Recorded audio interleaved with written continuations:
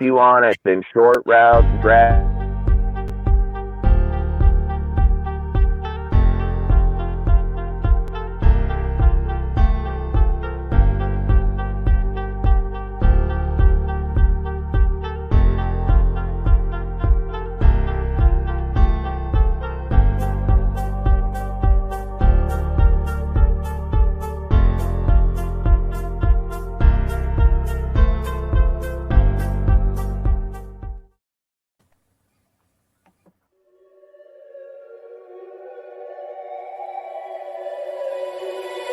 I wake up to the sounds of the silence that allows for my mind to run around with my ear up to the ground. I'm searching to behold the stories that I told when my back is to the world. Was smiling when I turned.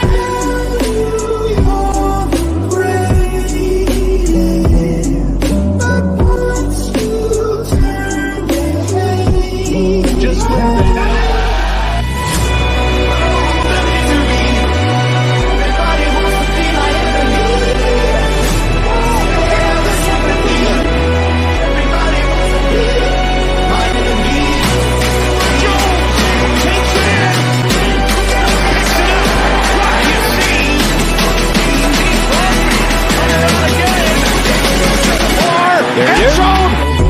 I tried to the top, I've been out of shape, thinking out the box, I'm an astronaut. I'm blasting off a planet, rocking cause catastrophe, and it matters more because I had it now. I had a part of my freaking had to go in opposition, kinda shocking, they run static with precision. I'm automatic, quarterback,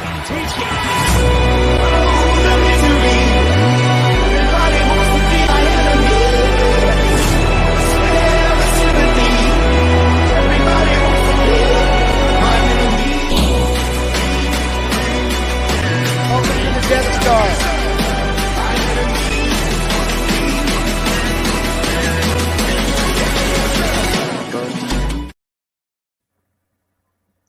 What is good, Raider Nation? Welcome back to another episode of our show. We're doing our Wednesday night live show. I'm joined by my friends as always, Dustin, Cortez, Rudy, and Sergio. Say what's up, everybody.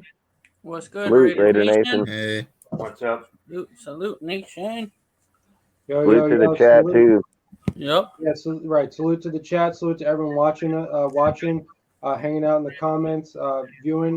We always appreciate you guys coming in and hanging out with us. Salute to the mods in the chat. We wouldn't be able to do the show without you guys, as always. Just a quick reminder before we get started for those viewing, to just take a look at all three platforms that we're currently broadcasting to. That's our Death Star Report YouTube channel, our DSR Aftermath YouTube channel, and DSR Aftermath Twitch channel.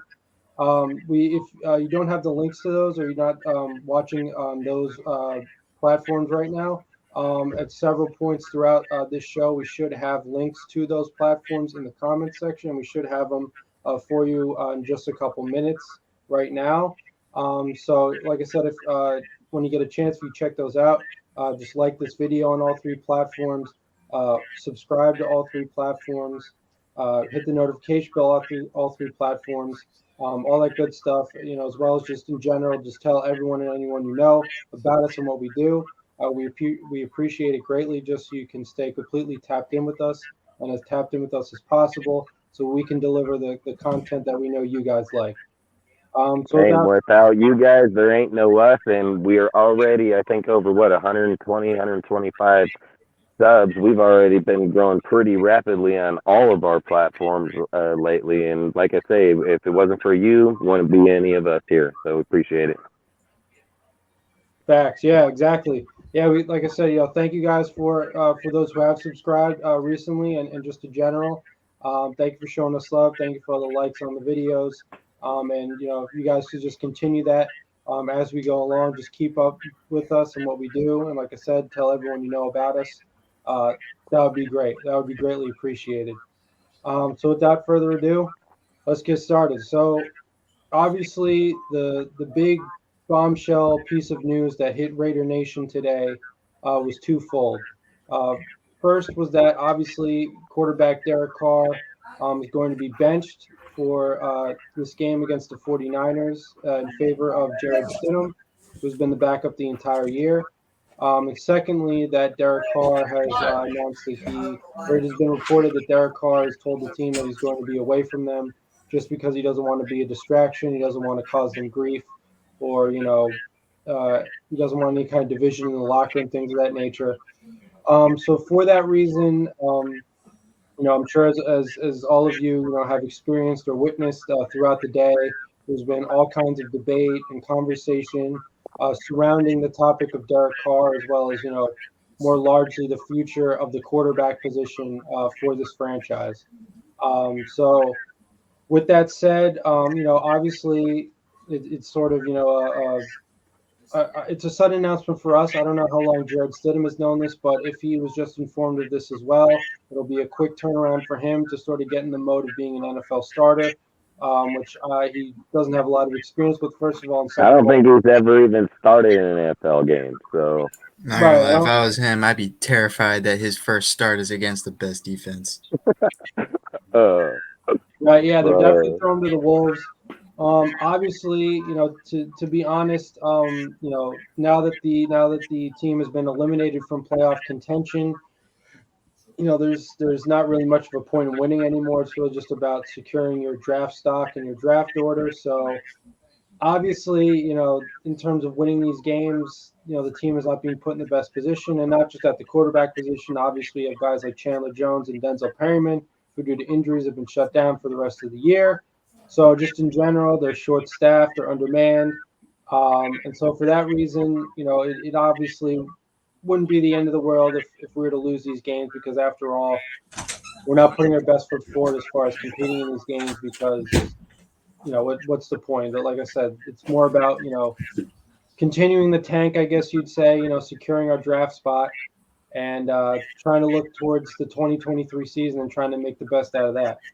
So why don't we just go around the panel, just talk about, if you want to, talk about the future of Derek Carr and or the quarterback position of his franchise, or if you want to start talking about, the game itself ahead of us, the 49ers game, if you're looking forward to seeing any young talent, things of that nature, whatever you guys want to talk about as far as those things go.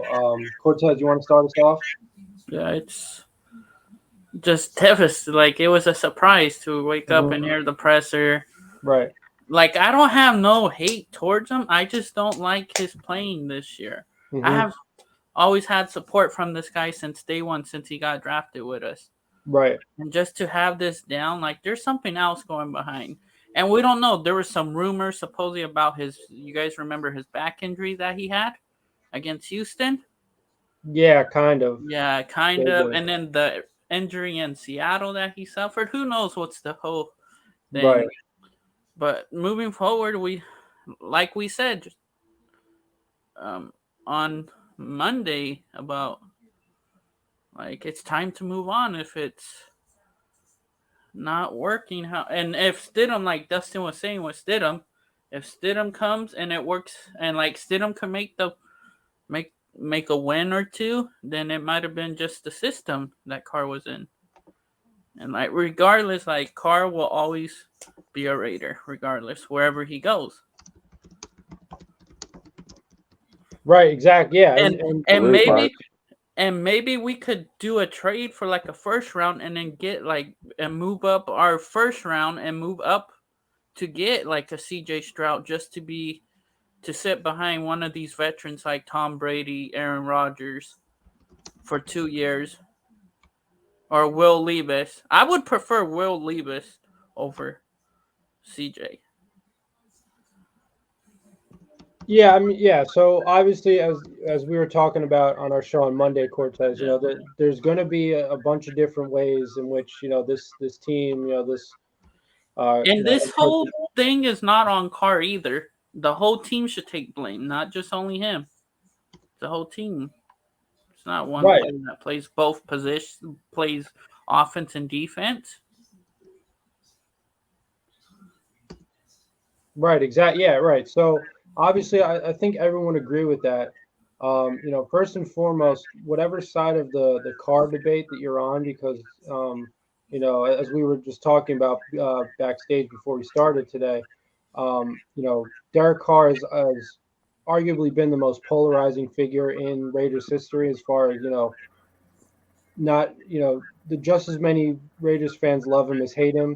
But no matter what you feel about him, I think we all can agree that we have to think of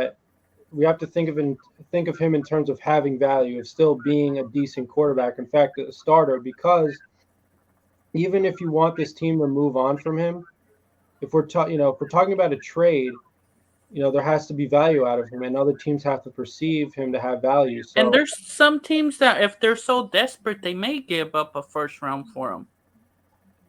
right, and as we were talking about, the other day on Monday on our show, there's a whole bunch of trade options that came right off the top of my head. For example, like if we're able to just get a first round pick for Carr, you know, we could turn that into we'd have 2 first round picks right there, and we could give it to a team like the Bears, who obviously are right now they're drafting at a very high order.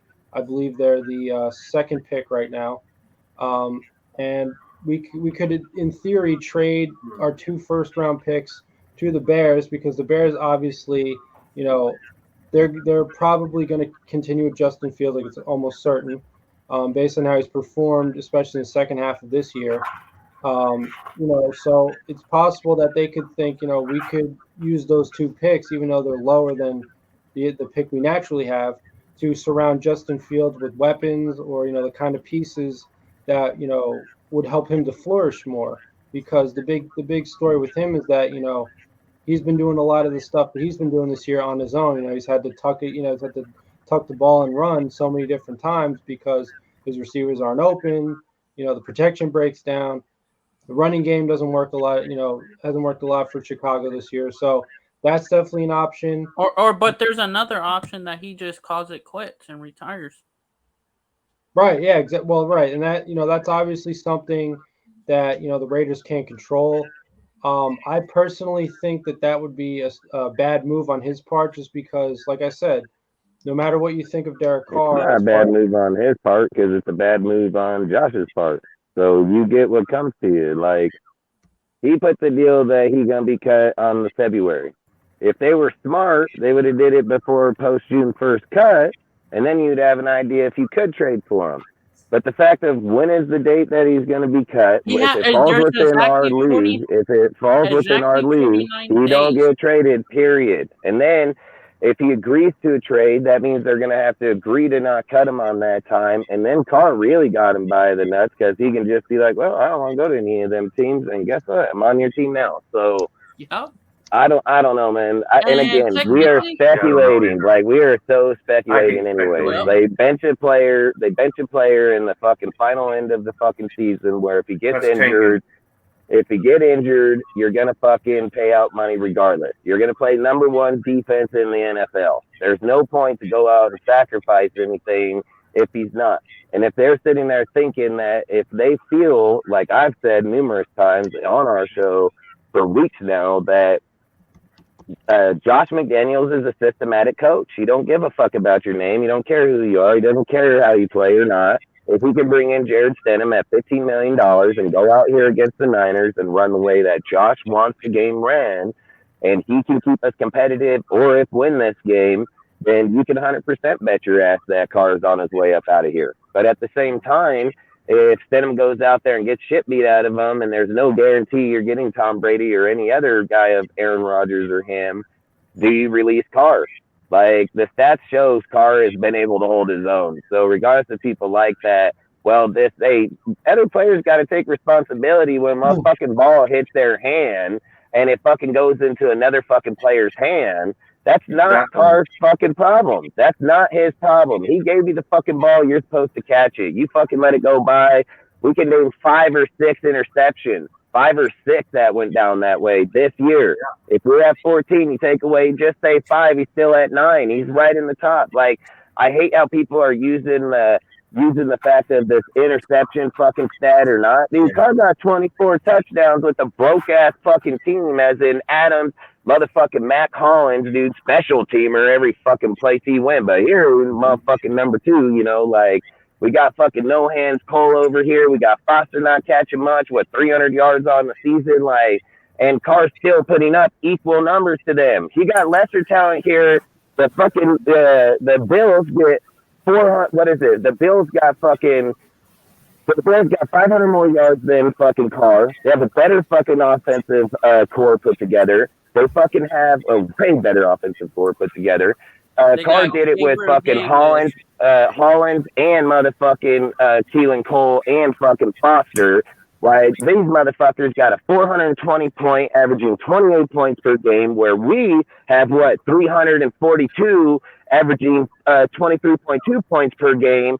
But the Bills got a defense of 276 points, averaging 17.5 points per game defensively. We defensively are fucking 350 at fucking 23.3%, like, or 23.3 points per game.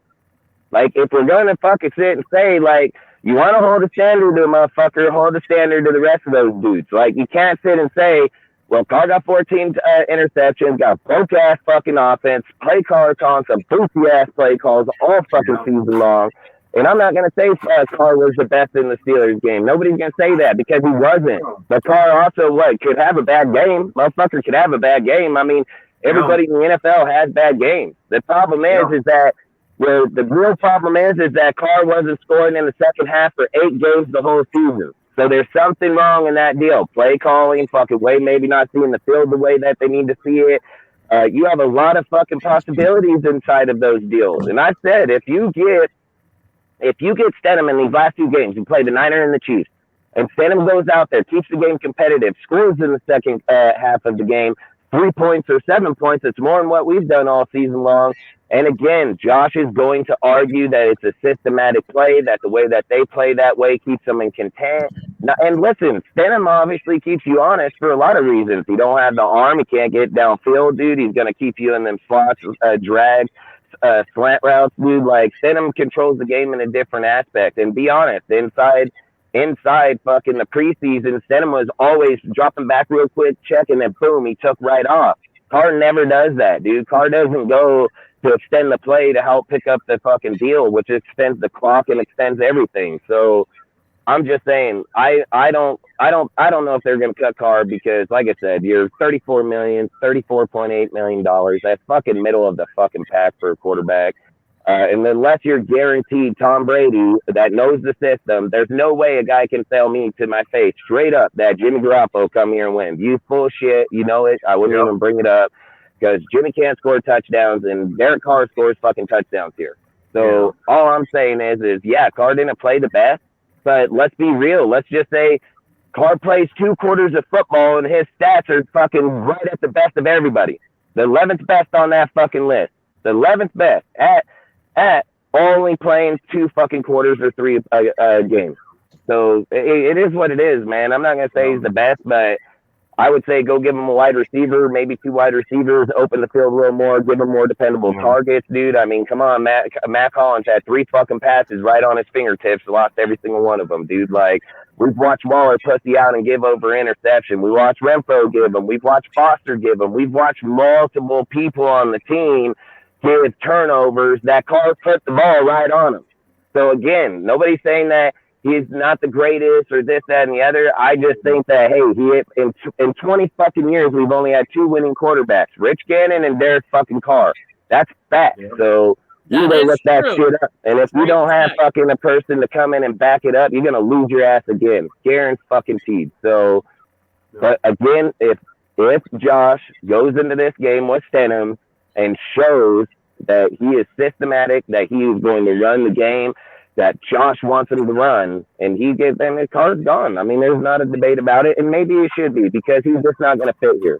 But I don't think Carr's just going to sit back and say, I'm the most winningest pass player, touchdown, everything for Raider Nation. I'm just going to sit back and let you trade me, dude, and then I'm going to finish out. Nah, that motherfucker going to probably be like, yeah, fuck you. I already got my money, and I'm going to go pray to God, like, straight up. So, I mean, that's how I would see it. I mean, you're going to have to ask him for so much, and then he's going to have to have that vengeance, kind of like John Gruden. I've said this. I'll be so pissed, dude. I'm not even lying. I've said this in my Instagram. You going to talk about the Tampa Bay thing? Dude, I was going to say, dude, what is the odds? I said this in my post on Instagram, so on that. what would be the odds if Derek Carr goes to fucking Tampa because he won't be traded? Tom can't be traded because Tom's a free agent at the end of the season. Tom comes here, fucking brings Gronk. Derek Carr goes to Tampa, and bam, meet up in the Super Bowl again. Like, I think that just, I would shoot myself. I will If Carr forever beat us, believe that the NFL is scripted. Hey, if Carr beat us, I would fucking flip, dude. I'm not even lying. I would fucking flip, man. If we're talking about Carr never really having a system in which he's been able to flourish, if you think an offensive system under Todd Bowles is going to be the system that not only lets him Todd Bowles probably won't be there much longer. Right. There's no way that Carr and Bowles they got the talent though. Hey, don't be surprised if Brady leaves in free agency that Bruce Arians come up out of that box, like straight up. So yeah, he'd be like, all right, Todd, you go back defensive coordinator, I'm going back running this bitch. Like straight up, dude. Like I would not be surprised. But man, I would be pissed. I would be pissed, dude. If Carr went there with just a vengeance, dude, and he got to keep Evans, Godwin, fucking Russell, fucking Julio Jones. Like, come on, dude. And Leonard Carr Fournette. over there with Hollins and motherfuckers talking about, oh, he got a 2. Motherfucker, give him Julio Jones. Even at the end of his career, better number 2 than he's probably had in his whole career. Like, I'd take, man, it's crazy. You got Russell Gage. Like, he got massive talent, dude. So, yeah. I don't know. The only plus for Brady today is he gets his center back. So, he'll have a center back for the Colts would love to have Derek Carr. They still want him, and Pete Carroll wouldn't mind having Derek Carr, too. You know? Yeah. I mean, there's a lot of teams. But you know what, though? When one player, this is what I said. We can say all this logic stuff, but at the end of the day, Derek Carr, very few players are like this. Only another player that I know that has the same moralness was Tim Brown. He never wanted to go to no other team. North Turner fucking traded his ass to the Buccaneers or let him go. And he went to the Buccaneers, and Tim Brown didn't want to do it, but he had no choice. He needed the money. He needed the money because when he was at Al Davis, he didn't have big pay or anything like the other receivers, but he was the heart and soul of the Raiders, and he was slowing progression. His progression was slowing down. He was in his like late 30s and stuff, mid 30s, but he stayed loyal to the Raiders. He stayed loyal to Al. Derek Carr, people can say all this, everything else. They can make all their criticisms, all they want about him, but at the end of the day, Derek Carr has been loyal to this team. He's played his ass off on it. If anything, if there's a problem, is Derek Carr didn't fail the Raiders. The Raiders failed Derek Carr. That's how I would look at it, because he went through multiple quarterback changes. That's not his fault. It started out from Gruden was gonna put him on next level, bro. I think Gruden improved Derek Carr. He 100% improved Derek Carr. The problem I have is that you go from Todd Musgrave that fucking kept Carr evenly. You go to Todd Downey, which depleted him the same way Josh McDaniels did. Here come motherfucking Gruden and fucking peaked him. And he peaked him in this fucking so-called stat motherfuckers want to talk about, that is first half and second half. Gruden had him evenly, and if not high, excelled at a pretty high level at the fucking half point. Robert. And we sit here and we say Josh put him at a 73, dude. He did worse than Todd Downey did in his first year coaching. Yeah. So, in my opinion, like I say, I think we're just making speculations. It probably what needs to be done? Yes, but we'll have to wait and see. He had high school plays the way he set up that formation. It was so fucking predictable. Yeah, I think he's just calling fucking bullshit plays. I think he's just calling bullshit plays because he averaging 23.2 fucking points with broke ass teams. So I've said this for fucking weeks. I've said it since week fucking 2 and 3. Like, but it's really hard to replace a quarterback like Derek Carr. But people could say, "Oh yeah, we can get sure." Aaron Rodgers, you could get Aaron Rodgers to replace him, no doubt. Todd Downing did. I question Tom Brady, but Aaron Rodgers, I can understand Aaron Rodgers. I may not like it. He was so garbage. And look at it like this. Todd Downing Average. So Josh did start out good average first half, 96.6%. He fell to 73, dude. Fucking Todd Downey started at 88 and finished at 70 fucking 8, dude, or 79. Like I said, Todd Downey probably called better plays than he did, dude. And Gruden come in, and that's the only difference. Downey called plays, Gruden called them, Carr went up. Fucking Carr went out, fucking Josh came in, Carr went down. Like, but I get it, dude. Like, I get it. Listen, I get it. I've said this 100 times. I'm a fan of the Shield. I'm not a fan of an individual player. I've said this 100 times, dude. Like, if Benham shows he can win and play in his system the way they need, this is Josh's team at the end of the day. If they're going to win, you're going to have to rely on him. I've even spoke about this even here before the show and all day and fucking yesterday. If it was me, man, I would just take a grenade, throw it on the Raiders, blow the fucking team all apart, get rid of Devontae, get rid of Waller, get rid of every fucking buddy. I would sign Josh Jacobs 4 years.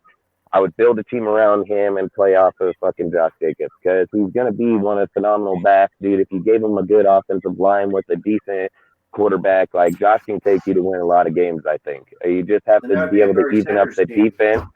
You would have to even up the defense, and I believe by getting rid of Devontae, Waller, and then would even up the money to even the defense up.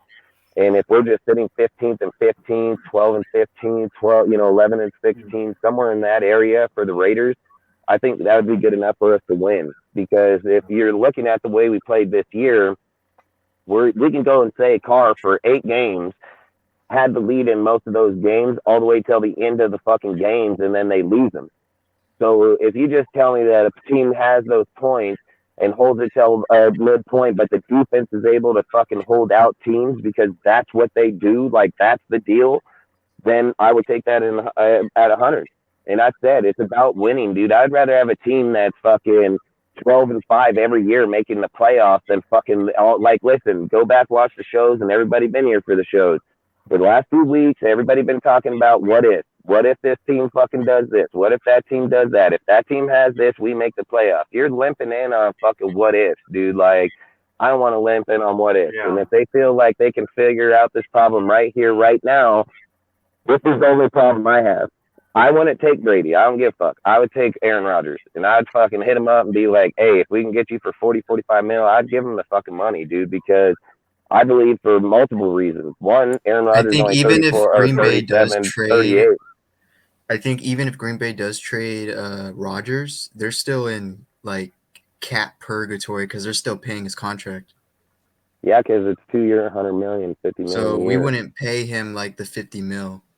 No, but that's what I'm saying. If we can somehow get him, I would rather invest in Aaron Rodgers because he has mobility behind the line and he sees that shit and he's very good at it, dude. And I've said this, the thing Rodgers adds to the offense is the fucking presence, dude. Like when Rodgers steps back and he's in the backfield, I've watched this guy do this about 20, 30 times in his career where he sees the dude off the blind side, dude, because he probably noticed him coming off the line to begin with, and he'll wait till that dude gets right at him, and he just spins right off that fool, right around, and just goes right down deep or takes off first down. Carr ain't never done that in his life. Like, he doesn't have that kind of game presence, and I feel like with the line that we have, unless you're guaranteed to go in there and say, we can get a right guard, right tackle and say that this is good, be top 5 line, I would feel like Rodgers would, and Rodgers' chemistry with Devontae, dude, like, and then he's going to have Waller, and then he got Jacobs. Like, I think fucking, me personally, I'd probably go the Rodgers route because Brady, the only way I think Brady works is if you draft a quarterback right now. Like, you have to draft C.J. Stroud or fucking Will Levis. You have to because you can't sit and depend on Brady. Listen, just because Brady comes here doesn't guarantee him Super Bowl. There's no fucking way in hell. There's no way guarantee anybody a Super Bowl here. And if you put all your eggs in one basket after cutting Carr, which is a youth player that has a fucking chance to develop still, because he still ain't hit his peak, so he can still develop, and you're just going to go for a 46-year-old fucking quarterback, dude, and depend on your future on that, like, but good fucking luck, dude. Like, I mean, I'd rather get Brady. Players can follow him. Players can, but see, fuck crap. Listen, look at what Tampa Bay about to go get in right now. Tampa Bay about to lose Brady, and you're going to Kyle Trask.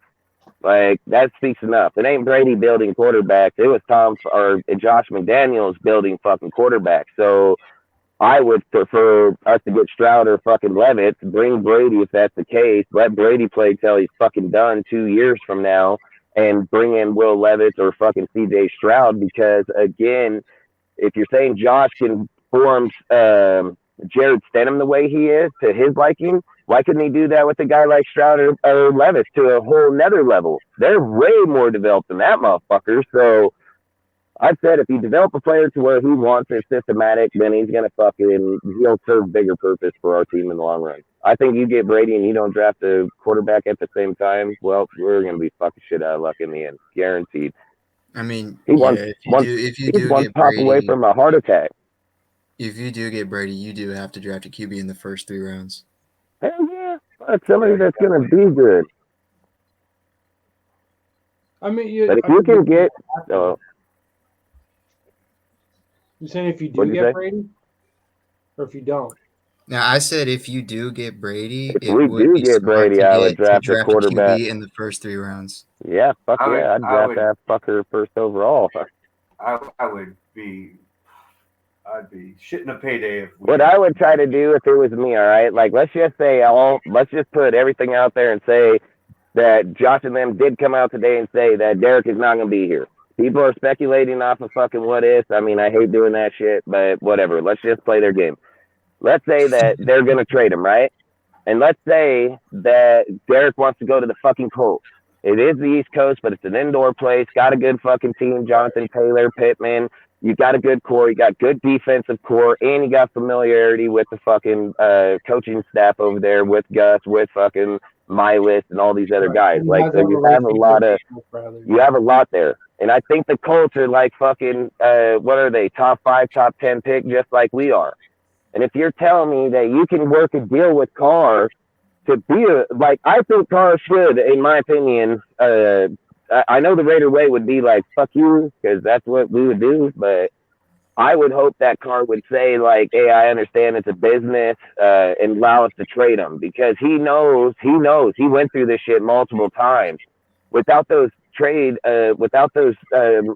picks, man, you deplete your fucking organization. So if you're a true Raider, as much as I'd hate to say this, I would expect him to fucking make a trade to a team that benefits us, not only draft wise, but fucking team wise. And if you're saying that you can make a trade with the Colts and be two top 10 draft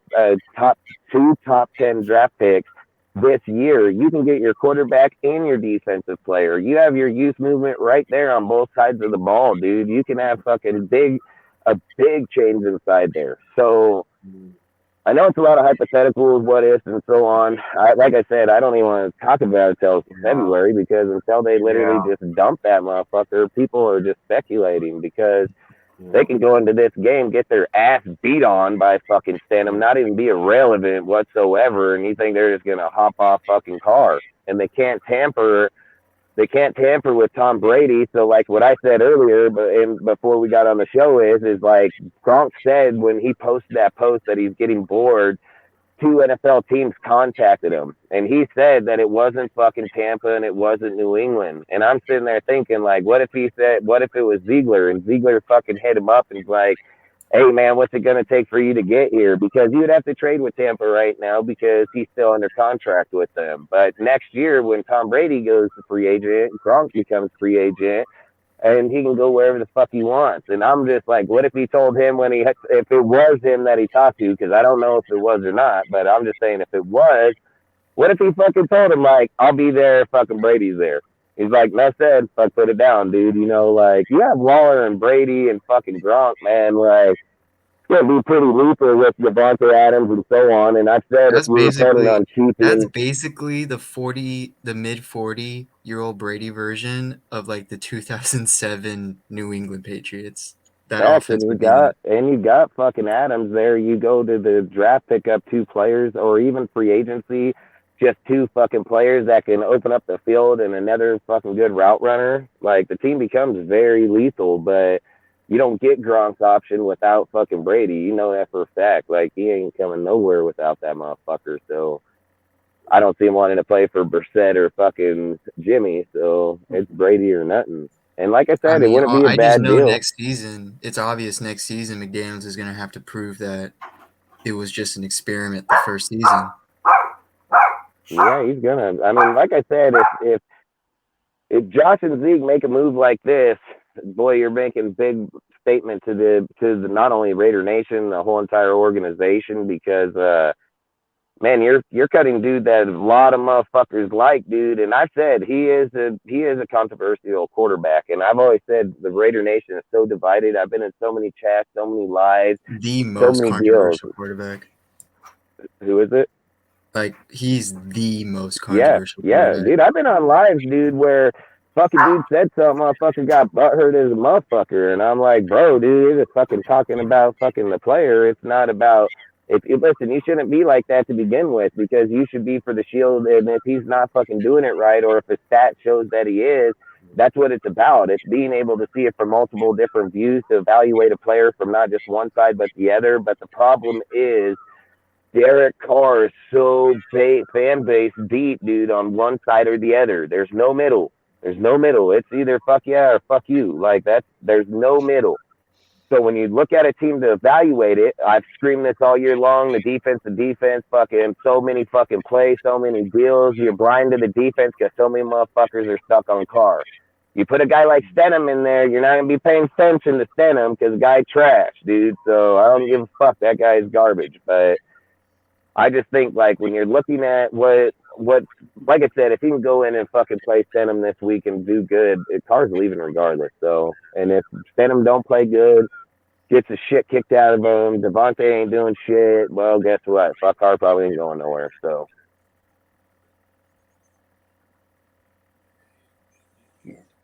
Yeah, I mean, obviously, like I said, like there are a bunch of different ways that the Raiders could approach this. I mean, you know, like I said, one route is that even if we just sign Brady in free agency, you don't necessarily have to draft a quarterback. I mean, obviously knowing what we know about Brady, he needs weapons surrounding him. Maybe you could draft somebody. Obviously we talk about I a guy draft like quarterback 100% because what do you do when he's done? What happens if he goes out in the season, gets fucking licked over here in the AFC West, and then he's fucking done? Well, you gonna go put your future in Stenham? That's dumb. That's so dumb. Like for the organization, if you got a guy like CJ Stroud or Levitt at your pick, and you can have Brady too, like that's smart business. Like that's smart business. This fucker gonna retire soon. Like, this motherfucking guy ain't gonna be here until 60. Like, this motherfucker retiring probably in the next few years, man. And there's nothing guarantee us another top pick. Especially, look, we can be, I think his top is what, it's 6? So we can go as high as 6 if we lose out. Yeah, Like, 6. yeah, we're not getting picks like that fucking going out, dude, with guys like him. He's gonna get you fucking the wins you need to get there, dude. Like, I would 100% draft quarterback. Not even debate in my mind. Because I just think he gets hit, dude, he's done.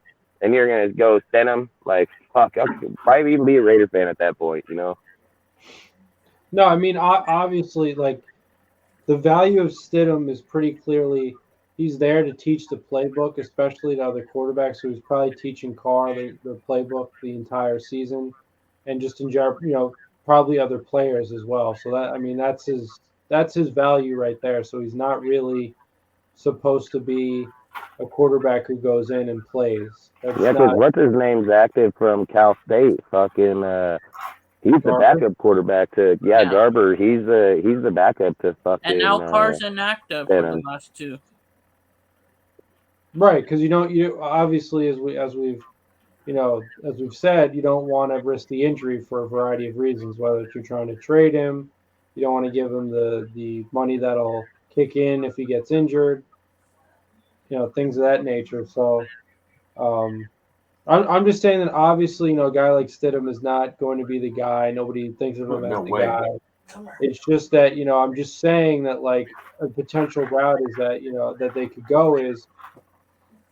And I would say if they're going to do this, they'd first have to lock down a guy like Brady. But assuming that they do that, another way they could approach this is they really go all in on winning now. I mean, it worked for the Rams. The Rams obviously right now are reeling. They but they got a Super Bowl out of it. So, it's possible because obviously as fans, we can squabble over, whether that's a good idea or not. But at the end of the day, it's up to them. So they might view it as if we really make a push for like 2 to 3 years to try to win a Super Bowl, and then we just like strip the team, or we're reeling for a couple years because we're trying to find another quarterback. I mean, obviously, if you win the Super Bowl, you're not going to have a high draft pick, so you know it'll be very Hey, hard. I'll tell you what I would do right this second if it's me. I've been saying this for weeks. Fire Josh, get fucking rid of fucking Patrick Graham, and go get Sean Payton and Vic Fangio. Like, we ain't gotta go get rid of nobody. Like, I do.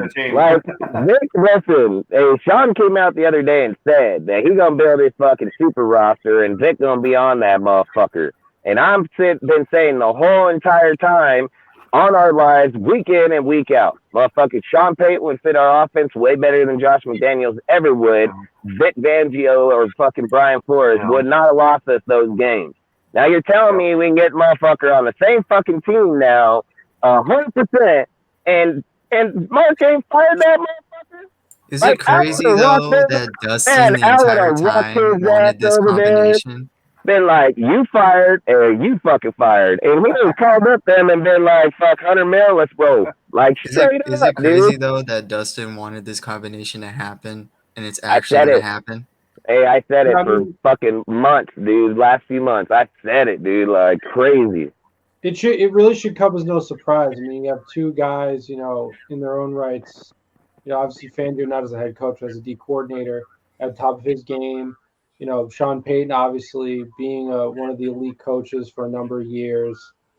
It really shouldn't come as no surprise, but it's just not going to happen. I mean, unless the two of them are going to sit out another year at least.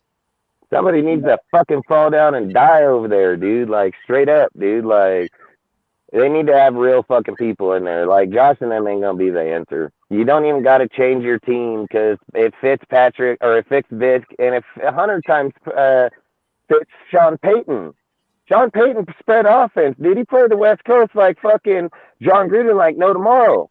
Fucking, that's not what fucking Josh McDaniels does. I mean, I've heard hell interviews over the last few weeks that say straight up, dude, from other players that say the Raiders offense is predictable. They come out and fucking 3 wide receivers, 2 tight ends. They're predictable as can be. They fucking said it out their own fucking mouth, dude. So, like, if that don't tell you enough, man, that should tell you something. Motherfucking other teams don't even play for us. Go over there and volunteer information on our fucking team. Hey, they come out in this formation, they're doing this, dude. If they come out in that formation, they're doing that. Like, that just tells you got shitty coaching, man. They didn't ever come and tell John Gruden's ass that. They ain't never hear no motherfucking reporter come on his shit telling that shit about John Gruden. So exactly, Al's good. Like I said, and they ain't gonna say that shit about Sean Payton, dude. And if Sean and Vic are together, I don't care if you owe him for 4 years. I don't care. Like, you want to talk about Super Bowl? We can get a Super Bowl and probably repeat a Super Bowl with him without getting rid of one fucking player, without getting rid of one offensive player. So, fuck you and Cole for sure. Like, for sure. Fucking, motherfucker. I don't know. But, I mean, I don't. Like I said, this is a joke. It's becoming a joke. Yeah. Yeah, it kind of is. And I understand, like, some people might say, like, there's like a different area of Raider fans where, like, in the Instagram where I'm at, a lot of them say fire Josh McDaniels, and then there's some that say, very few of them that say Derek Carr's got to go. He's trash and all that. Listen, he only been in that for 4 fucking games because they got their ass beat over by Seattle by 34 fucking points. Yeah. So they've only had it for 4 fucking games, and you can't cancel out the other fucking 15 games played. Like, you can't do that. Or, 12 games played. You're taking a fucking... That's the thing that's the problem with people lately. You're choice picking your fucking stat lines, man. You can't sit and say, well, the team been playing at this level in the last few games. Well, what fucking teams they play? Garbage-ass fucking teams? Like, they ain't putting up no fucking points either, offense or fucking defense. It ain't because we're so fucking great. It's that they're so shitty, and people want to sit and say that, well, we got to win, so it must have been a great team. That's not even fucking true. Not even close to even being true. So when you're looking at those type of deals, you can't sit and say, well, 12 games you sucked ass, like straight up, dude, and then 4 games you've done decently good. Like, you can't cancel out the other games, man. You can't do that. Yeah, and it's crazy, like what Raiders Down Under is saying. Saying I don't agree that the defense has been the issue. It's both, but the defense has shown more problems than the offense. But it's really both. But it's because what Josh McDowns is doing is evaluating both sides. He's doing things, questionable plays, but it's his evaluation to see where players fit on his team. And this is Josh McDaniels. You know, he wants to evaluate the team. I don't like that approach. I don't think any head coach should ever do that, but that's what Josh McDaniels is doing. Then he's not going all out. He's never gone out when we played our games. The only game that looked like we were all out was the Kansas City Chiefs, but we lost by 1 point. It looked like that team was all out, and they were fighting like tooth and nail with the Chiefs and everything. But then when we play against sorry-ass teams like the Rams, we played like dog shit, and it was on both offense and defense. And that's Josh McDaniels. He controls that. He controls both sides, even though he's the offensive type, but he has Patrick Graham doing the same shit that he's doing. It's called evaluation. They want to see how far it goes. They did the same thing in Seattle. And like Dustin said earlier, they were supposed to go for that sweep in overtime. And what did they do? Derek Carr audibled it for a nose dive with Josh McDaniels. He went in the middle. Halfback ISO. Halfback ISO up the gut with the fucking fullback lead. Wasn't supposed to happen, too. Wasn't supposed to happen. There's a lot of plays that ain't supposed to happen. And again, like I said, we can sit here and choice pick stat line because I can fucking do that, too. And I can make our fucking team look like fucking superstars, dude. But when you're sitting here being honest about your team and being honest about the evaluation of the fucking team, have they played better recently? Yes. Nobody argue that. Did they suck ass in the beginning? Facts. 100%. Go look at the stats, follow the numbers, follow where it is. And it did. And I've said this, and I've talked with this, even with you today, Rudy. I've said this too. When we had got Tillery, no name fucking, well, I'm not saying no name. I think he was first round pick. My point is not a lot of people knew who the dude was. They pick him up mid-season, dude. Just one pick fucking helped fix up that line. Kyle Pecco and Tillery put us in the top 10. Systematical play, systematical people makes the team better. Go look at Tyler Hall. Nobody even know who the fuck Tyler Hall was before he got here. They gave him a contract for next year. That's because he's a systematical player. He plays well within the system. So all he does is play his area, and he plays it at a pretty high fucking level.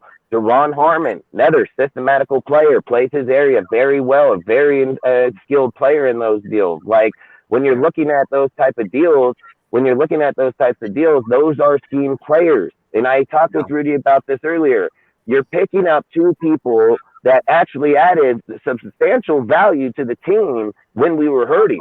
Like, Tyler Hall was a good add to the team, and the defense been playing a hell of a lot better with him being there.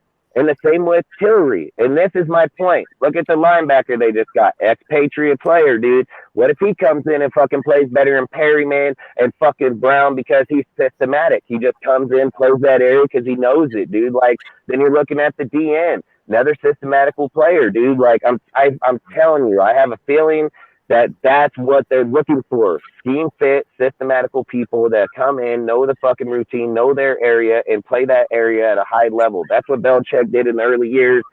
And and here's the deal. If, like I've said, Stenham is going to determine if Derek's probably here or not. Because if he comes in that motherfucker and he lines up in there and he plays competitive, or goes into the second half and is putting up points where we have faltered all year long, and he does put up the points, and he's not overthrowing his players, and he's running the ball instead of holding on to the ball, I'm telling you, it's over. It's a done deal. Like, that's what's going to determine it, because, like I said, he'll be able to turn and say a $50 million player versus a $40 million player. I can take this cap from Derek Carr that's going to be $34.8 fucking million, and I can put Stenham's ass in there just for a year, just so we don't get a QB. Maybe we don't get Brady.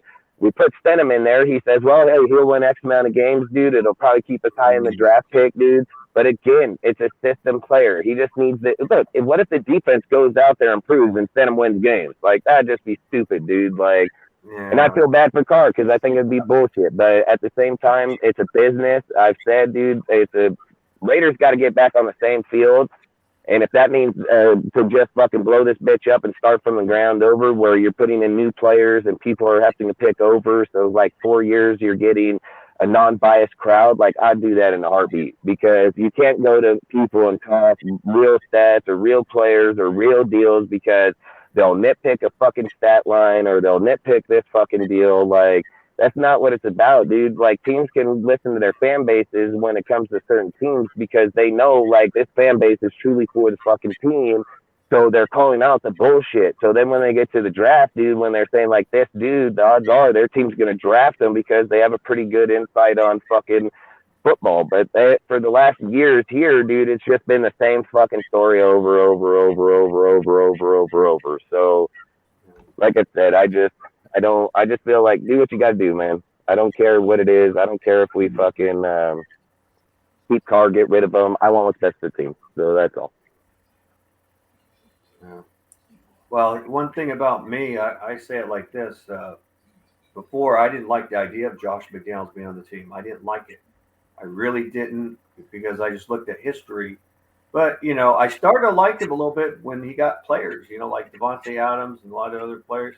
I was thinking, you know what? If he could keep the play calling good, then he can take this team to the playoffs. He can.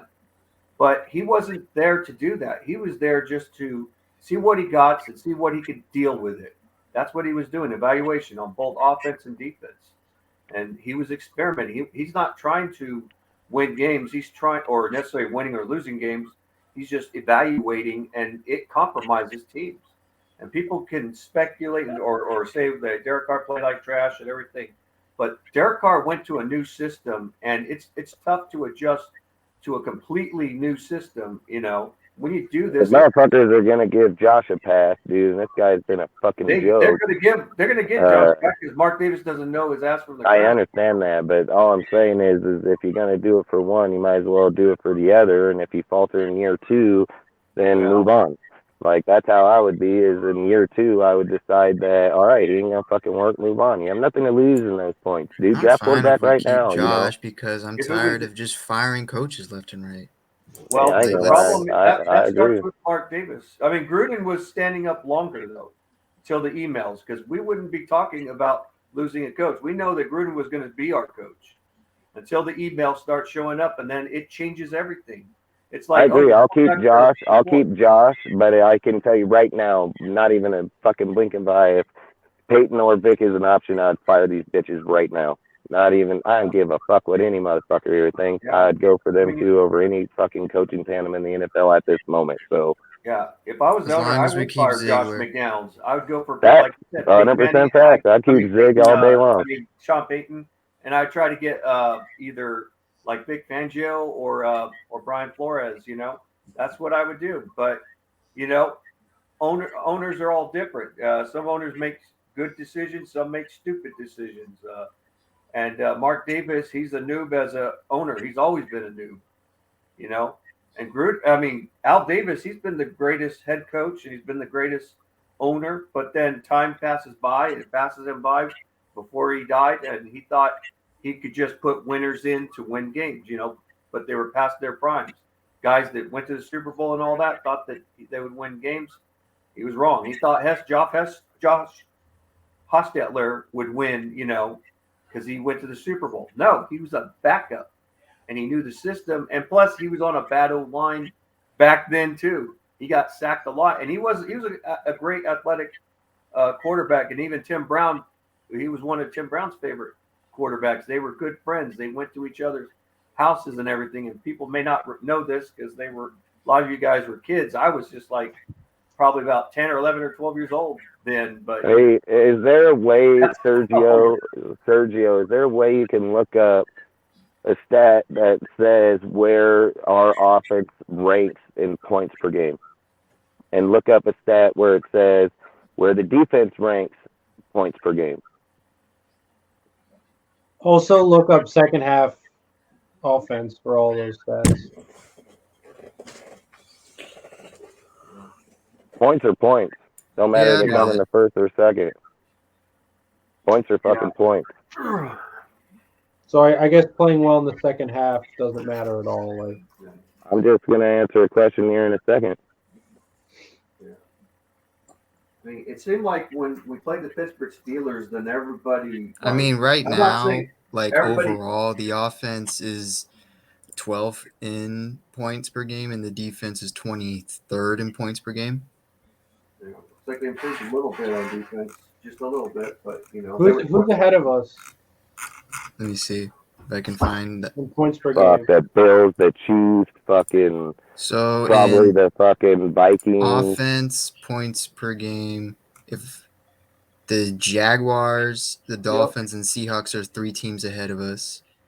And on defense, the 3 teams ahead of us for points per game are Chargers, Browns, and Giants. Browns. So we have the They're trash, dude. I mean, two of those defenses are ranked the worst in the league.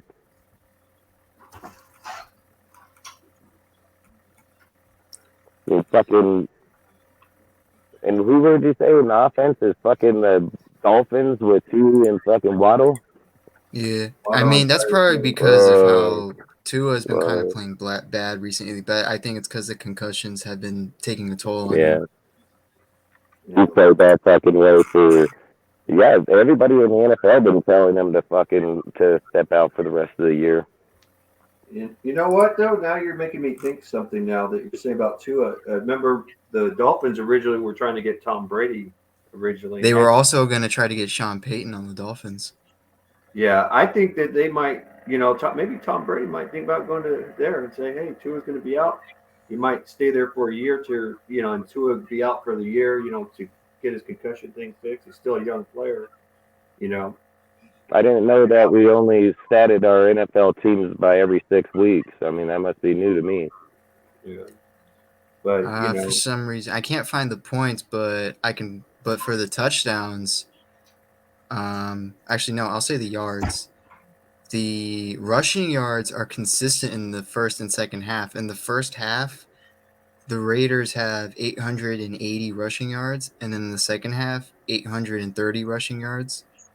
They have 5 touchdowns in both first halves. In the passing game, though, it goes from first half 1,800 yards to 1,600 yards, and then it'll go 14 touchdowns in the first half to 9 touchdowns in the second half. And then in the first half, it'll go 6 interceptions, second half, 8 interceptions.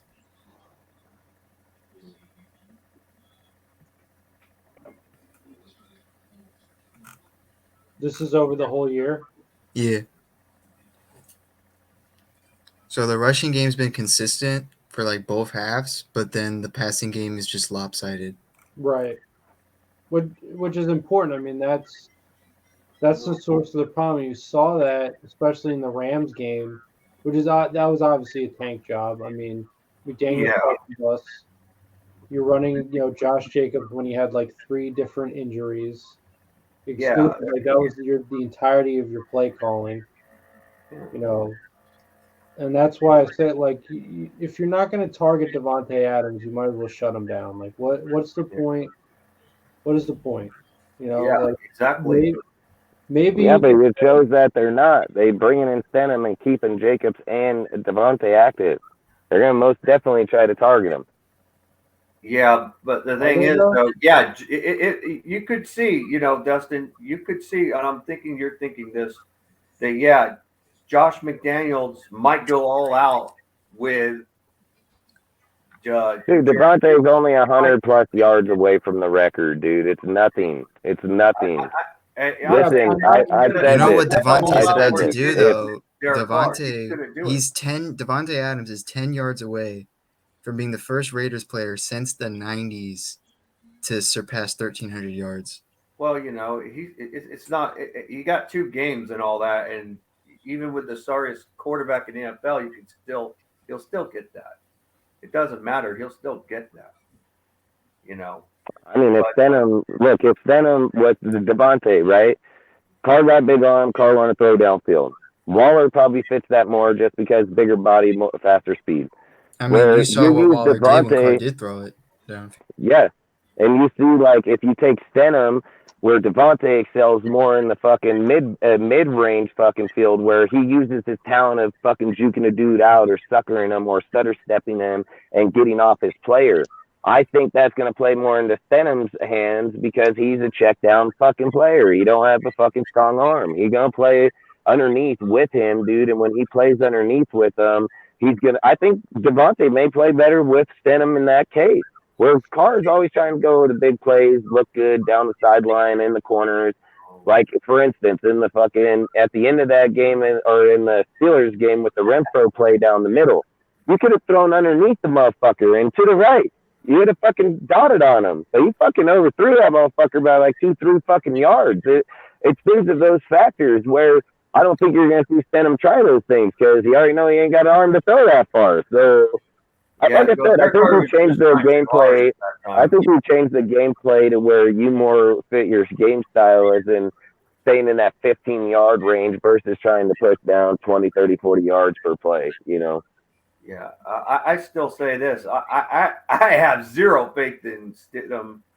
He cannot compete against guys like Patrick Mahomes or Justin Herbert, not even Russell Wilson, you know? Russell Wilson, I mean, he's still rusty and all that, but he can still throw that ball and everything. You know, the only his problem is being short. You know, keep him in the pocket, he's very useless. And same thing like Kyler Murray, the short quarterbacks.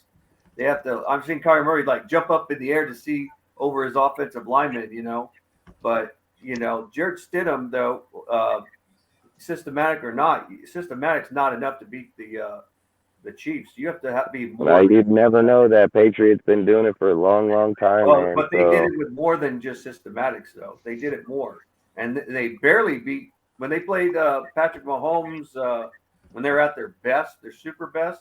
They lost to him, but sometimes it's not about going into a team and saying that you're the more powered or you're the stronger team.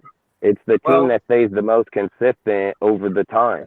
And the team that holds the ball, the team that runs the clock, it's the consistency that keeps you there. If you're having fucking 15 play drives, running your clock down every fucking minute and a half, 2 minutes, you're going to fucking outdo that team by far. There's games where you're going to go in and you held the ball for 10 fucking minutes or 12 minutes, and this team get it for 2 or 3. Like, that means big time shit when you're a good fucking team. When you're over here just throw the ball, turn it over, kick the fucking deal, get it back, punt the fucking ball 3 deals later, like, that's not good game calling, dude. That's not good game play. Like, that comes back on what you're doing. And I've said, like, you look at the Patriots, they've always, and again, I can't even stretch it enough. Dude literally said, I can tell what they're doing when they just look at their, the formation, you know, like, and this is why I said with the Patriots, they're like, go ahead and look at the fucking formation. We have the dudes that'll pick up the block, the guys that'll get through, the players that extend the plays, dude, because they've run the fucking route we want them to run. Like I said, sometimes it works good for people like that, dude, and sometimes it doesn't. I mean, Gruden would never alter the team to that extent to fucking, he still put up, 27.2 points per game. So, I mean, I'll again. tell you straight up, though, that systematic thing, I think sometimes in certain areas like the Patriots, it works well for them because of their division. But this division, though, they see it all the time. It looks more one-dimensional. I mean, they don't play. Patriots play like you said. They do that double tight end stuff. They don't throw exactly deep passes a lot either. They run the ball, screen passes. That's what they do, you know. But at the end of the day, from the way we've been playing, it's all been evaluation. It's always evaluation, and it's on offense and defense where we hated Patrick Graham. And then some people might say, if we're surprised that Patrick Graham's not making bad plays, he's making good plays next year. And don't be surprised if he's like, because I've seen some good things that Patrick Graham did. I have. I ain't gonna lie. He'll do that blitzing shit where they blitz the nickel back right on the blind side. Yeah, and to go back to a comment here that that Ozzy said too. He says the tape doesn't lie about defense, right? then I sure the fuck hope that when you say that and you talk about that, that you notice that Amit got the shit beat out of him, dude, on every single time he Oh gets yeah, faced up yeah, and man on the because he outside played out corner. That front. fucking Yeah, Morrick ain't fucking completing his tackles. That a lot of the fucking team is not fucking doing what they're supposed to do. And you're taking a team that you're looking at 17 and a 14 points in there, dude, and you played shitty fucking teams. Look at it well, however the fuck you want in that aspect because you're not taking what we've done in the beginning of the year or anywhere. The team sucked in the beginning. You can't just look at a team in 6 week spans of the NFL and the team and the stats. Yeah, I get that the stats equal out over the time span. When you watch the tape does not lie. That defense is garbage as fuck, dude. It's garbage as fuck. There ain't even a way to justify it. Fucking Hobbs ain't even playing fucking well on the outside, dude. Have them in a fucking cast. Their linebackers are off. You want to say that they're playing well oh no, against I'm teams just like saying the they're Rams and experimenting. fucking shitty talent. Fucking again, went against the fucking Patriots and fucking Chandler Jones got bitched in the dirt, stood up and got the ball thrown to him. But goddamn, if that ain't the Yeah, miracle defense I ever seen in my life.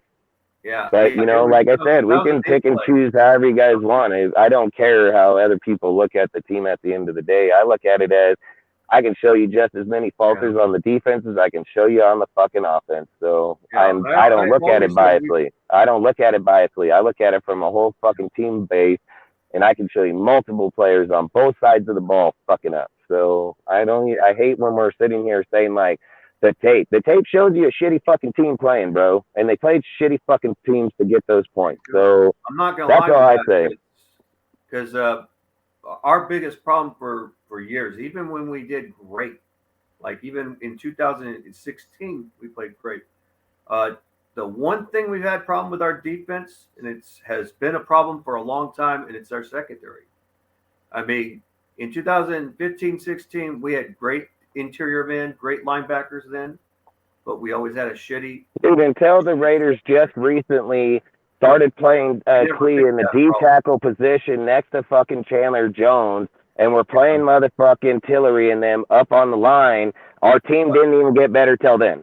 And now yeah. you No, got I ain't what gonna I've lie been with saying that. about Farrell for years. I've said this for years about Farrell is play the fucker at D tackle because even in his first year, he fucking had a high success on fucking pressure rates, dude. And the second they put him back over there, look at Chandler, starts obviously showing back up the games. Like he takes the pressure off those fucking players, dude. Like, and again, that shit didn't even happen until just a few weeks ago.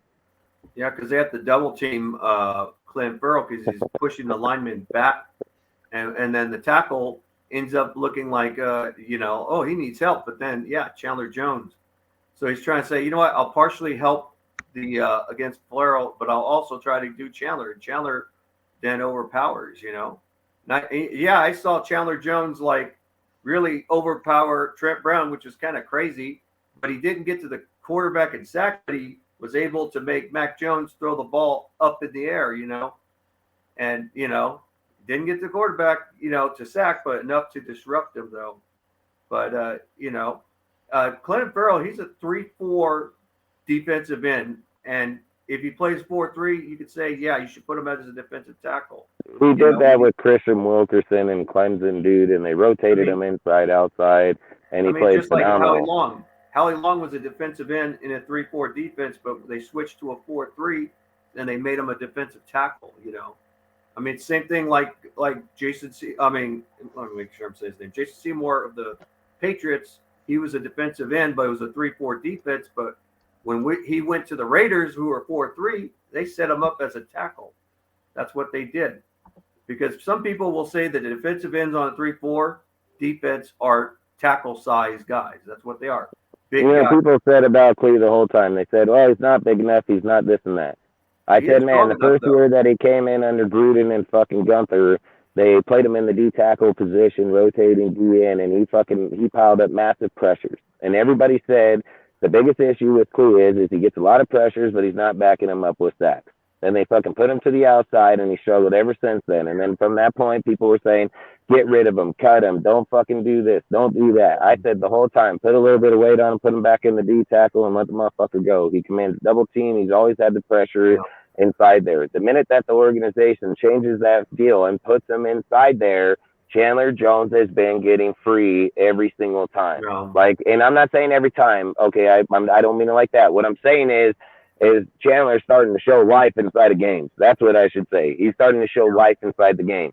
And again, that goes back to them picking up Tillery, picking up Hall, dude. Like those little key movements for these guys are big fucking movements in the way that the team is structured and playing. Because two of those players have changed both those sections pretty drastically. Dude, if fucking Tyler Hall wasn't there, we'd be getting shit kicked out of us all day. I mean, Amik gets abused, dude. He gets abused like a little fucking street rat, dude. Like he literally does. The guy, anytime he got to go man up on motherfucker, it's like 99.99% that dude's getting the ball. I mean, he's a tough guy, but at the end of the day, he can't cover 6'2", 6'3" wide receivers. They're too tall for him. They'll just. I mean, that's why before this whole QB controversy, I just wanted us to draft a corner in the first round, so that at least helps out the secondary. Yeah, I could understand that too, because but you know, it's like we like Nate Hobbs, but he's had that hand problem, and is there anything wrong with getting an extra corner? There's nothing wrong if it's the best player available, and that's that corner, whether it's Killen Ringo or Joey Porter Jr. If they're available, and you really want to draft on defense, you're going to get those guys. I know that. Where we're at right now, I don't know. We're about like 9th, but we could drop down to probably 6 or 7, maybe 6 at the most. Six at best. That's what I mean. At the best, the most, you know. But I you know, and it depends on other teams winning or losing too. You know, it just depends. It's always. Can't get no worse than 9th. If we can't get no worse than 9th if we win. Question. And our best chance is going to be 6th. Are we going to do the pickups in a little bit? Yeah, we can do them in a little while. Man, if only we had, like, if we were, like, maybe between 10 and 15. My cornerback is Christian Gonzalez. That's my guy. I want a quarterback. Now I don't want a quarterback. It's starting. No, I didn't say quarterback. Cornerback. Corner, yeah. I would take rather Will have a quarterback. Will Levis or CJ Stroud. But Will Levis, my number one quarterback.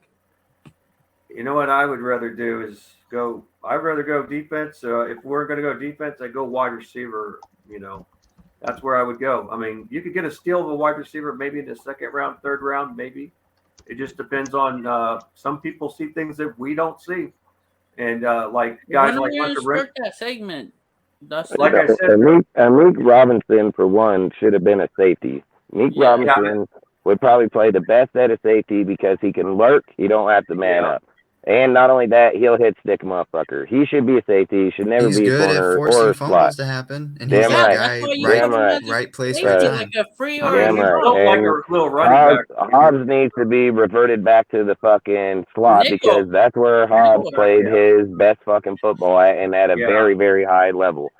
So outside of that, then we need 2 outside fucking corners which you can draft or pick in free agency. His rookie year, I think he was rated as like the top 3 best slot corner. Well, talk about Hobbs. Yeah. Yeah, Hobbs is the best. He's a nickel back, and he played like the best DB in his rookie class when he was in the nickel. But outside corner, that's a tougher position than the nickel. It's very tough, you know. It's not easy, you know. I mean, I think if Hobbs didn't have broken fucking hand out there trying to probably play at a better level, but you have to be physical on the outside, dude. You got to be pressing on a dude. You got to wrap up on a fucking guy. You're moving at full speed, hanging on to a dude like this versus grabbing a motherfucker. There's a big difference there. Now it's now hopeful that Rocky Sin is now injured and he's been out for a couple of weeks. Yeah. Probably out for the Raiders on a contract though. So I want us to keep Sin because when Hobbs was out, Sin was the only corner that I could actually rely on. Maybe he was top 3, top 5 man press corner this year. Yeah, he didn't allow a touchdown until like near the end of the season. I thought he was a linebacker when I saw him. The motherfucker is all cut up and everything. Oh, not only that, I would definitely want to keep a corner when he looks like he wants to let his anger out and body slam a wide receiver. He looks like he should play for the WWE. I mean, which one was it? Was it Jerry Jeudy that he almost body slammed? A Meek Mysterio. Yeah, when he picked him up and stopped, dude. Yeah. And then he was gonna body slam the guy, but the play was over. Then he put him down. Yeah, he stopped, dude. Yeah, he fucking put him down on his side. Yeah, that's humiliating. Getting picked up by someone like him. It looked like he knows Taekwondo or something, or he's the tosser. There's a million ways the team can go. I said I would stick with Josh. Josh's numbers don't lie. That's why I'm just making those scenario posts. Yeah, because I think Josh is, in my opinion, I don't think he's the problem. They want to give Graham second year, whatever. You're already fucking losing. What's it matter anyway? Give me Brian Flores. Hey, facts. Give me Vic or Brian, and I wouldn't hope even that's be what in they here were talking doing during about that either one of Pittsburgh them. game. I hope I that just the don't think offense Josh sucked the McCown's second half going all because out. Josh went over to the He's doing on Steelers purpose. sideline, went to Brian Flores and said, "Hey, would you like to be my defensive coordinator?" Hey, we want to cover next year and take that shit over or what, man? Like, straight up. If that's what I'm saying, like, dude, you want to be fucking next level Super Bowl fucking contenders. Like, look at what Bill Belichick's already doing. Bill Belichick already hit up Bill O'Brien. That fool probably leaving out of there, coming to Patriots, be the OC next year. So, like I said, when you want to win, you're going to do the things that get it to win. And if like I said, if Josh and them go in here and think they have a good chance with Stanham, because you still have Devontae, you still have your halfback, you still have your tight end, you're just swapping out your quarterback, dude. So I don't think you're going to see. So listen, if you would have had Stanham in the Pittsburgh game, I think we would have had a better chance, because I said this before we even went to that game. I said I'd put Waller to the outside, put a man up with fucking Devontae, run slants and drags in those cold weather, dude, and let those guys go open up the field. What do? 30-yard pass downfield, fucking outside bounds passes, fucking off dude's hands into the other fucking guy's hands. Like, it was just dumbass fucking football, dude. Like, we're playing dumbass football. And I bet you anything, Stenham was in there, he's checked down motherfucker, dude. Sometimes having dudes with weak arms is probably better bid, so. Yeah, I think it was bad for everybody in that game. The weather really didn't favor anybody. But if you listen to what Josh McDaniel said, the weather didn't really bother them. It died down in the second half. Yes, he said that. It died down in the second half. It's not that. What people don't take into consideration is, because most people live in warm weather atmospheres, it's not about if there was high weather or, high 40-mile-an-hour winds. When you got a football in 70 and 80 degree weather and you have a football in fucking -1 degree weather, this ball's going to weigh more than this motherfucker by a few fucking pounds. So it's going to be a fucking substantial amount.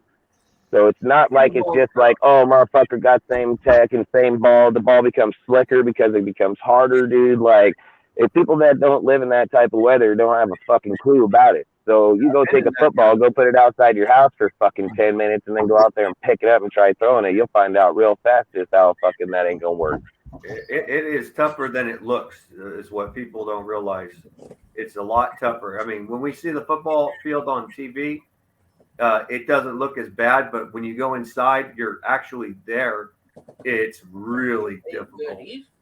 It's really difficult. And yeah, I've been in cold, snowy weather before. I was in Wasilla, Alaska, where it was extremely windy and it was snowing and it was below -12 degrees. I mean, really cold as hell. Very cold. That weather in Pittsburgh was not as cold as there, but it's still bad enough, Still bad enough. And like I said, the weather didn't favor anybody, it really didn't. And yeah, it died out at nighttime. Like you said, Dustin, you said this in advance before it even happened. You said the weather will get better once it gets to be nighttime. And it did get better. It wasn't snowing as much. It was lightening up, That did happen. And yes, Derek Carr's third interception was 100% his fault. It was. He was frustrated, everything. He was frustrated, and I'm not making excuses. That's what really happened.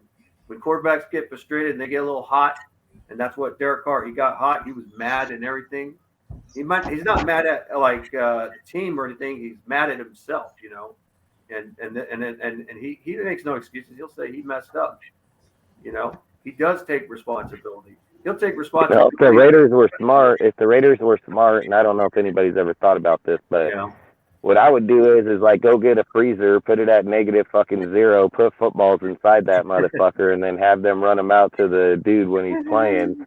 so that way he can compensate for the weight fucking gain in the football. Because, like I said, when you're looking at a lot of those plays, he's just over a player by a foot or so. But Carr never does that. Carr, you'd be lucky Carr does that once or twice in a game, over or under a dude. But The problem consecutive with over, Carr, over, over, no way. when it comes to weather, the problem with Carr compared to other QBs is Carr's entire life, he's just been in hot weather situations. Like, he's That from Texas, he moved to Bakersfield, he went to Fresno, he got drafted by the Raiders. Like, the dude has been just around hot weather teams his entire life compared to other and then QBs. Really, he was born in I was saying this Fresno, the other day and too. he did move to Texas when he was a kid. I He said did this move the to other Texas. day. You got two quarterbacks in the draft that can be in our pick line that both come from cold weather areas. So wouldn't be nothing for them to go play in the cold. But I think what it is we can't just say it's all Derek Carr. It's preparation. Even when Gruden had a trouble, it was everybody on offense because of the coach not preparing on the cold weather. You could say Derek Carr this, Derek Carr that. It's not all on him. It was on everybody on offense too. Defense is not as bad except for the footing.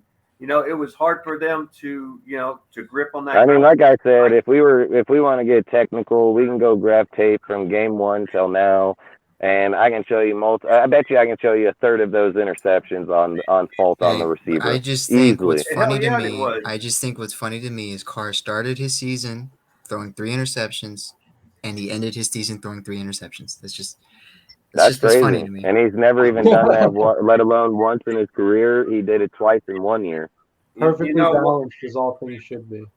But everybody forgets that, when you're a veteran quarterback and you change the system all of a sudden, you're used to the Gruden system, you're comfortable with it. It offsets you. It will. I don't care how much a veteran quarterback you are. It does offset. It does.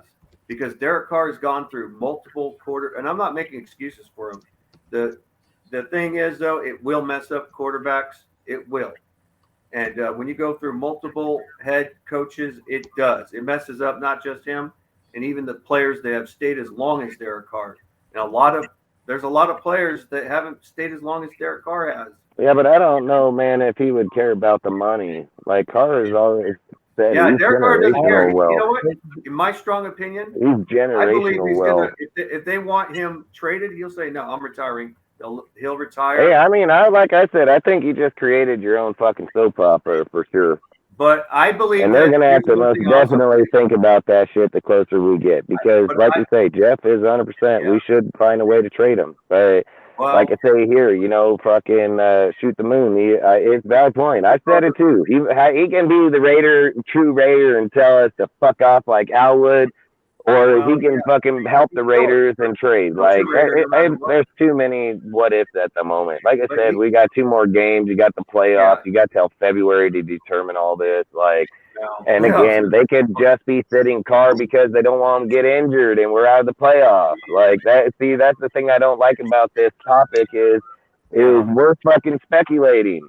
They never fucking walked out and said, "Man, we're fucking benching Carr because we're getting rid of the motherfucker." He came out and said, We'll bench people accordingly, especially to the fucking veteran players that aren't going to be out there, that have a fucking 0 probability chance of fucking winning. Yeah. And we're going to risk our quarterback out there against the number 1 defense in the whole NFL. Like, fuck no, that line been trashed, dude. Like, you don't even know what side of the right line you're going to get. Sometimes you don't know what you're going to get from Colton Miller, so... One pops the car in a team like that, you'd be fucking Dunsky. So again, we don't even know if they're releasing them. We don't know if they're trading them. They don't know if they just sit that motherfucker till next year. Like I said, the window is in the weirdest spot. You're in the fucking year. You can't make a trade. You'd have to release them. Therefore, he would have to agree to a trade in order to hold on to him till later on into the season, because you're not even drafting till April, and you're going to cut your guy hoping you're getting Brady and then not even get your quarterback in the draft. Like there's a lot of fucking shit in there that'll destroy a whole entire franchise, a whole franchise. So, definitely want to be careful about how you go about this shit, for sure, regardless of how you feel about a motherfucker, period. Yeah. I did remember one thing that Derek Carr said. He said that he would have still played.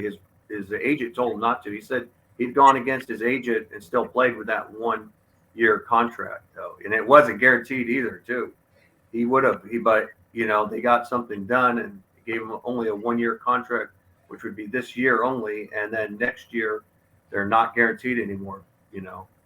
And I kind of like most quarterbacks wouldn't do that. They'd say, no, I need another guaranteed contract. You're gonna give me a three-term extension, make What's this 2 fucking more. guy's name? Like poor blah That blah just blah. makes Fuck. me. It just Hey, makes we're And me. good most on that quarterbacks, shit, I mean, bro. that's the most unselfish thing that Derek Carr did. I don't care what. That is most quarterbacks would never do that. Aaron Rodgers would never do it. Heck, even Tom Brady would never do it. Hey, shoot the moon. This is exactly what I said. He pick wherever the fuck he wants to go. We don't need their approval. Fuck, you cut that bitch. He go wherever he wants. Yeah.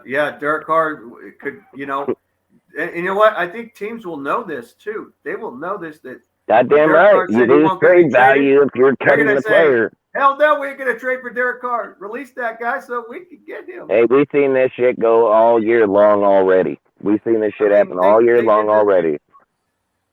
What did they do? We did this. I mean, this history happened this year where we tried to trade some players and they were like, no, and they were. Hillary was one of them. We were gonna try to trade Abram to the fucking Abram down to the fucking Chargers, and we wanted Tillery, and the fucking deal fell apart. They cut Abram and they cut Tillery, and we picked up Tillery. So I mean, and it is speculation because nobody could validate the team in the AFC West that I was gonna find a coincidence with that team. We know what you're doing. We're not going to do it. We know he's not going to be on the team. You're going to cut him, and we're going to wait till you cut him, and we're going to take him. That's if that happens, though, like you're saying, because we don't know. But if Josh McDowns is washing his hands and he says, Derek Carr. I agree with what you said because I've said this myself. He doesn't owe the Raiders jack shit. The Raiders owe him. And if they want to fucking do him like that for Stenham or Brady or anybody, well, fuck them too.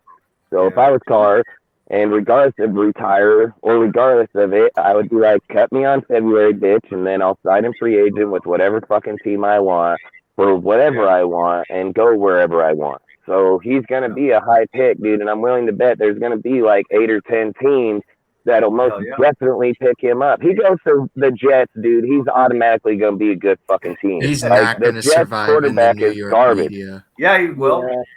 No, hey, I don't care.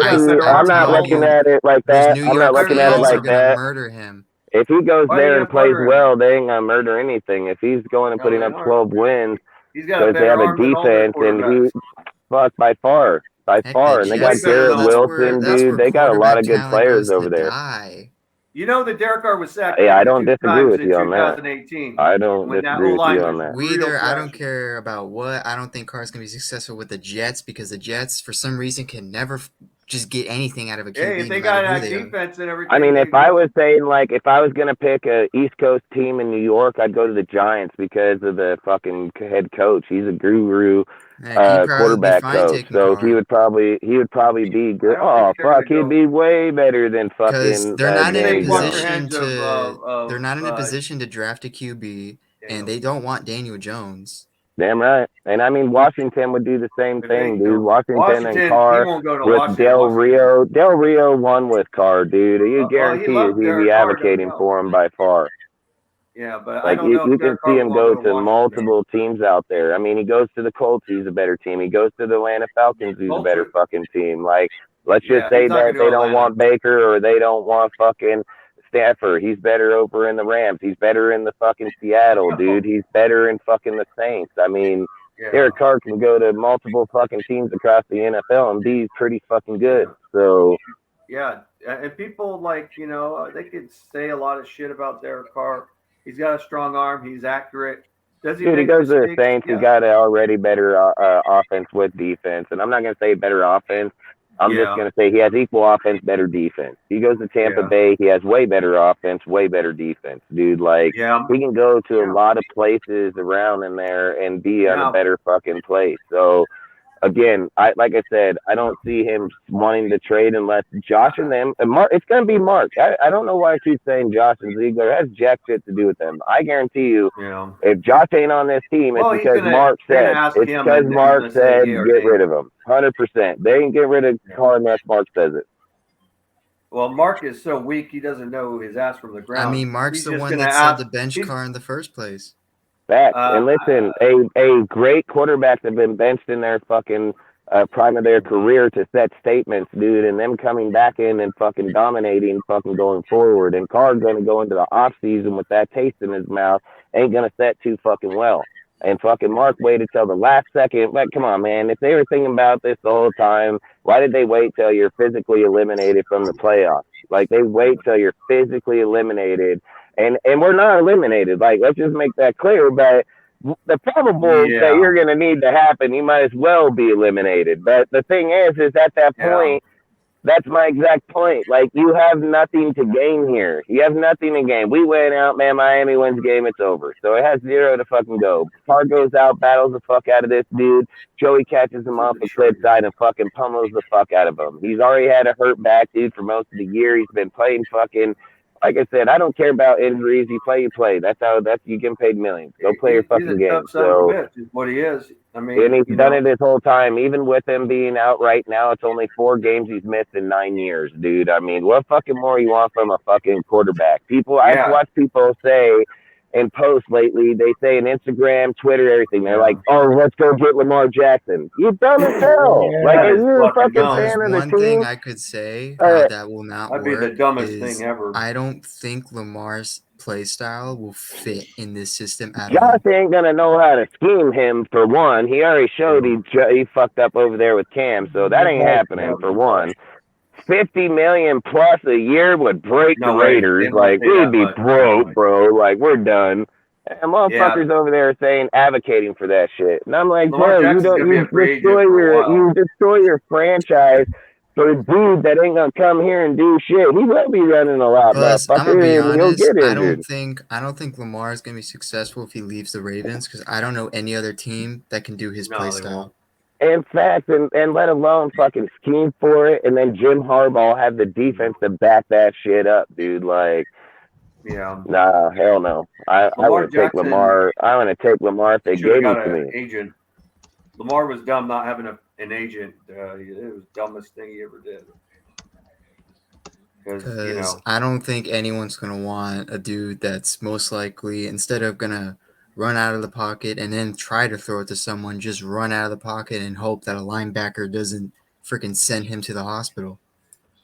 Yeah. What I'm saying, those type of players, dude, mobile players where people are like, man, we need a mobile quarterback. Like, let's be honest, dude, the real guy that's doing the best in mobility is between Patrick Mahomes and fucking Josh Allen. Like, they play it pretty well. All these other guys that are scrambling, they get knocked the fuck out, bro. Like, fucking Tui's just weak. He's just weak, bro. Like, so he's weak. So it's whatever ends up with him. Patty Mahomes throws the ball at the last minute. Hey, Justin Fields Mahomes waits until he's in front of the line of the scrimmage to see if he can just chuck it. That's what he does. And like I said, some players have it. That's why I said I wouldn't be against going for Will Levis in the draft because he has that bigger body athleticism player, dude. Like, Will Levis wouldn't be a bad player to have because he could stand there and take on motherfuckers. Like, heck, you look at Joe Burrow. Joe Burrow, the past 3 seasons, most sacked QB, doesn't even care. He's like, all right, let's just do the next play. Well, yep. He has his receiver and everything, and the other receivers got better and everything. I know, but like some QBs would flip out if they got sacked that many times. Yeah. Fuck yeah. They be throwing tantrums, dude. I mean, look at Jerry Judy. Jerry Judy didn't even get a play called his way. He went over there and tried to bully the ref, dude. Like, cost him $26K. Like, that guy's a fool. And people like that are fools. In this game, it's a fucking emotional game to play to begin with.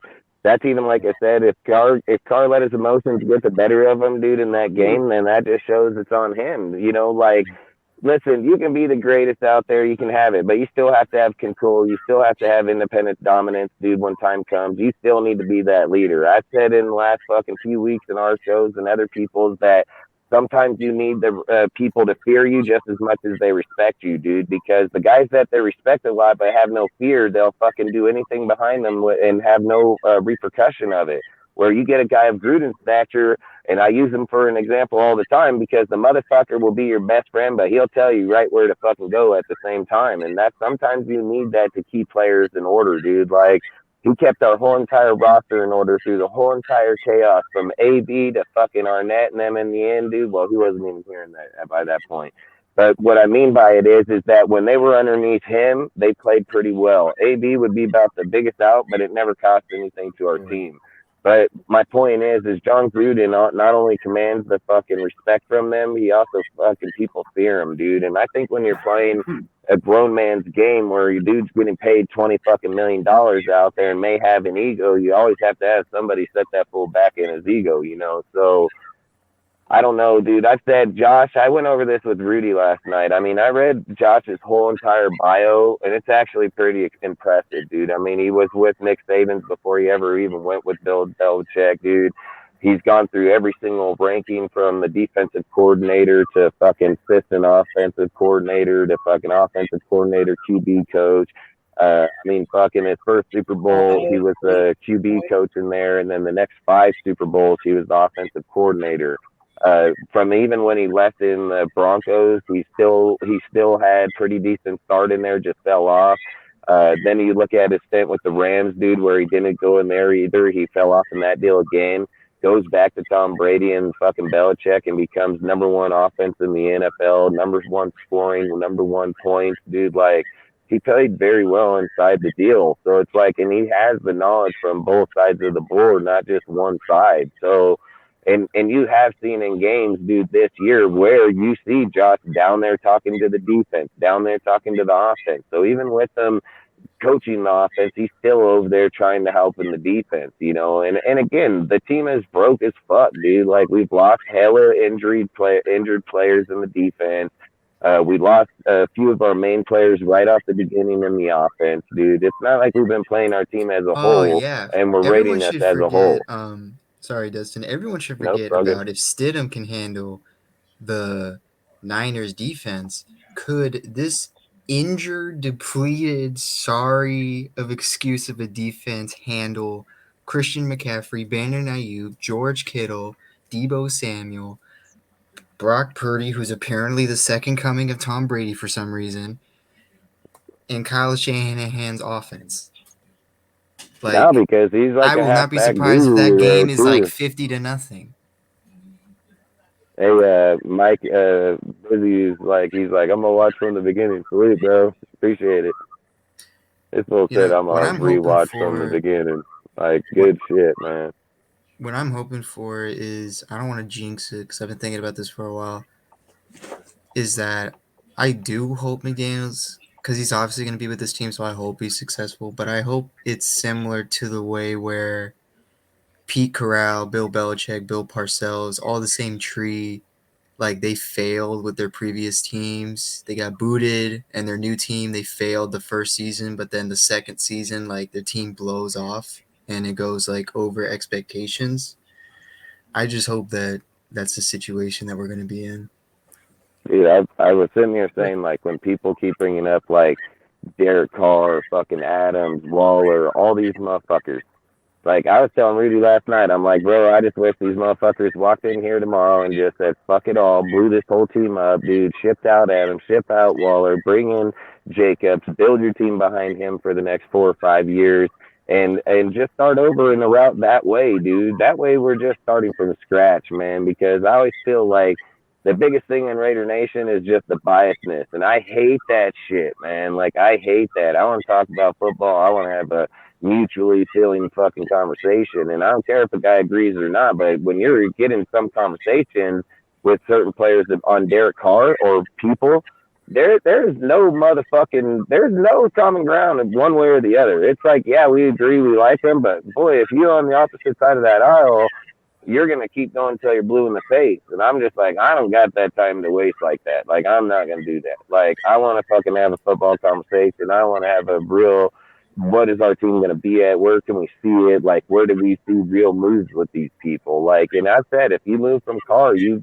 fucking get rid of 70% of that biasness that fast, dude. Like, That's why I said before the live started, with Dustin and Cortez, I think getting rid of Carr is the best decision because it will help the fan base stop with this whole civil war on being loyal to the Right. Shield or to I Derek disagree. or to Davis or to whoever.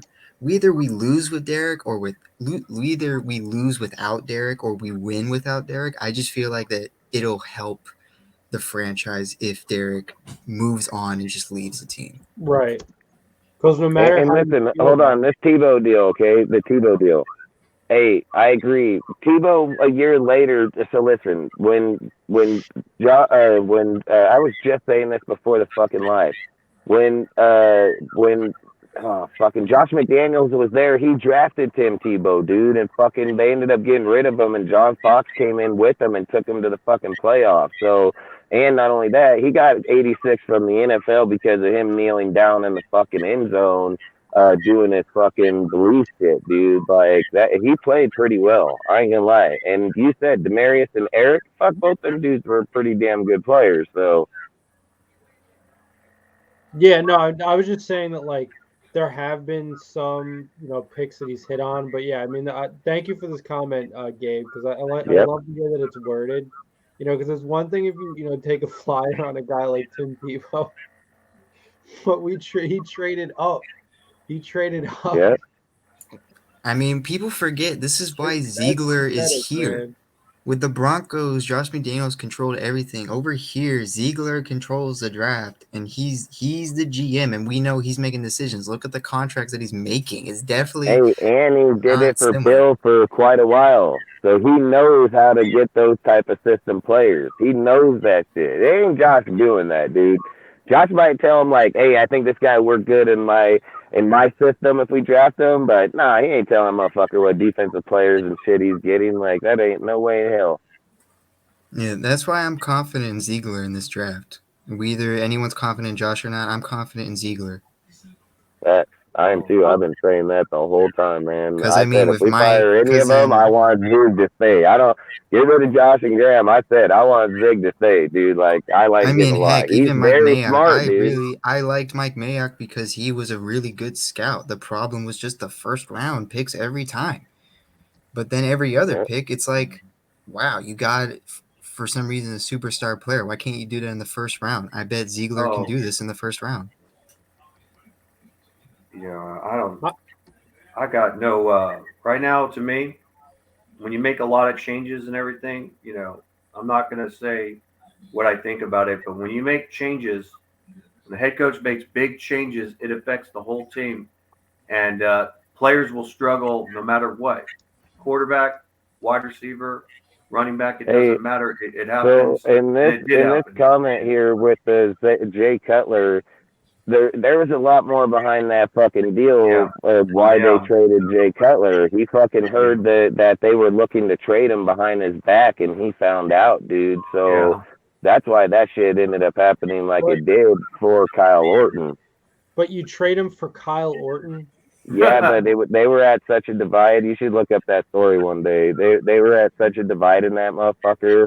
Yeah. It wasn't gonna work either which way. Elway was pissed. So, and it was a dumb trade and all, but like I said, they were looking to make a trade for a different player, Yeah, and he found out about it, and then it yeah, fucking became a huge ass deal within the organization at that time. So they weren't going to come to a mutual agreement through the coach, the GM, or anything. yeah, And then yeah, that's when he made that trade for the Kyle Orton trade. But yeah, I don't disagree with the dumb trade. I'm just saying yeah. that trade, there's a big story behind that trade. Hey Dustin, I'm gonna send you this on Instagram. This Adams just posted this.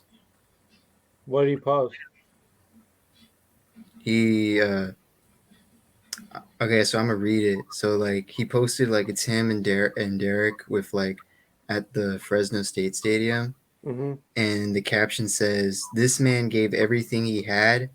The reason I'm a Raider, one of the most disciplined and loving people I know. I got my brother's back through whatever. And if you can't respect it, excuse my language. And then you put the middle finger emoji. You. I told you, dude. Yep. You seen the post I posted just about a week ago about when people kept saying like, "Oh, this is people are altering it." I'm like, bullshit. That's his motherfucking his post. He posted himself, Devontae. and he said that shit straight up. He said, "Family means more to me. I wouldn't even be a fucking Raider if it wasn't for Derek Carr, dude." Like he straight up said that out of his own fucking mouth, and people will twist it around, and people will say, "Oh, this, that, and the other." He said, I turned down a bigger contract for Green Bay to come here to fucking play for a team I've always fucking dreamed of, dude. He was like, it's been a dream of my whole life. And the key moment in this deal is family. And then he said, I wouldn't fucking be here if it wasn't for Derek Carr. Derek Carr is one of the biggest reasons I'm even here to begin with. So I said, like, man, I'm telling you, man, we can Hey, see a that trade. post Hey, and listen. I said this a few weeks ago. The trade with Devontae and Carr would be fucking crazy, bro. Like, I'm not gonna lie. Like, you hey, package two motherfuckers that good together and be like, hey, I mean, you can go wherever the fuck you want, dude. Like, I tell you, you go to the Colts play an indoor stadium. You got Pittman and you got Devontae Adams and you got Jonathan Taylor. Like, get the fuck If you out of here. trade Like, Adams and Carr hey, together, but I'm that gonna have to crazy. ask you for man, your entire draft. Hey, that's what I'm hey, saying. Sergio, that That's crazy what I'm picture. saying. That's when that picture was taken. It was just taken when he got his retirement at Fresno State when they retired his jersey, Devontae's. Yeah, That's Oh, when really? yeah. that picture was Yeah, taken. Devontae just made this post like 10 minutes ago. What I'm saying, man, people think that he's going to go or not. I've said it's a hard decision, but I've posted and people can watch it on my Instagram, Twitter, Facebook, fucking Discord. I mean, I've posted this shit. I said, like, Devontae is fucking 100% Carr's boy. He even posted that one where it said, he said when Carr got caught crying on the podium, if my boy goes, I go. Like he said it straight up. And listen, I said it just 10 minutes ago. Throw a grenade in the motherfucker, trade it out, get your draft picks, build the equity back up in the Raiders organization. Let's quit fucking around with top fucking five offenses and 30 fucking ranked defense. Let's just even the field, man. Like let's just go see what a 15-15 team can do for us. Like I'd be 100%, dude. Like we got the Vikings that are fucking 12th or 13th best offense, dude, with the 32nd ranked defense. Like, fuck, come on, man. Like, give us the 30 or 15-15, dude, with the guy of CJ Stroud or fucking, I mean, fuck Brady even at that point. It won't even matter. It won't even, Brady's not going to ask for $40 million, dude. Like, Brady would probably take 30 in a signing bonus and make his fucking cap like 15 million. Man, why So, can't the other players just be like Adams and say what they want to say? We got other players here just saying, well, it is what it is. We got Adams over here saying, F all of you. they watch him get benched by the Niner game, and Josh is like, well, you're not getting the record. Watch him. How much you want to bet he's gonna bench Adams? He should. Motherfucker, He should. him and Carr be fucking going to the East Coast looking where they're playing next, dude. Fucking, I think that's the craziest shit if that's the facts, man. I ain't gonna lie. You know, people hella posted that Josh Jacobs video and was saying like, "Oh, Josh was so mad at Derek," and this motherfucker, Josh was mad at Josh for going away from the plays that weren't working. Like straight up, he's like, "Why the fuck you going to plays that work, and then you're just going to plays that ain't even fucking got a chance?" Like it don't even make sense. Like these guys are at the point where it's like, bro, like, what are we fucking calling players or we playing fucking Pee Wee football here? Like, what the fuck's going on? We keep it score anymore? Like, you guys believe we keep score or fucking participation trophies or what the fuck's going on, you know? Fuck. Adams is a baller, bro. That's how you gotta be, too. You already got the money. Who gives a fuck about these motherfuckers, dude? Like, and like I said, that's a big fucking deal, man, when you put a guy like Devontae's stature inside the middle of that conversation, man. So, and then what is it? I think fucking when you guys can look it up, I think Devontae's is what 16.9 million dead cap. No, if That's like you get rid of Adams, you are in like cap purgatory. You are in the I think I negative, had seen double it. digit negative numbers. Yeah, No, but you you take a can't do that. 16.9 million dead cap hit. right Like off the you would get-go. have to hope. partner. Forget hoping Carr retires. You would have to hope Adams retires. Hell yeah. Hell yeah. That's not going to happen. He's not going to retire. Yeah, I know. That's why I said it's not gonna happen. Yeah. No, Oh, he'll force a trade out. There ain't a doubt about it. He'll fucking tell him, well, you already owe me the money. I'll sit on the bench. Don't matter to me. Heck, even if you trade him, you're still in cap purgatory. If he sits on the bench, he's getting paid, dude. Like, you're not doing that. I even You checked. ain't I was like, fucking what doing that happens if shit. they? I was There like, is what a happens if penalty they with a trade trade. him? And I just looked. If they even trade him, they're still screwed. So I'm like, wow, we're just Well, screwed there's a either penalty way. in the trade. Yeah, there's a penalty for trading. right, You might exactly. save a little money, but not too much. I think that's what it was. I think if they trade him, it's 16.9 million dead cap hit. Yeah, and if you cut him, it's like $1 billion. Much worse. Yeah. He's at $1 billion. $1 billion. No, but like, yeah, I mean, I guess like obviously, we saw. I mean, it's a different sport, but we saw a guy, like James Harden force his way out of Houston, and now I mean, ironically okay, wants to so go so back, I have the thing right now. So if they traded Adams this offseason, right. so either they cut him or trade him this offseason, they will be over 31 million in dead cap and negative 17 million in cap savings. Shit, Right. fuck. So in other words, it's not happening. Yeah. And if you try In to other say words, I don't think Carr gonna be losing. But I said this from the get-go. I think they're benching Carr for different reasons. I think until February's due date comes, it's just speculation to that point. Yeah, except like leaving the team to not be a distraction, like that's a really bad Go look. to That is a bad. That is. I don't think it's a bad look. I don't think it's a bad look because he has 0 to gain. Only to the fans And it listen, does, listen, if he stays here, every motherfucker on YouTube, every beat writer, every fucking ESPN fucking dude is going to be like, look at Carr. He's back and sitting on the bench now. Carr's like, fuck you guys. I ain't going to play your game. I don't need to be here. it's the same thing it's as 2 to why fucking we games didn't. to the end of the season. It's the same thing as to you either why make we. yourself the drama or you take yourself away from the drama. He took himself away from it. I would have did the same it's thing. kind of similar to how the reason why we didn't keep Bisaccia, despite the fact he's probably one of the best special teams coaches, there would have been a civil war in the locker room. Hell yeah. The players would want to play for Bisaccia, but Josh McDaniels is the head coach.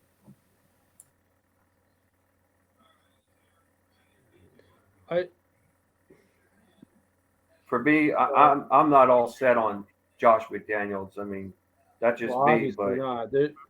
There's been nothing to indicate that he's a good head coach. Because he's not a proven head coach yet. He could be one. I think he could be one. But if he makes a lot of changes, I think he's going to prove how tough it's going to be as a coach. I think he makes more changes to the defense than he does the offense. If I'm just going to be honest, my personal opinion. So if I just going to put out personal opinion, not on any topic, not what any motherfucker says. I think Derek Carr got benched because we're going to play the #1 defense in the league. We have 0 opportunity to the fucking playoffs, and I don't think it's worth playing a quarterback that fucking has not only been hurt this year, played through injuries. It has 0 point. Like, to bench a player at this point right now has 0 point meaning. When February comes around and you want to cut your quarterback, and you got your other prime fucking #1 receiver telling you like, hey, motherfucker, you're going to have more problems than just him. You're going to have problems with me too. Now you're causing a bigger fucking problem. Now you cause a bigger problem. Because now I got another motherfucker that's pretty fucking dominant within the whole NFL on a very high level, not like Carr, a whole nother level. Yeah. And this motherfucker telling you the same shit to your face. What do you think other people in the NFL are going to say? They're going to be like, fuck, I ain't going over there. Like, why would I go over there? I go over there, we're going to end up in some bullshit like this. These fuckers ain't honest. They don't fucking stay faithful to you. Like, some people don't want to up and move their families every fucking day. You know, like, they don't want to fucking just up and move their shit, dude. And some people, when they make moves, they're going because the organization you are. If I play good, I stay here, you know, like that type of shit. You're okay to give Josh what is he, 1-5? He holds the record. We never even existed till this motherfucker got here, and he holds a record of 1-5 in fucking 13 plus point games. Like what I think it's 1-6 and 10+ point games. That's what I'm saying. Well, 7. It's 7+ games. 7+ Yeah. point games. But he's the only guy. He made that own fucking stat up. Like Carr never had low QBR. Carr never had low fucking scoring games in the second half ever in his career, even under Todd Downing. No way. Even under Todd Downing, he never had that massive of fucking fall off. And to say that Carr just threw for 4,800 yards through a broke ass motherfucking line, broke ass receivers, come over here with these fucking dinks, dude, sucking ass as bad as he is, only fucking putting up fucking points in 2 quarters. He still averages 23.2 fucking points, which is what, 12th in the NFL. He still put up 30 fucking 500 yards. He still 24 fucking touchdowns. Like the guy motherfucking do his job. Like why ain't the other motherfuckers held accountable to do their fucking job? Like even in a struggling ass fucking year, this motherfucker 500 yards behind dudes like motherfucking Josh Allen. Got fucking balling ass defenses, balling ass offense.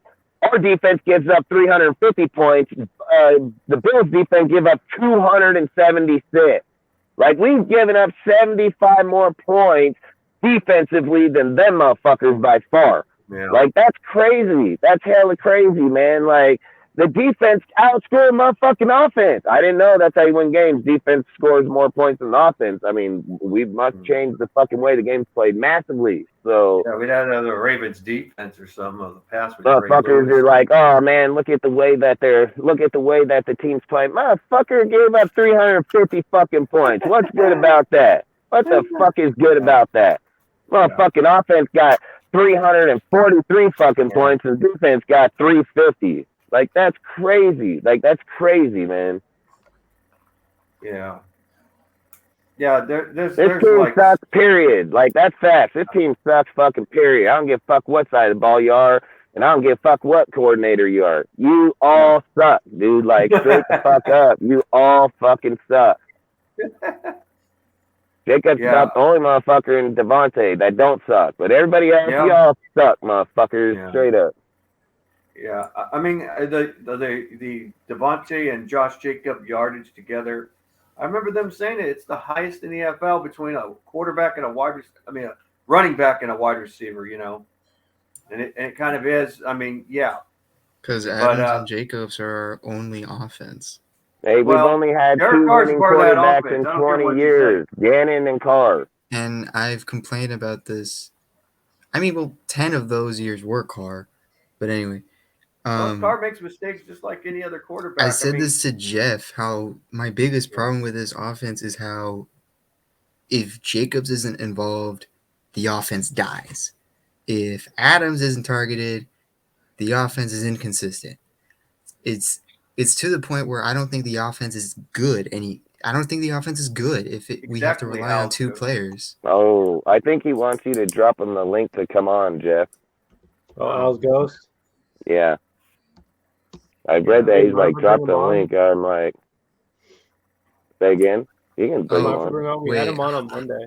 Highlight. Or you know, I think with Josh Jeff, could you highlight the shoot the moon comment? You said in this one here? Yeah. Oh, fuck. In the 2020. Oh, fucking. All right, go, Jeff. This one. Game of chicken. This one is the most. Yeah, I know. I thought you get it. I get it. You get it. Fuck it. The 2020 season was the most Raider season ever. How we probably had one of the best offenses that we've ever seen in years, but one of the worst defenses that we've seen in years. How we went 8-8. We had a 500 record by having like a top 5 offense that can outscore anyone. But we have a defense that will give up a touchdown like as if it's Oprah saying, you get a car and you get a car. What's up, Al Ghost? Salute, fellas. What's up, bro? Hey, what's up, guys? Just wanted to actually salute all you guys on the panel for giving a pretty balanced and, I think objective view of Derek Carr, the whole Derek Carr situation. I mean, as most of the folks here know, I was live with you guys when I think it was yesterday or a couple of days ago. They know I'm a DC supporter, and for me, the point is pretty simple. I mean, the problems with this team are clearly beyond DC. You look back the past 2 decades of this team, outside of the 2014 and 2019 drafts, our draft picks have been absolute dog shit. How many first, second, and third round picks have we squandered? That's no way to build a sustainable winner. So number one, our drafting has been crap. And then number two, head coaching carousel, right? Like we haven't had stability at the head coaching position for God knows how long. Check this stat out, guys. Since 1969, which I think is before any of us were born, the Steelers have had 3 head coaches. Since October 2021, we've had 3 head coaches: Gruden, Bisaccia, and McDaniels. Where is the stability in this organization? Right. I was actually not a McDaniels guy from the get-go. I thought we should have kept Bisaccia. And everyone's, critique of Bisaccia was he's not an X's and O's guy. He doesn't know how to game plan, et cetera, et cetera. A head coach's job isn't necessarily to do that. That's why you have position coaches, coordinators to do the X's and O's and do the actual detailed game planning. A head coach is supposed to be there to motivate, to rally the troops, light a fire under their asses. And Josh McDaniels is not that guy.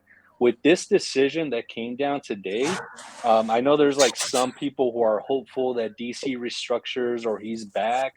He's gone, guys. He's gone. It's over. His career as a Raider ended on a cold Pittsburgh evening, and it's completely unfair to the guy. 6 head coaches in 9 years, multiple play callers.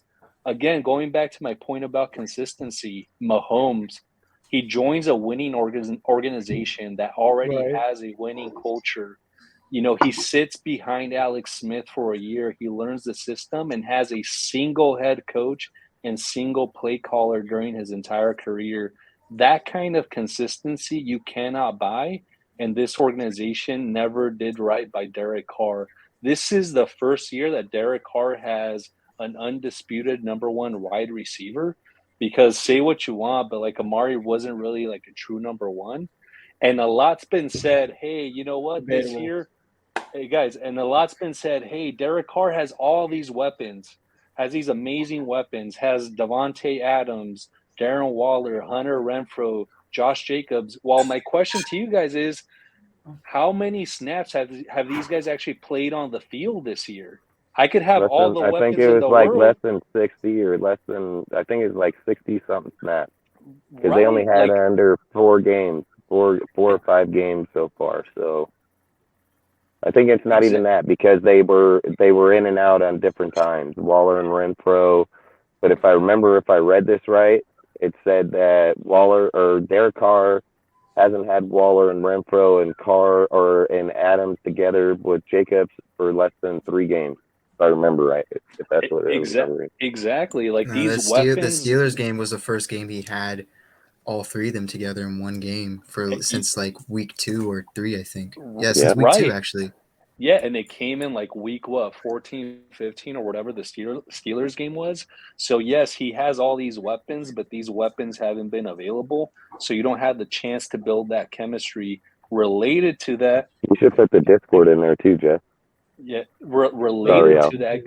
Yeah, related to that, guys. The offensive line, and I know I've heard a lot of, I'll just call them like Carr haters saying, well, our offensive line isn't that bad because JJ's been able to run for 1,500 yards and all that. I get it, and I understand that. But there's a difference between passing offensive line versus a fucking run blocking line. Just because you can run the ball don't mean you can protect the passer. The power scheme. Brazillo is a running offensive line coordinator.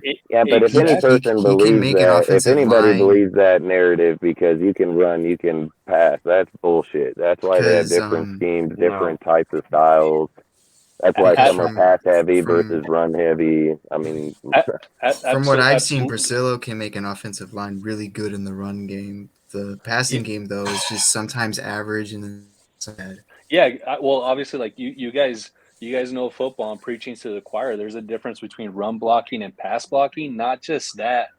I believe at last count, Carr has had something around like 15 different offensive line combinations. How is that He's a recipe? 17. 17. Is it 19 now? Because he was 19. 17 It's before 19. the Steelers. See, 19 guys. How is that a recipe for You success? want to talk about a stat that hasn't Dude. existed? That's a stat that hasn't So, existed. and here, listen, the thing that I'm just mind blown on, and this is why I just listen. I think there's a lot. Again, I don't want to speculate on things, so I'll just leave it where it is. But what I want to say is that Carr. We've just sat here and said Carr only had his main players for 3 games out of this whole season, and the second time they even matched up was in the Steelers.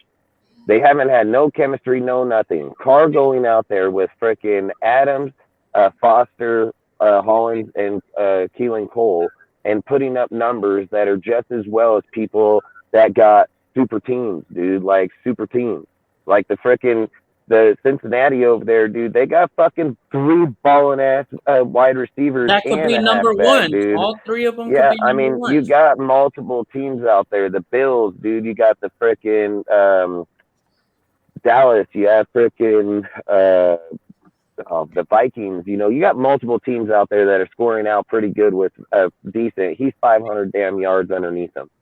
Like I don't understand why we would just back on a dude that didn't have all his weapons, didn't have shit, and was putting up just as equal numbers to teams that had all their players the whole season. Yeah, no, I totally agree, dude. And the other stat that keeps on popping up is, Derek Carr is leading the league in interceptions at 14. Josh Allen is at 13. Hey, look, I posted this in my page. Josh Allen's at 13, dude, tied for second. Joe Burrows is 5th on that list with 12, and Dak Prescott's 5th on that list at 12. And don't forget, Dak didn't even start the first 5 or 6 games of the season. So right, it's okay for these motherfuckers to be on that list, but it ain't okay for him. You know, you can't compare Derek Carr to Josh Allen. Like that's give a fuck. Numbers are numbers. It doesn't matter if you're comparing a player to if you want to name his name or not. A number is the number. The number does not lie because there's no way to cheat math. So if you're going by the number, which the NFL goes by, his numbers are not far off of them with less players. Derek Carr is doing as good as them with less talent, and they're doing that with full talent. No, and in a first-year system, I have to stop this. There's no way you could tell me that Derek Carr is playing at Josh Allen's level right now. That's okay. You think Josh Allen comes here with Adams and Waller, or Adams, Foster, and fucking Hollins and Cole, and puts up 3,300 or 3,500 fucking yards, 24 touchdowns, and don't put up 14 interceptions, right? That's what you say. I can tell you this. I know when you put Carr over there in the Bills with them fucking team and tell me he don't put up 4,000 fucking yards. He just put up 4,800 with Zay fucking Jones. I mean, yeah, that's a great point that you bring up, dude. Because all of these Carr haters, and I know I'm referencing Carr haters, and that's a little pejorative. But what I'll say is they keep on talking about how mediocre Carr is. Well, if Derek Carr is that mediocre, how is it that he got Zay Jones and Nelson Aguilar paid? Like, how does a mediocre quarterback get these guys paid? And that's a question that no one could answer. $1 million to 12, pretty substantial jump. Like, I mean, you guys know football, man. I mean, the problems with this team are deeper than the quarterback, and I just want people to go into this offseason with their eyes wide open that it will get worse before it gets better. I was hearing this dude on another live stream saying that he's excited because Jacoby Brissett is a free agent, and saying that Jacoby Brissett is going to come in and he knows the system already, and he's going to take us on a higher level than Derek Carr. Tell me if that makes sense. Like, let's be real. It doesn't, because if he even knows the history, I think he only played under him in his rookie year. So I don't think how's he going to bridge gap him? We may be able to grit. When was that? Fucking 10 years ago? It's a long ass time ago. Yeah, I mean, I don't know. I think these people like that, like I said, they say Jimmy Garoppolo, and I just laugh. I'm like, buddy, we're not the Niners, okay? Like, Jimmy ain't coming here. There's no way. No. There's no way. So, like I said, if you're going to go off a Carr, I'd go Rodgers 100%. Mobility, arm, the awareness still, his just who he is as a player. I think Brady, if you don't fix the line, what good is he gonna do? Like I said, I'm gonna fight for Carr the whole time. I don't give a fuck. I'll advocate for him because of the fact that I've said it. Go switch some of these fucking other players, dude, that are on their fucking teams, that are on their cherry rides, that got good matching defense, good offenses, and then bring those motherfuckers over here and let's go put Carr in their fucking seat. And then let's just say that these guys are so good, I want to see it at the same level. I want to see it at the same level with the same players with the same shit, dude. Like, listen, the rate. If anybody knows the history of quarterbacks in the Raiders, outside of the Cleveland fucking Browns and quarterbacks, the Raiders went through this stint with some of the best quarterbacks in the NFL. They left their teams, came here, fucking just to this system, and fall flat on their face, dude. Like, it ain't as easy as motherfuckers think that it is, man. I mean, we went through frickin' one after the next, after the next, after the next, after the next, dude. Derek Carr come. I think if I remember right, he didn't even win his first 13 games of his in his career. He was 0-10. Yeah, he was 0-10. Yeah, 0-10. 0-10 before he won 3, right? 0-10 and then won 3. Yeah, he beat the Chiefs, the Niners, and I forget the last one, but yeah. Yeah, and then he's always played pretty well, dude, as a fucking QB. Accuracy, turnovers, things of those factors. He did have a few bad years in turnovers, but for the most part, he was putting out 32 touchdowns, 28 touchdowns, 25 touchdowns. You know, like, they want to make it sound like it's so big. A dude got 32, Carr got 24, with basically feeding 1-2 fucking receivers, like 1 or 2 receivers. Like, you go over to the fucking Tampa Bay, they got fucking multiple superstars, and I think their highest leading touchdown receiver is Mike Evans with 3. Like, that's crazy as hell, you know, like. It's wild. I don't know, man. Listen, you know what I think the issue is? I think people, and I think for us it's different. For us who are like, that's the right deep, comment to put. for us who for Joe us Burrow who owns are Mahomes. Look at that. Yeah, fucking Jeffy KC. Salute, bro. Thanks for coming. Yo, that makes us a big deal if this guy's commenting. Yeah, appreciate that guy stopping by. Well, what I was going to say, Dustin, is I think that the issue that the misconception that people have is they think they could find a starting caliber NFL quarterback easily, like as if these guys grow on trees. You know, the way that I know, the prior 11, 12 years before Carr, it was quarterback purgatory. I mean, it's really, really hard to find a competent starting caliber quarterback. And we were actually really lucky as an organization for the past 9 seasons to have stability there. And now we're entering a phase in Raiders history that it could go good. And I hope I'm wrong. And I hope that Ziegler is a good GM, which, by the way, the jury's still out on that guy. People think that just because he came from the Patriot system and he learned the scouting grading system from Belichick, that this guy's going to know how to draft players. We don't know that yet. From what I've seen, I've seen Dylan. Yeah, because he's never. You're 100% right. Because he's never went out and done it on his own. Because in the reality is like he has the responsibility in New England, but you have Bill Belichick sitting right next to you to make sure you don't fucking do something you're not supposed to. So. He's not going to have that here. He's going to have to depend on himself at this point, in time as our GM. So, and I just think, dude, unless you're getting Brady that knows the system, it's too hard to say that you would just make a change that drastic because listen, in my opinion, I think he fell as a coach because to sit there and say that Carr's sitting, what is he, fucking 11th, 12th passing yards, dude, we're like the 9th overall offense or 10th overall offense. We've produced that pretty good deals with not even our starting players, dude. I mean, you fucking sign Waller, you sign Renfro, they're not even on the field the whole time. You don't give Carr true number 2 receiver, no field stretchers. You're stifling in and out players. You never went after any player to try to help them. Didn't go after Claypool.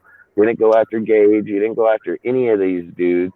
Like, same way you didn't do with the cornerbacks. You fucking thought, well, fuck it, we'll just roll with the Meek. I mean, probably the greatest fucking defensive decision I've ever seen as a Raider fan. Like, you're failing your team in multiple ways. When you got Philadelphia over there that fucking taps out in their shit, fucking uses draft capital to make sure they stay competitive, even when they're at a high level, still produce going out and getting other players at a high level. Like, we never even did that one time for Carr. Not once. Didn't do it for the defense. Didn't fuck do shit. We stuck with what we had, and we've been picking up these broken players. And now at the end, we've picked up Tillery, Hall, fucking, maybe this linebacker, maybe this DN now, because they're activated 53-man rosters, so they're going to be fucking playing or healthy scratches, but they are on that roster. So then it tells you, like, if you're going to bring in a guy with zero playing skill all year long, fucking ain't even been with the team, but you're going because he come from the Patriots, you're like, yeah, he knows system. We'll just put him in there and he'll run the system. Like, that just tells you right there, they're going systematic, dude. Like,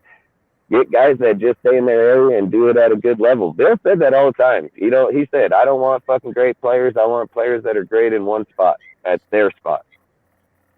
Yeah. No, I agree, man. I think McDaniels failed as a coach, and it sucks for us Raider fans who have been following the team for years and years and wanting things to change, but it doesn't seem like anything changes. One quick point that I wanted to say about Ziegler and McDaniels that bothers me pretty deeply. As you guys know, Ziegler and McDaniels go way back, right? They go back to John Carroll University. They were teammates on the football team, and they were essentially hired as a package. Ideally, the way that this is supposed to function is you first hire the GM, and the GM goes and hires the head coach. In this situation, because that way there's like a check and balance, right? So now you have a situation in which the head coach and the GM are buddy-buddy, and how is Ziegler going to fire McDaniels? They're a package deal, guys. Like, there's no check and balance within the office, within the front office, essentially, to actually keep things in check. And that I just find really problematic. It's almost a move, not almost, because this is what Mark Davis ended up doing, but he said, hey, you know what? We don't have a Raider way here. Let's go ahead and try to implant the New England Patriots in Southern Nevada, in Las Vegas, and see if we could find the Patriot way here in Las Vegas. And some shit just doesn't work like that, guys. Like, you got to start your own stuff and have an organic culture, have your own culture. And I know that the system in New England has worked, but maybe that can't be replicated elsewhere. All the head coaches, right, that have come from the Bill Belichick tree haven't worked out. So to me, that tells me that you can't replicate that. That's specific to New and England. Here's another thing. He learned from Parcells, and Bill Belichick didn't do it the Parcells way. He did it the Belichick way. He took his fucking scheme, used shit that worked very well, and added it to his shit, and he became great. Like, if Josh wants to be great, dude, and be a great coach, he needs to take Bill's scheme and fucking add it to his system, dude. Like, you can't go and try to replicate it to be like, I'm going to be Bill. You need to be you. And you need to do it at your level with his knowledge. Like, that's what makes everybody great, is taking somebody's stuff that's done it and just making it better. That's it. Yeah, I mean, they didn't duplicate the Bill Walsh system. I mean, it started out from coaches that were all branched off from the West Coast offense. Even Andy Reid, that's a very successful branch too. Mike Holmgren's system too. Mike Holmgren's system, and he made his own system. Sure, it's similar, but it's different. Hey Jeff, you should tell him Hermit the Frog, you mean? Hey, look at Doug Peterson. He learned off of Andy Reid the most out of anyone when he was with the Eagles. When Andy Reid left the Eagles, Doug Peterson got hired, won them their first Super Bowl, and guess who it was against? Yep. Yeah, you got to be your own man, guys. You got to maybe this New England thing can't be replicated, and that's something that we basically got to realize. Yeah, I mean, like I said, like I said that to Dustin. What he's saying exactly what I said to him yesterday, and even today, is that Bill Parcells, he invented that defense, but Bill Belichick molded it differently. It's not the same, similar, but it comes from the same family of Bill Belichick's system. Tony Dungy's great defense, it came from the Legion of Boom. Parts of it did branch off from Tony Dungy and a lot of other teams too. You know, the cover two that was invented by Tony Dungy. He's the master architect of that. That was Tony Dungy, man. That's true, man. Like, totally agree. The other thing that I wanted to say, guys, is, and you probably already covered this earlier in the show, but Derek Carr, from my understanding, he's always been, a well-liked teammate, beloved by some of his teammates. Not sure if you guys saw like an interview by Amari Cooper, like a couple of months ago, but he said Carr was his favorite teammate. Carr was his favorite teammate, and for Josh McDaniels to make this move, if he hasn't lost the locker room, he may actually lose it just based on this move by benching a 9-year veteran, a guy who prepares like no other, who wears his heart on his sleeve, who held the team together last year after like the whole Gruden emails, the Henry Ruggs situation, the Damon Arnett situation. Yeah. This dude's got to be careful, man, because if you haven't lost the locker room, talk that shit, bro, because that's fact, man. That's you're gonna cause a fucking volcano, bro. Like, that's the whole point. I mean, like, if you're gonna change the locker room, it's not that big of a deal if you lose it. In his mind. Hey, I said it. Unless you're getting rid of the locker room, that's why one of my topics was the Raider Nation Civil War. Like, all right, let's talk about it. Let's talk about it. You want to bring it up? Bring up the Civil War deal so you can bring it. He's brought it up like 3 times. Listen, it's starting now. Whether we like it or not, the Civil War is happening. This whole offseason, until either they say Carr's the QB of the future or Carr's gone, this fan base is going to tear itself apart. Well, because now this is the first time that we actually don't know if he's here or not. Right. Yeah. A lot of us are uneasy. That's what it is. Hey, but there's more. We're all uneasy. But it's more that Mark Davis wanted the move, not. And what makes it even more unsettling is I could see the people that want Carr don't want Tom Brady, but the people that don't want Carr don't want us to maybe draft a QB and fail, or maybe don't want Adams to go away, or maybe saying Adams doesn't care if Carr goes. But now we're seeing that Adams is now posting, "Hey, F you, everyone, I want Carr here." Dude, listen, I posted that fucking Tom Brady post, dude, a while back. That thing's over 1,000 fucking likes and comments inside there, and it's not even close, dude, to people for Carr versus Brady. Not even close, dude. It's like fucking. I bet you if we were to go do the mathematical statistics on it, I bet you that the ratio would favor 93% of the people want Carr, don't want Brady. Well, Go ahead. Sorry. I'm just repeating something. I'm just basically saying this might be the scariest offseason in forever. Oh, it will be. For sure. Because, look, you got one of 2 decisions. You keep Carr and you keep Devontae in the locker room where it is. You get them the receivers that they need to go out there and fucking win. And that would probably be the smartest idea. Build up on the defense and go the defensive route. Like I said, I put fucking 90% of my draft into the defense. But at the same time, if you fuck up on Carr, you're going to fuck up with the lot. And I said this, I would just throw the grenade at that point and say, fuck it, blow this bitch. I truly believe the smart choice would be, in my personal opinion, as much as I love them, as much time I've spent watching them, as much memorabilia I've signed by them, shirts, everything, I would fucking rather Josh and them literally blow the team up. Like, if I'm just be honest, I don't give a fuck. I don't care if any guy on this team besides Josh Jacobs, I want Josh on the team. I want him to build around that team, get us a fucking offensive line. Crosby 100%. He's gonna stay for sure. But what I'm saying is like those are like your offense and defensive key players you're building on. Is Max Crosby for the defense, fucking Josh Jacobs for the offense, and then you're gonna go draft a quarterback because you can get Stroud or Will Levis, dude, and you can even trade up if you want to make sure you get him. So again, we can get a quarterback there. And then I think if you were able to get a trade for Carr, then you can go and get your defensive player too right there in the same first round. So you can knock out offense and defense in the very first round and build your franchise from there.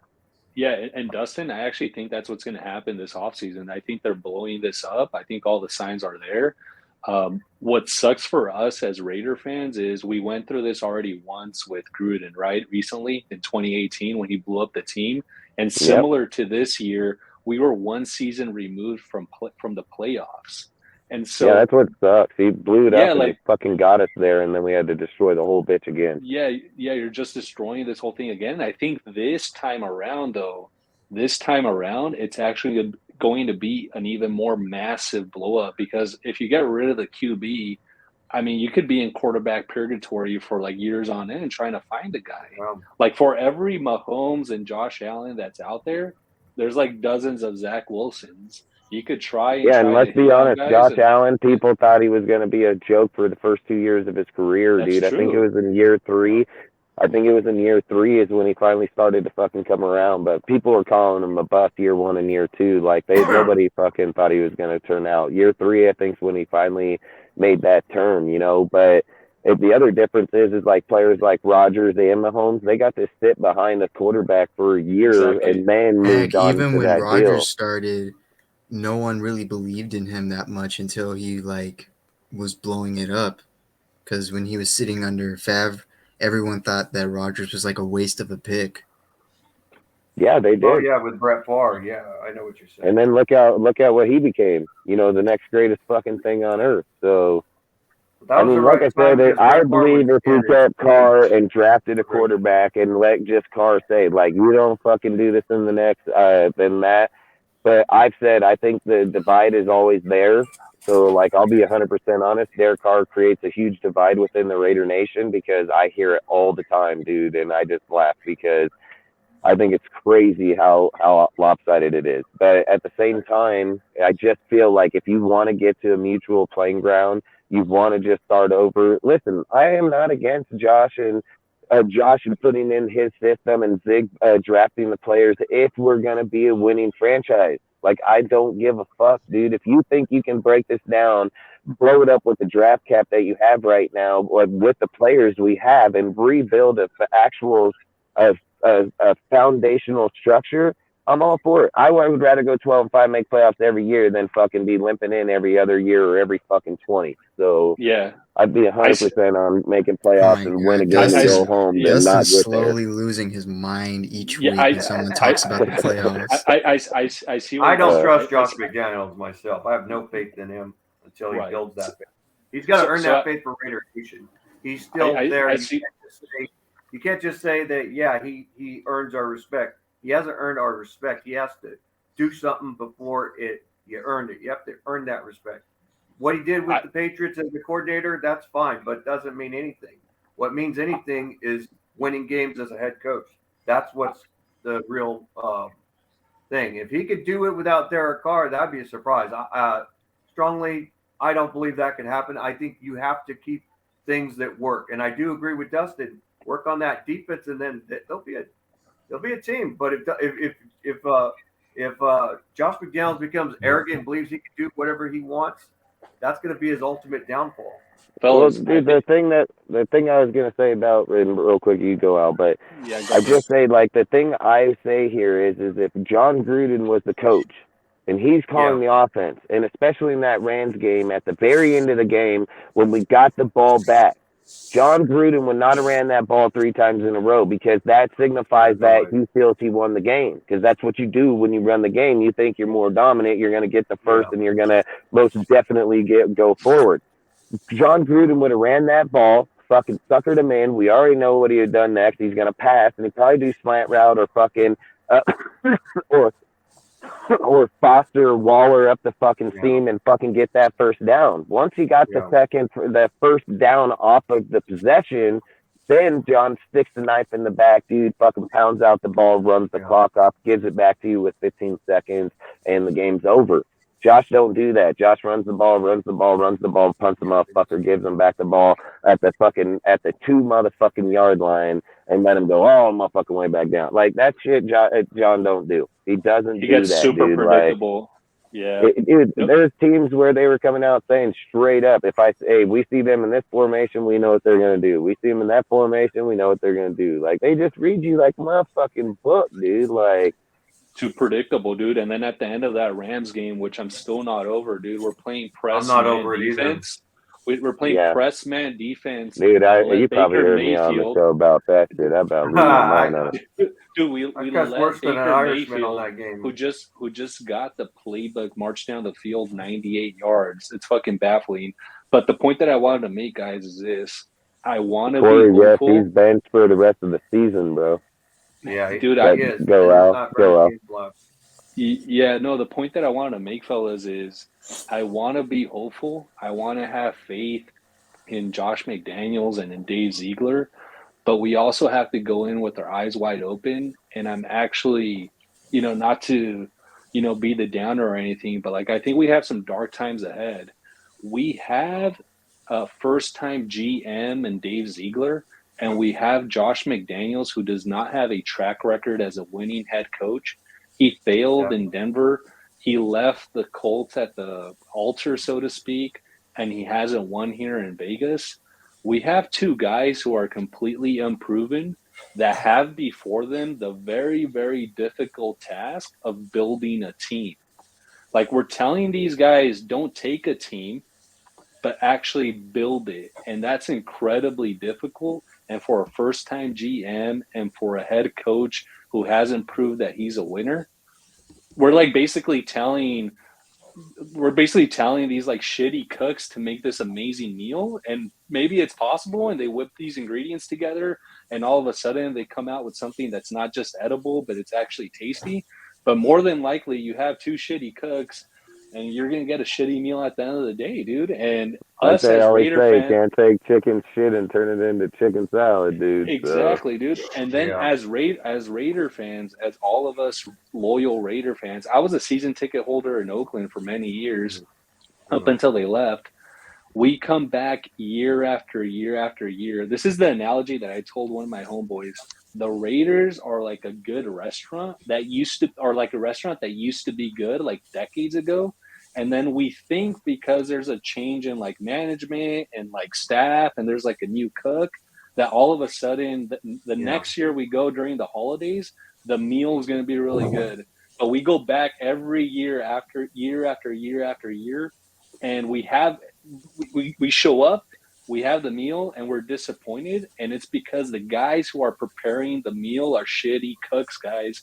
But we come back year after year after year because we think things are going to be different. And again, I don't want to be a negative guy because I'm actually pretty positive in my regular, personal life. But when it comes to the Raiders, I'm 34, guys. I haven't seen, a Raiders heyday. I'm actually jealous of these older Raider fans who got the chance to see the 1970s, 1980s Raiders. How do I you never think got I a chance feel? to see How that. do you think I feel? I'm the only one here born in the 2000s. I never seen this team successful anyway. Dude, I saw like Gannon my a little nephew's at an bit, old age. and then People don't we think were, that if Carr goes, that hurts me. That's the only QB I've ever seen Hey, actually be that's successful on this team. That's what I'm saying. Why it's so hard. It's going to be a hard deal. I mean, I'm just said, like I said, I don't think they are. I think it's more. I think you're I don't gonna know see what a what. Rich Gannon is I like. I think never seen him I think play. you're gonna cause a lot of ruckus, dude, and they're about to see how much ruckus it's about to stir up because that's a massive move, man. And like you said, you're not gonna move one without the others now, dude. And at that point, unless Zeke is just this mastermind motherfucker, dude, I think his job would become a hell of a lot easier by finding two receivers and a bunch of defensive players. Like, I really believe that. Like, unless he just can, yeah. Go for it, dude. No, I was just gonna quickly say, Dustin, and then I'll get out of here because I got to do something. But this is another You're more than comment that welcome to chill as long as you want to, man. So. No, you guys are awesome, man. You guys know your shit, so it's always nice talking to you guys. But what I was gonna say, and again, not to come from like a negative space, but you look back, take a step back, and analyze all of the decisions that Mark Davis has made in recent years, and they've been motivated by one thing, and that's money.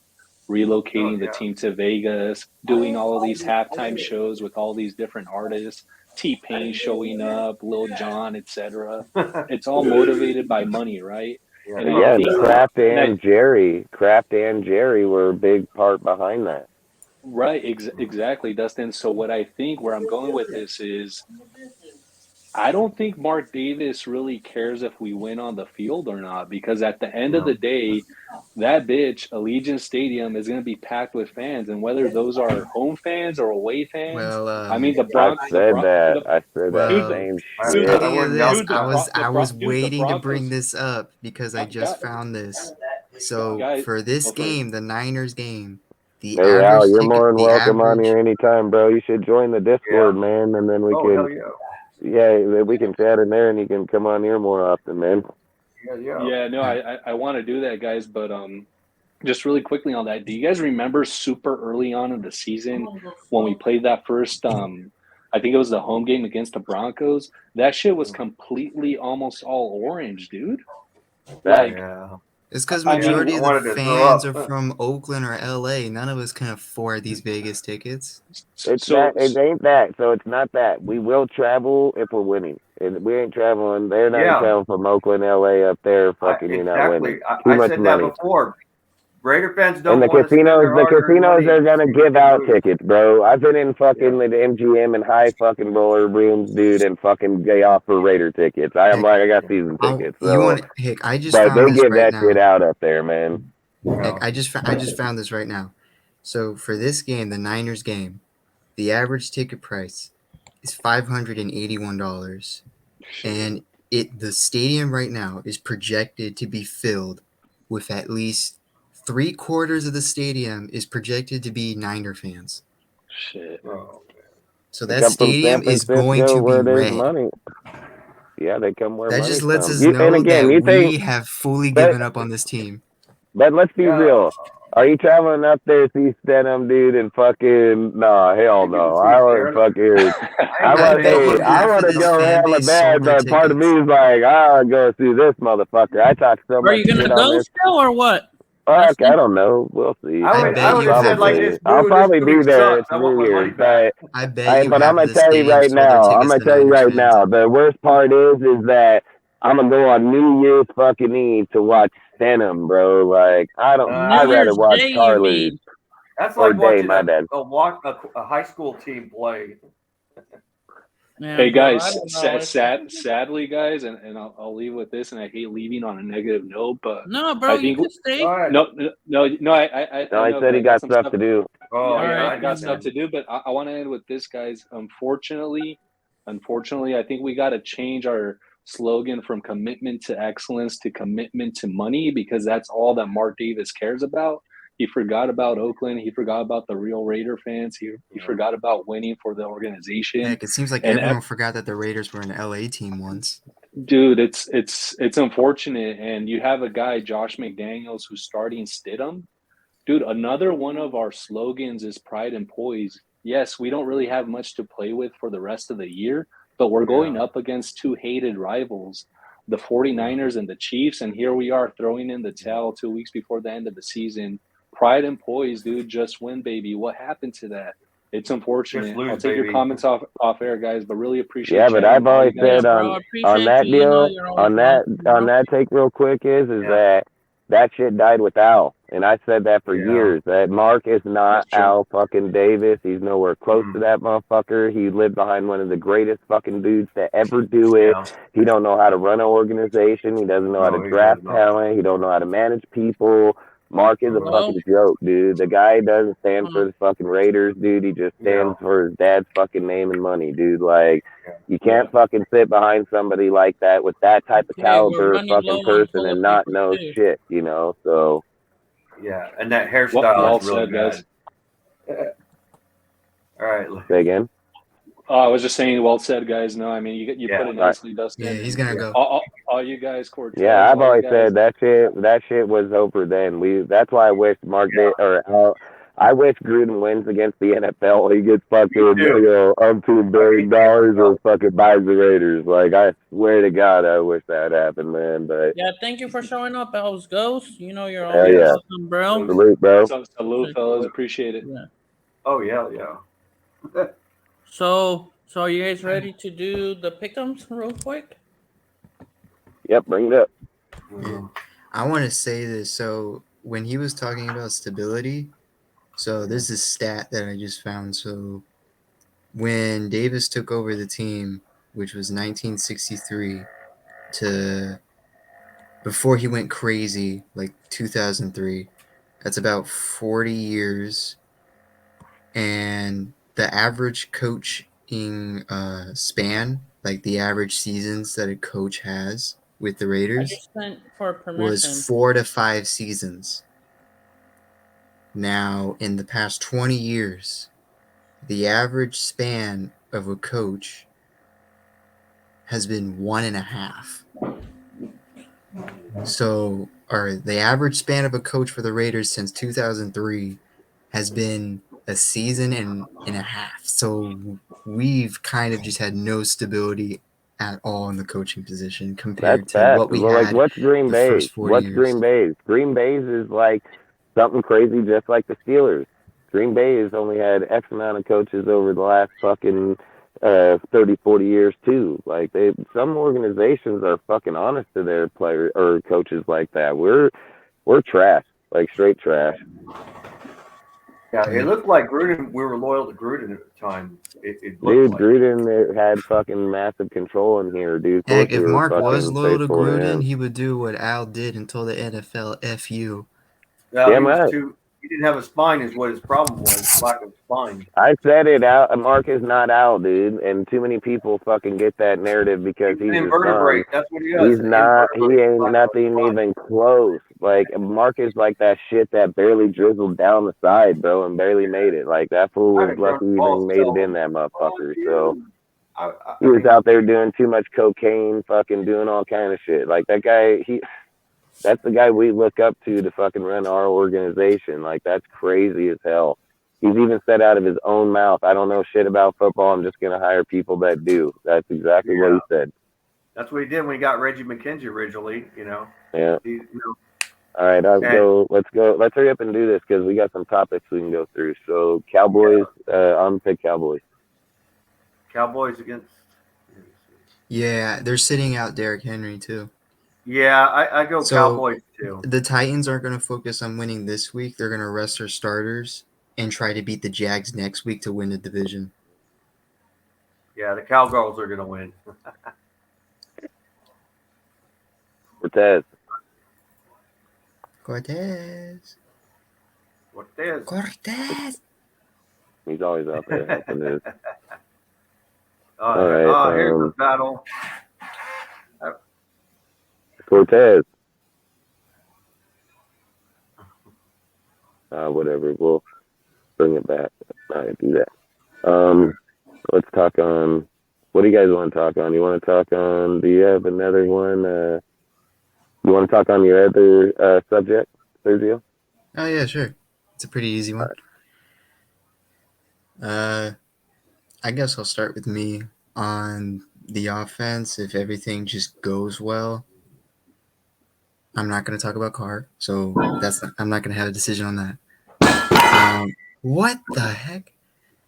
I would keep Jacobs and I would franchise tag him, and then maybe if he still plays to this top 3 caliber during the middle of the season, I would give him a contract extension. I would keep Matt Collins, especially for the special teams. I don't know if I want to keep. We've been ready, Cortez. Oh shit! You guys ready? Who do you guys want? No, we're talking on a deal, so we'll go back to it. All right. So finish going. I don't know if I would keep Jermaine Illuminor or Alex Bars. Andre James, I don't even know if I want to keep Andre James because you don't know if you get like. To be honest, I don't know because you don't know if you get a top 10 Andre James or a bottom 10 Andre James when it comes to the center position. I've been critical of Andre James, but he's been doing better though. Zamir White. He's not a Pro Bowl center, but he's Fuck still Zamir. good. Fuck Zamir, man. Like Zamir that White. guy I've heard other Raiders fans say the problem is he's not like Jacobs. Like he can't run up the middle. He's like an outside runner. He is. He's a counter toss player. What he did in Georgia. Yeah. He's a gap scheme player. That's what he does. He's gap scheme. He's probably no better. He's like definitely not better than Drake. Drake isn't going to hit in the middle or anything, but he's smart enough to follow blocks. So Amir Abdullah, I would want to keep. I think he's a good receiving back. Yeah, especially if you want to do screen passes. Yeah, definitely. The tight end position, I don't know. I mean, I want to keep Foster, but then after that Steelers game, That was Snow though. That yeah, it does mess guys up, and he's mostly a blocking tight end too. Yeah, So but let's be real, okay? I like Foster a lot, and I've been thinking about yeah, this a lot. he is He only replaceable. has about 300 and some odd yards in the time span Waller was out. Did he do pretty good to come in and replace him? Yes, but he didn't do. He didn't step it up. The guy's fucking caused multiple turnovers for Carr. Motherfuckers will say Carr caused the turnover. Like bitch got No, smacked in the hands and he give it to the defense. Like, and he hasn't done it once. He's done it multiple times. So I'm good on moving off of him. I just feel like let's go. Like I said, dude, I think if we're gonna do, let's just blow the motherfucker up, like straight up, dude, and just yeah, let them go get the dude. Because listen, he can go out there and go get Brady and Gronk, right? So boom, you can replace you the filled Foster. two big deals. Let's say you keep Waller because he's on 13 million. So bam, you got fucking Waller. You ship off Devontae so you don't have the controversy. You sign Jacobs because you're building behind the run game. You fix up your line, dude, so you're not putting too much money. You run the three wide receiver, which they've done the whole time in New England, and Josh probably going to win. He's probably going to win because I think if you get my opinion, I mean, you got to remember, you got Sincere McCormick sitting on the IR, which he was already off, and I think around what week 9 or fucking 10, he's just out for the rest of the season because of the way that they put him on the IR. You got fucking Amir, I think is good. Britton Brown, that's good. I think fucking Zamir is the biggest joke ass motherfucker. I hate that guy. I've said in the deal when we drafted him, I liked him. Like I did like him. When he got here, he runs into the line all over the place. Dude, he is like running into the lines of mirror. Dude, like it's just like no hands Cole and running into the lines of mirror. Like this guy, he just is horrible.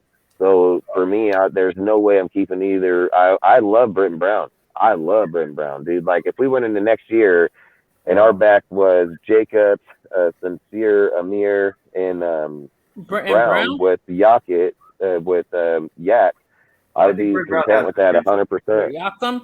Or Yakum Yeah, Johnson? fuck yeah, he has to come back, dude, because in Josh's I know, system, bro. We he's only signed massive. him for a 1 year deal, bro. We need. Yeah, but he'll come. He's familiar with Josh, and he don't have any loyalty to anybody else. So I can see him come back 100%. Certain players don't demand a big market, dude, and a lot of people don't use fullback. So he would stay right here for a few $1 million. Yeah. And Yeah. again, I think if you build a tandem running back, dude, where it's like, yeah, look, I don't think you want Jacobs trying to run 1,800 yards every year. I think if you're getting 1,200 yards out of Jacobs every year and you're getting 10, 12 touchdowns, I think you're doing pretty good fucking deal. And if your backup's fucking running about 600, 800 yards and he's getting 5 to 6 touchdowns, I think on the running back side you're doing 16 touchdowns in a season. Like that's pretty good fucking deal. So Yeah. I think on the offense, you kind of want to balance it out. Where right now we're just favored Devontae 12 fucking touchdowns. Like Devontae got 12 offensive touchdowns. Everybody else, they're non-existent. So it's like fucking when you're so one-sided to one player. That's why I'm saying like if you break the Patriots did this, and I'm not saying we do Patriots, but what I'm saying is don't forget Josh ran. That was Josh's offense. Like I get that Bill coaches the team. I get that Bill fucking helps create the team. But Josh got to pick a lot of his own players. He ran his own offense. Bill ain't over there telling Josh how to run his offense in the middle of games. So, like I say, he knows what he's doing. So if he feels like he can get to systematic play where it's costing the team less or money, again, you're creating a lot of advantages for your team to do that. You don't pay a wide receiver 30 million, which they never did, and then you don't pay your quarterback fucking 40 million because they never did. Like these big areas, they were able to keep them lower, put the money elsewhere, help build up the fucking team to be able to get you to those points and win those games. Where right now we're just too fucking lopsided. I don't care if people say, "Oh well, look at the way defense played in the last few games." We played shit ass teams. Like we play shit ass fucking teams, man. Like if we want to pat ourselves on the back and say, "Man, in the last 5 games we fucking played." Or 6 fucking games, however these guys are rating this fucking stat, which I don't get, but whatever. And we go over it and say, that if they play this in this point, but we played fucking total of 15, 16, 17, what are we, 16 games now? So we're playing 16 fucking games, and then you're gonna break them up like that, and then pull out certain points. Like, no, the team played shitty in the beginning. They've tapered off towards the end, but against weak fucking teams, you can't credit your team on weak teams. Like, and you got to know you're playing weak teams. Like, that's the thing is it's scary if you go in there and you're saying like we played really good against that team sucks. Like that team fucking sucks. Just like when Chandler got 3 sacks against the Chargers, that team offensive line sucked, dude. So if you're not honest about it, then you're gonna think your team's better than what it is, and then you go face real motherfuckers, you're gonna get beat up. You know, like that's what's gonna happen. You'll be like, "Oh, I'm a bad motherfucker. What's up? What's up?" They ain't gonna knock you out in one hit. You know, like you can't do shit like that. You gotta be honest about it. Like fucking, we got our ass at what 34 fucking points. Is that what they put up in Seattle? 34. Like you fucking got 34-40. yeah, you We got won by games like 6. against you. What was it? What games was it? San Diego. Was it San Diego? The fucking Seahawks. Houston. No. That the last few games. The last few games. It was the It was Steelers, the Seattle. Patriots, Patriots. Rams, Rams Seahawks. totally sucked. It was like It's and been then a what? month since I Fucking. was a month and a day But since my the point Seahawks is, left. you played the Seahawks that had a pretty good team together and everything. It's very high points. I mean, there's no stopping their team. You going against the fucking, well, I mean, fuck what, the Rams, the depleted ass fucking team, their fucking offense and defense, dude, and you fucking have few points, 14, whatever it is. I mean, I can't, I think 14. But then you're going against fucking Patriots, dude, where they still same fucking thing. It was fucking 17-3 at the half, comes 24-17 before the end of the game. Carr puts it down there and catch the Cole fucking touchdown, ties it up, fucking 24-24. And then Belichick does something he never fucking does. Well, and I don't even know if he did it, but long story short, they lateral the ball back and those it right to Chandler after he just got bitched by Stevenson. Right in the dirt. Chandler got that right in the ground. Got up. Oh, fuck, thanks for the ball. There's around back there. But see you later, bitch. You know, like, let's be real. Like, they didn't do no special ass defense there. Like, they didn't play special ass defense. Motherfucker got lucky as fuck, dude. So a Hail Mary, and again, dude, I said they got 2 seconds. He just runs the ball, nails down, bitch, and fucking game over. You know, so he had 2 seconds. So the thing is like there's so many deals out there like that. You know, so many deals. Like I don't know. Like I said, dude, there's too many games that have weird endings like that. There's too many games where you're up on certain fucking points and you fucking deplete them off like they don't even exist, dude. You're attacking hella hard at one point. The next point, you fucking can't even score or move the fucking ball.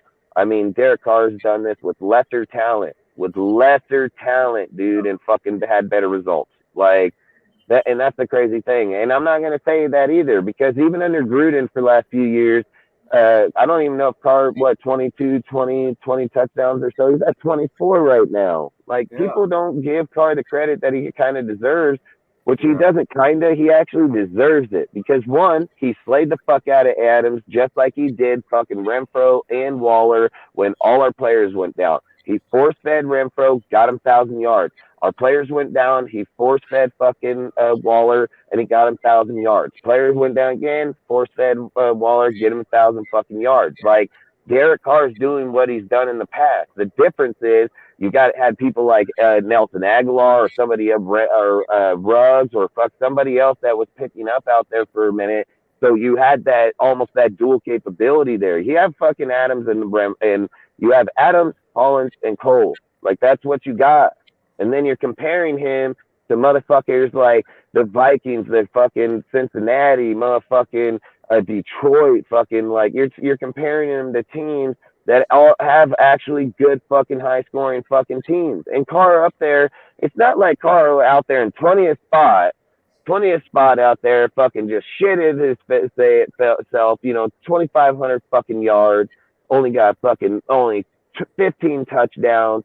I mean, Mac Jones got 7 touchdowns, 8 fucking interceptions, dude. You got fucking You got fucking Dak, I think is his 20 and 12 right now. Like, you got all kind of people all over out there, dude. And just to sit and say Dak got 20 and 12 and he got that roster, and fucking Carr got 24 and 14, and look at his roster. Like, that's what I don't get. It's not fair. It's fucking the most unbiased bullshit I've ever seen. Because how do you just say it's okay for one motherfucker because he has a good ass defense, he has good ass offense, and he is winning fucking in the division, and he is winning games. But Carr ain't got no fucking garbage ass fucking defense, dude. Fucking offense so fucking inconsistent, and he's ninth or 12th overall offense in the NFL. He just fucking feeding Adams, like literally just feeding Adams, like he motherfucking nice. And fucking Jacobs and Adams put us in ninth fucking overall offense. Like I just think it's crazy in my opinion. So ramble on that shit for a minute. It irritates me still because I think it's just ready? fucking yeah. Let's go Cowboys because we're done. Oh, we were saying that already. We already said Cowboys. Where are we going here? Falcons? I think here's how I think the season. Here's how I.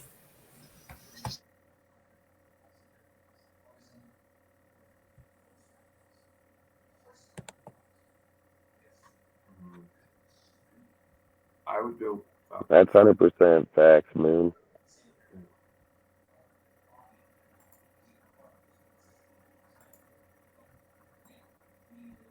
We got Owls Ghost. If you're still watching, I just added you as a friend on Discord. Yeah, he said he just joined. Salute, man. Appreciate you. Hey, oh yeah, that's who else. Hey, like I say, the link's One of my buddies in the joined chat. the other day. Cortez can probably post it here in a minute when we're done. He can post the YouTube, the Discord, and so on. But like I say, you guys are more than welcome to join there. We do a lot of things in there, man. We fucking talk a lot of football. We have a lot of stats. We have fantasy. We do game nights. We do movie nights. We play video games. I mean, like I said, the Discord's more than just football. So, like I say, anybody's welcome to join. I'll say it like I say on every platform we have.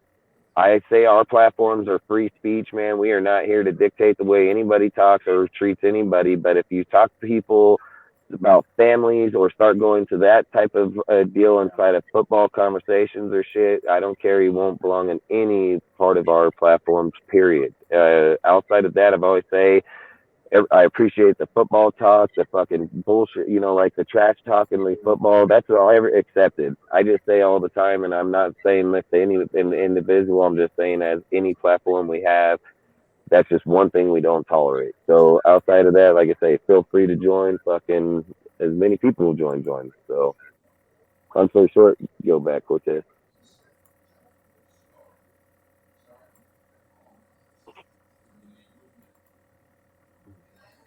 I just dropped the link. I'm about to drop the YouTube. All right. I don't know. This next game, they're both trash. So yeah. But I would probably favor more the Falcons in this game, in my opinion. I'd probably roll with the Falcons. Here's the thing. Here's how I think the season's going to end. I think the Falcons are going to win this game. I think Bucs are going to lose to the Panthers. And then it's going to be, does Brady finally lose to the Falcons? That'd be crazy, yeah. What if Brady makes the playoffs and goes on and wins the Super Bowl with the losing record? If he does, I will murder someone. I'm not going to lie. He just got his center back. And everything, dude. So you never know, man. He might start getting low key pieces back together that matter. So are we going with Detroit here? I would actually normally I'd go with Bears, but I'm going Detroit because they're looking a little more. I think they just like leveled up, really leveled up. Because I think Detroit, even with Jared Goff's not a bad player. I mean, you just gotta be patient with him, and This is most definitely one of the most critical off seasons in my history, for sure. I've been Yeah, watching them people since want to talk. fucking Man, we're day gonna talk one. about drafting a The QB. We 80s. forget I've been we watching since the Hey, 80s, dude. hey, hey! If you guys are down, we could do a mock draft real quick after this. Yeah, we're gonna keep Yeah, we talking. could do that. We'll talk topics. We can do mock draft later. But we got to But finish the pick 'em. yeah, who are you guys picking here? Oh, I skipped the donkeys. uh Fucking I picked the Donkeys. Donkeys. I picked the Chiefs. I think even with their backups, they'll still beat the Broncos. nah, there's That's gonna how be bad they upset. are. I think now. that the Broncos backup gonna beat the Chiefs. How many I times did think the they're Chiefs beat the Broncos consecutively? Like, has They it been don't even 20? have Nathaniel Hackett there anymore, dude. Like it ain't no. Nathaniel Hackett's team. It's the fucking advisor or whatever the fuck that dude He is. was the They're clock just gonna try to manager. run the ball or something Yeah, mostly. he was the guy that said, Nathaniel, you don't know what you're fucking doing. I'm here behind you. I go with the We Chiefs need the though. They're Patriots gonna to beat win them. this game. We need the Yeah, Patriots to win this game. I don't think they're going. I think Dolphins win. Nah, Tui's not in. It's gonna be fucking Brissett, Oh, and it's I think not. Patriots have a better Oh, chance in that could their give them the house. edge. Yeah, I think it'll be a closer game then if Chewy's not in. I No, think he's Teddy not in Bridgewater is fine, 100%. but I don't think he's good Man, enough bro, though. I hate. I just cannot stand. Oh In this shoot! game, I'm going Giants. I mean, no doubt in my mind, I'm going Giants. Yeah, Everybody's I think the retweeting Giants. Nick Foles or just didn't do redoing it. their storyline of Devontae Adams, the picture with him and Carr You Foster. know, it is what it is. That's why I never post it when it first comes out. I always wait till a day later, probably, because I think when you have too much shit, people are over. Like tomorrow, I'll post the post, but at the same time, I'll just read a bunch of people, see how I don't like doing fucking. I hate fucking theory, dude. Like, if Devontae's there for his boy, then fucking Josh, you better make your decision. Get rid of one and get rid of both. So then you might as well start the fuck over, you know? So I don't know. I'm down for that because that I think loyalty means massively to me. Loyalty's big time for me. So Yeah, yeah. To me, it's when you make changes and all that, it makes enemies of players. When you dude, make if changes. Devontae's telling you right now with the season Yeah, that happened, the yards that he has, the production that he's yeah, done, he's literally yeah. sitting here right here telling Josh, like, look, bitch, fucking, I'll fucking leave, he leaves. Like, I literally came here my first No, year, put up a 1,300 fucking yards, 13 yeah, touchdowns. What is that? Like third best on Rodgers in his yeah, 9 years there? Like yeah, fucking, what is that? Third best on that list? Like, fuck, probably.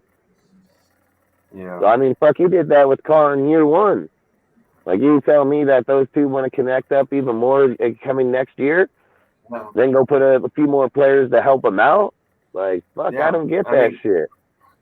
Like I I said, mean, Josh got to put his big boy pants on, man. That's what he got to do. yeah, And then he's going to yeah. try to say, listen, if he benches the Adams, oh, you can bet your ass shit Hey, do about we got to hit the the Eagles wall. in He this one benches over the Adams, Saints? shit about to hit the wall. So, Yeah.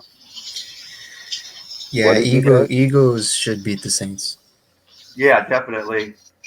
I agree. The Saints are too banged up. They have a good wide receiver with Chris Olave, but that's not enough. Man, you know something funny is that the Eagles coach before the season started, I was watching him on an interview with Pat McAfee. They asked him if you could say how many wins your team's gonna have this season, what would it be? He said 15-2, and they're about Hey, to he's go on. 15-2. Yeah, that's what I say. That guy is good. I ain't gonna lie. He's good. Hmm. Who's next, Cortez? Tampa. I'm going Carolina because the way I know that you got the center back, but I still question it because the way they barely beat the Cardinals with that when they only had a backup quarterback. Is Sam Darnold playing still for them? Even if he wasn't, Probably. I like the other quarterback too. I think they're going to DJ run the Walker. ball. I think Carolina's going to run the ball effectively on them, and we'll have to see. I think it'll be a close game, but I think Carolina will win this time as a disappointment because Carolina's favored to lose, and I'm just going to go with the underdog this time.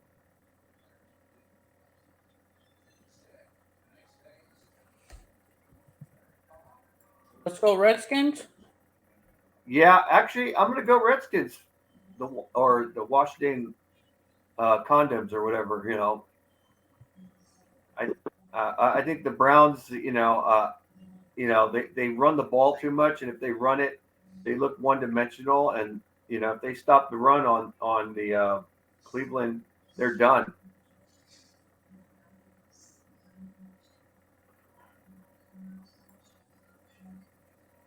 Yeah, and it also looks. Where are we gonna go next?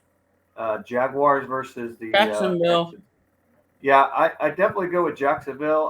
I said they're a surprising team, and nobody believed me for a while, or some people just thought they were just going to lose again.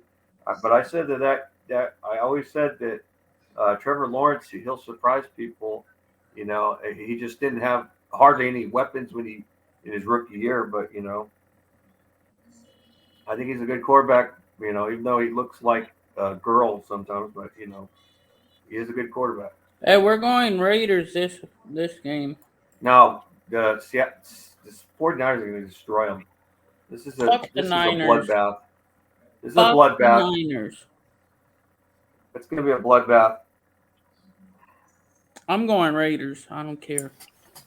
I just keep saying, how funny would it be if Stidham beats the Niners? We're tanking it anyway. We're losing on purpose. Josh if Stidham beats the Niners, Carter's fucking gone. Like, you fucking bet your ass. What if this bro. is the game? What if this is the game that McDaniels doesn't have an inconsistent call and destroys the Niners defense? Hey, I've said it. Listen, I've said this, that he's picking and choosing. Go look at the division games. He's picking and choosing it, dude. I've said this the whole time. Just look at the division games and then look at the outside. The division, you don't fucking play around. He's putting up 30, 40 fucking points every fucking time he went against the Donkeys. And then fucking even against the Chargers, we were putting up, 27 fucking so 19 to start out the season. Yeah. And then we faced them again at 27. Played the Chiefs, 21, 22, something like that. Like, when he plays in the division, motherfucker plays. When he plays outside the division, motherfucker sucks, dude. Like, straight up. The Chiefs might put their backups, but it'd probably be a boring game if we play the Chiefs next week. Stidham will get the win, and they'll be like, see, we beat the Chiefs with Stidham. Yeah, that won't mean nothing. The Chiefs are going to have backups, but I think you say it ain't mean shit. You don't think that fucking Stephen A, fucking Max Keller, motherfucking he will go, oh my god, man. And Facts. Hey, Good Morning Football. All these motherfuckers are gonna be like, Stidham beat the Chiefs. Stidham beat the Chiefs. Like, you're gonna get Shannon, you you're gonna already get Shannon, Sharp, know. and Skip. Let me tell you something. Skip is gonna clown on us for hardcore, guaranteed, dude. Skip is a little, much as Skip. Fucking hater. Skip's not as delusional as Stephen A. Smith. Yeah, I mean, there's times that Skip's been right. Heck, watch Colin Cowherd say something like, "Man, they should roll at Stidham next season." Hey, I ain't gonna lie. That's what I'm saying. That's the point. If he beats out in one of these last, dude, there are 2 games that we shouldn't win. And if somehow this motherfucker does win, I bet you Davante would probably drop the ball, dude. Not even try. Dude, he'd be like, if he knew, like, say for instance, that when Davante's playing with Stidham and he sees the play calling change, because he's gonna notice that shit right away. Tell me that motherfucker just don't drop football. Like, yeah, fuck you, bitch. Like, fucking, like, I'm telling you, gonna cause so much controversy here with the Derek Carr deal. I ain't even lying, man. Yeah, I don't know. I don't know. It's like we're all uncertain right now, though. That's why I said I don't even like speaking on it. I'll just wait till February and see if they cut him, because it's just speculation, and then you're going to build up all this talk and it not be, or we build up all this talk and it is. Like, there's just too much what if. I hate the what if factor, man. Because, there are guys, I mean, I know Carroll, Pete Carroll, sometimes he talks out of his ass, but, truly, though, I strongly do believe he would love to have Derek Carr. I mean, sure, he said take Derek Carr, make that team better in a heartbeat. Way better, yeah, he would. So who you guys picking, Seattle or Jets? I'm gonna go with that's a tough one. I think. Let me see. I think I'm gonna go with Seattle. I think you can't if you play one dimensional with a running game, they stop your running game. If the Jets run the ball, they don't really have a really good legitimate quarterback.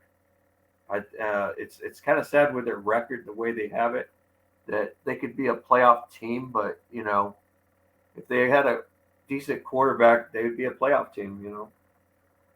They're like the opposite of us. They have a great defense, uh, inconsistent quarterbacks, but So who do Who's you guys better? want? Seattle or fucking Seattle's going to Jets? get it. I say Seattle. Who do you think, Sergio?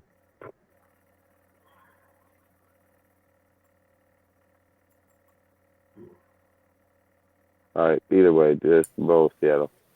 You know. I mean, this better be like a good defensive game. I Yeah. think Seattle should win this game. Fucking Yeah. Mike White's But when gonna you're be the one dimensional, quarterback. though, your defense will start to falter, though. Because Who do you if guys you're got here? This game, okay, don't be surprised if the Packers win because the Packers been kind of hot lately. Actual truth. that could be true too. I think it'll be a close game, and I think I still go with the Vikings winning. Chargers. Oh yeah, I did go Chargers, much as I hate to say Did it. he just pass the whole game? He This just passed motherfucker the just rolled. Vikings and the Packers though, real quick. But I was like going with the flow. But yeah, I'd say Vikings, and then yeah, of course, Chargers against the Rams. The Rams are not the same player. They're a team. They're busted up, deteriorated. They need all the help they could get. Facts. Do you guys agree Baltimore over Pittsburgh? I don't No, know. I think the actually, Steelers might upset the Ravens.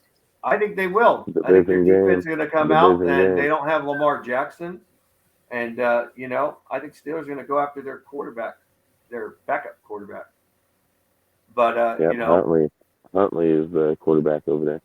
yeah, and Huntley, I think he's better passer than Lamar Jackson. That's the crazy part. He's a better, So who do quarterback. you guys Now, got in this one? Bengals or Bills? I'm going Bills. I'm going Bengals. I think the Bills though will can close them off better than the Chiefs can. I think KC. If I were to say something though, some people may think the Buffalo Bill. I think the KC has a better chance of beating Cincinnati than they do with the Buffalo Bills. That's my opinion.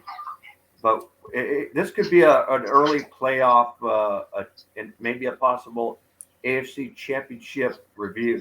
Preview.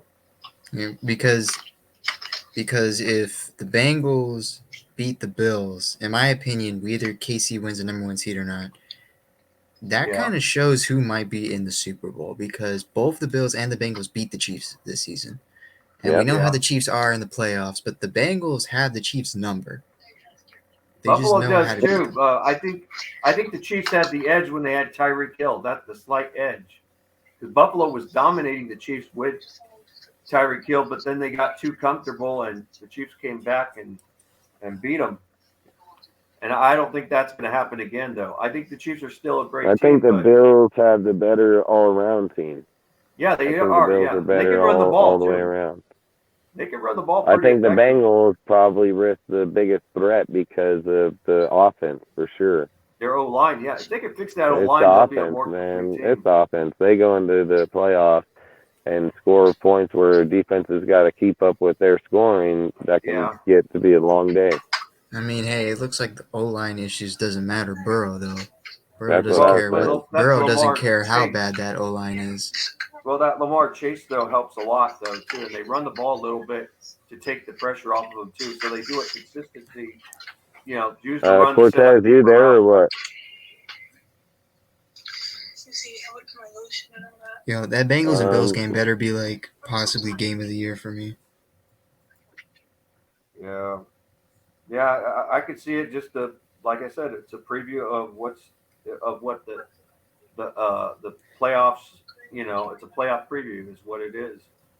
That's how I look at it. And who is it? The Bills and the Bengals. Bengals. Bengals.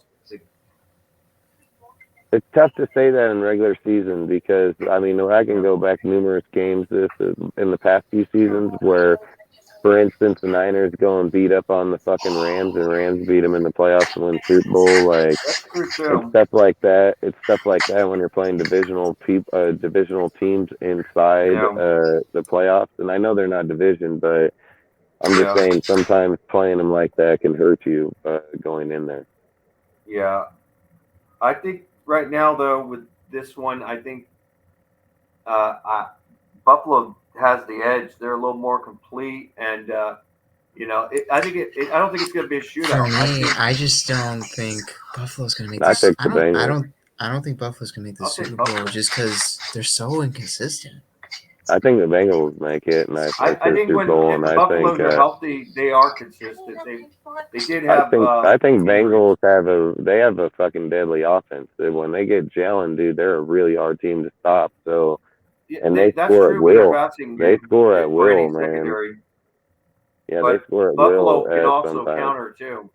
So, Yeah, but fuck, I mean, I watched Miami beat Buffalo in the beginning of the year, well, and Tyreek I like Hill I though. say, yeah, Tyreek Hill's a kryptonite. I still think that I still think the Bengals. I want to sleep on them. But Do you like I want to said, I talk think on? Do you want to talk on what teams have interest in Carr? oh, Is that I could. that's your topic? Which one? Mine? What other teams might have Oh interest yeah, it in is Carr? mine. Other teams, yeah. I mean, if Josh McDaniels washes his hands, the number one team I would say that wants Carr more than anybody would be the Indianapolis Colts. They need a quarterback. They tried to trade for him this year already before, and they said, they said no. Derek Carr said no to them, you know, and they really wanted him, even though they didn't have a first round pick, which is probably some people might say, that's why the Raiders didn't go with that, and they had the ability to trade him before that contract was signed. They said, yeah, but you don't have a first round pick. Why would we trade him? They look at Derek Carr with some value, and I was thinking that there's that team. Of course, there's Tampa Bay, but will Tampa Bay want to take Derek Carr? And I think they would. If Brady walks, then they'll take him. Because if Brady's gone, they're in desperation for a quarterback, and I don't think they want to draft a quarterback, and they won't get a high draft capital to get a quarterback. The logical decision would be try to get Derek Carr. I think it's going to be whether it goes next year and we still don't know anything. We're in January or February or getting close to February. There'll be teams that they'll be trying to call the Raiders and say, "Hey, we want him."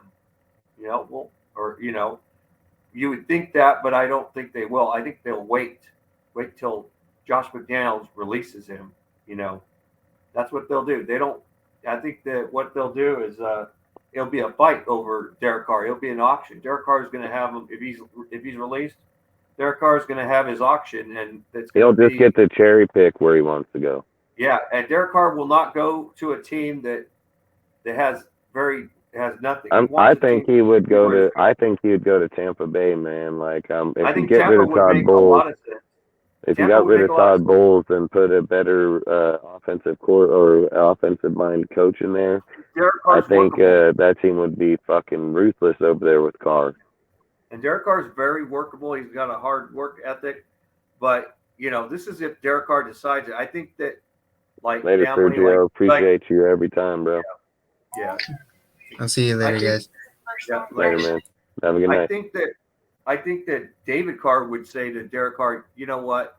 I think you should still play. He wants his brother to still play. He doesn't want his brother to retire at the age of 31 and everything, because that's still a young age. But, if that were the case, he would say, yeah, go, got to do something, Yeah, because I think the Raiders shot themselves in the foot with this deal, in my opinion. Because everybody thinks it's so easy. Everybody thinks it's so easy that you're going to get to February and you're just going to cut him. Like that's what you think. That's what you think. Yeah, you cut him and you make but another team. You're still in the season. You're still in the season. You can't talk with Tom Brady or anybody else. So you have to wait till you're outside the season. Yeah. And if you're going to even imply that you're going to trade Carr, means that I don't even know if you can call other teams ahead of time. Like, I don't know if you can do that. Like, right now, I don't know if they can call and be like, hey, Washington, you interested in Carr when we get to the trade, like when we can trade again?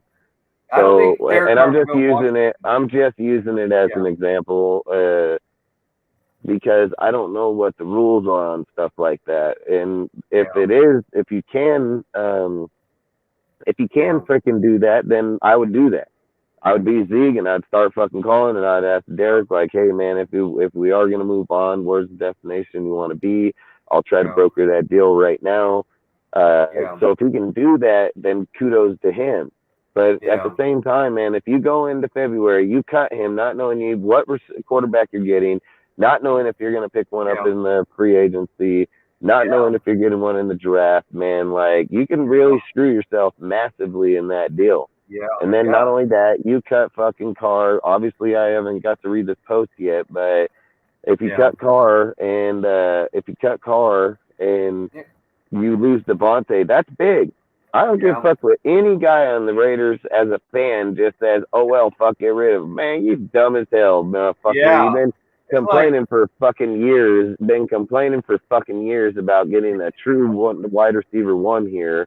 Regardless if it's for Carr or not, you get him and you just want to get rid of him. Like, you're so dumb. That's why you just say so uneducated, so dumbfounded. Like, those are dumb fans. I mean, that's just gotta be dumb. We get beat by everybody. We get beat by everybody in our division. You put up 1,300 motherfucking yards, dude, even with a broke ass offense and team. Yeah. And motherfuckers are like, yeah, get rid of him. Fuck it. Wait, what? Listen, if Carr was still here, you'd probably say, yeah, get rid of him. Carr gonna deal with the next. But you can't say that shit. Carr ain't gonna be here. So who fuck Denham gonna do with that next guy? Like, fuck, good luck with that, So good fucking luck with that. Jared Stem, and he's a third string. Hey, Cortez, you there or what? He passed out or something. Bill, what we say? Yeah, and I mean, Jared Stidham. I mean, I don't care how much he knows the system of the the Patriots and of Josh McDaniels. He's not a good number 2 quarterback at all. It doesn't matter what system he knows. And even Bill Belichick knows that too. He said it. He knows Belichick knows his shit. And I think what Josh McDaniels is doing is he's doing the same thing that Gruden did with Peterman. That's his experiment. Peterman was Gruden's experiment. That's just an experiment. It doesn't matter if it fails or does well. Josh McDaniels doesn't give a shit if Jared Stidham is a failure or not. That's just experiment. He wants to experiment. He has nothing to gain with him. If he does good, he's good. If he don't, oh fucking well. Yeah, that's what Gruden did. Gruden did improve Peterman, but he still wasn't good enough to be a backup quarterback. He really wasn't at all. Then he ended up being practice squad, because Gruden still liked Peterman, and eventually after Gruden was gone and Sacchi was gone, and Peterman was never heard again. Hey, is there any way that you can bring up the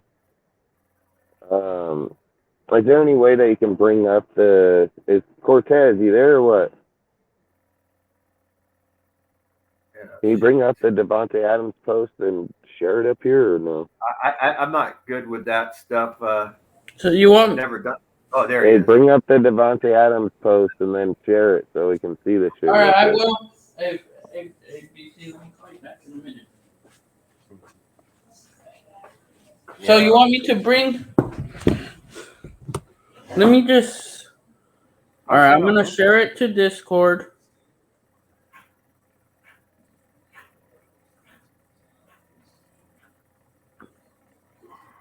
I mean, I think if they're being real, Carr can go to a plethora of teams, dude, and be very successful. And like I said, you can take him to Atlanta, dude, Pitts, fucking Drake, dude. Like, you got a pretty good tandem there. Bring Devontae there with you. I mean, freaking. I'm going to send it to. Yeah, I I'm don't gonna think say- he would go to Atlanta though. Seattle would be a really good choice. Seattle would be good. What Could were be you a good gonna say? fit. I'm gonna send it to you private. I can't look at it while I'm No, on it. no, and then I'll go Yeah. on Discord and bring it up from my phone. So if you look in just like the NFC, like the NFC West, Yeah. I mean, fuck, if he went to the Niners, he'd fucking won Super Bowl probably for sure. He fucking is in Seattle, he'll have a pretty good career. If he goes to, I mean, Arizona ain't even gonna intrigue it because they have Kyler Murray. Yeah. The Rams, he'd be good bid there if they moved on from Stafford, but then Hey, it becomes you- the Yeah. Baker I'm gonna Mayfield stop my fucking screen. dilemma. Yeah. Yeah, Derek Carr would be a huge upgrade over Baker Mayfield easily. I mean, Baker Mayfield, I'm not You going can't to just say. share your screen on your computer and bring up the damn article Yeah, I'm from gonna bring Instagram. it up right now. But, Yeah. But like I said, you got numerous of them out there. I mean, pretty good. There's a lot of teams, though. But yeah, I would say, Tampa Bay or Indianapolis would be a good fit, or even Seattle. Those teams would be. I just think Tampa Bay would make Hey, the do you most guys sense. see that? No, let me see real quick. No, I haven't brought it up. Okay, something's starting. All right, now where's the post at? I just need you to okay the screen. It is. Oh, I see. Blow it up. There's no way I can. Can't zoom in on it. Not from. Double click on it. Then you can't blow it up from here. All right, what's it say? It says Tay Adams. This man gave everything he's had. The reason I'm a Raider, one of the most dishonored and loving person I know. Got my brow back though. Whatever, and if you can't respect that, excuse me for my language. And then he puts up the middle finger, and then you, and then just puts up his shoulders. Love you, bro. But the thing that's what I say. Tay, you don't give a fuck. You be like, fuck you, motherfucker. Dustin, the only thing, like, I just want to hear from Carr. I want his side. I want him to speak about. He has zero to say. He can say whatever he wants. He can cry on the stadium. He can tell you what it is. I mean, he has zero say at this point. Yeah, because technically, if we could be honest, it's a Josh move, man. And if Josh and what I heard and what I heard, he cleared out his locker already. He's done for the season. He's been for season. Why wouldn't you? Yeah. He already said that he's not going to play the final two games. Yet, though, completely. We could speculate, but at the end of the day, we don't know. I just want to hear like him, like have a Instagram post or something, thanking the fans or something like. Yeah, he ain't gonna do that right now, regardless.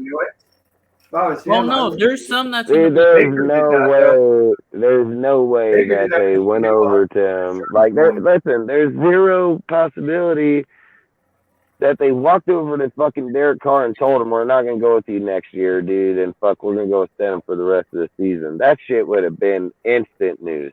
Instant, dude. Not, oh, we're benching Carr because the fucking numerous veterans are fucking coming up. There's no reason to hurt him because of the contract. Like, they never fucking said, oh, hey, we're benching Carr's ass because we're shipping motherfucker off on February. Like, they never said that.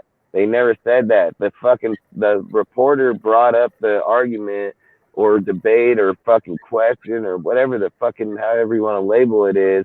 He said, with Carr's contract being fully guaranteed come next year at $34 million, are you going to bench him knowing that you don't have a playoff chance for the rest of the season?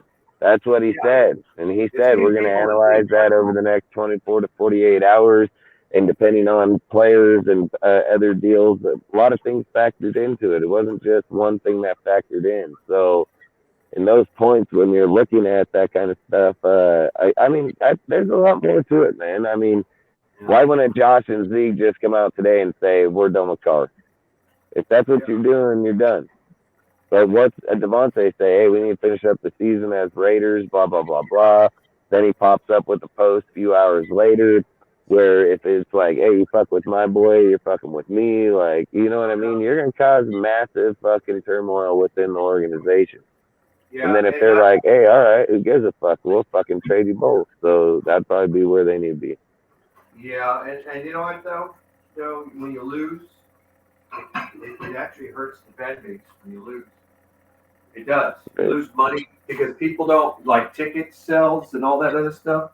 It does affect them. It's like people will say, why would we want to go see our Raiders get destroyed? We don't know what this team's going. We know that lost a lot of good players, you know, and you could argue and say Derek Carr's not the guy, but then you say, oh, but we like Devontae. Oh, Devontae's gone now, and then you got fans saying, you know what, man, it's bad. It's just bad. I'm not until things start getting better. I'm not going to the game. You know, it's I gonna just be, think you would have a better chance to build with your team if you just broke it to you know, Jacobs and then just built up afterwards. yeah, Because but then you create a fan base that's not going to be biased on Jacobs, then they're not and going to be and he biased. doesn't Just be like control the Barry Sanders. most outcomes of your games either. So But it'd be like a Barry Sanders game. Remember Barry Sanders? They didn't have a good quarterback or anything. He was just the best player on the offense. That was yeah, Barry but Sanders. again, if you go get Tom Brady, Gronk, and all them, I think you got plenty good Uh, enough I quarterbacks. don't know. That might hurt the fan base there too, and it might help at the same time. But maybe not. Like I said, you know, the only thing it might do is bring some other different fans to there. But the other old-fashioned Raider fans who totally hate Tom Brady, totally hate the Patriots, you know, and some stuck with it. Even says, well, maybe he's not going to be because they hate they hate the Patriots. You know, they hate the system too. But like I said, the one thing that I mean, if he goes with less, when you're an unproven coach, it messes you up.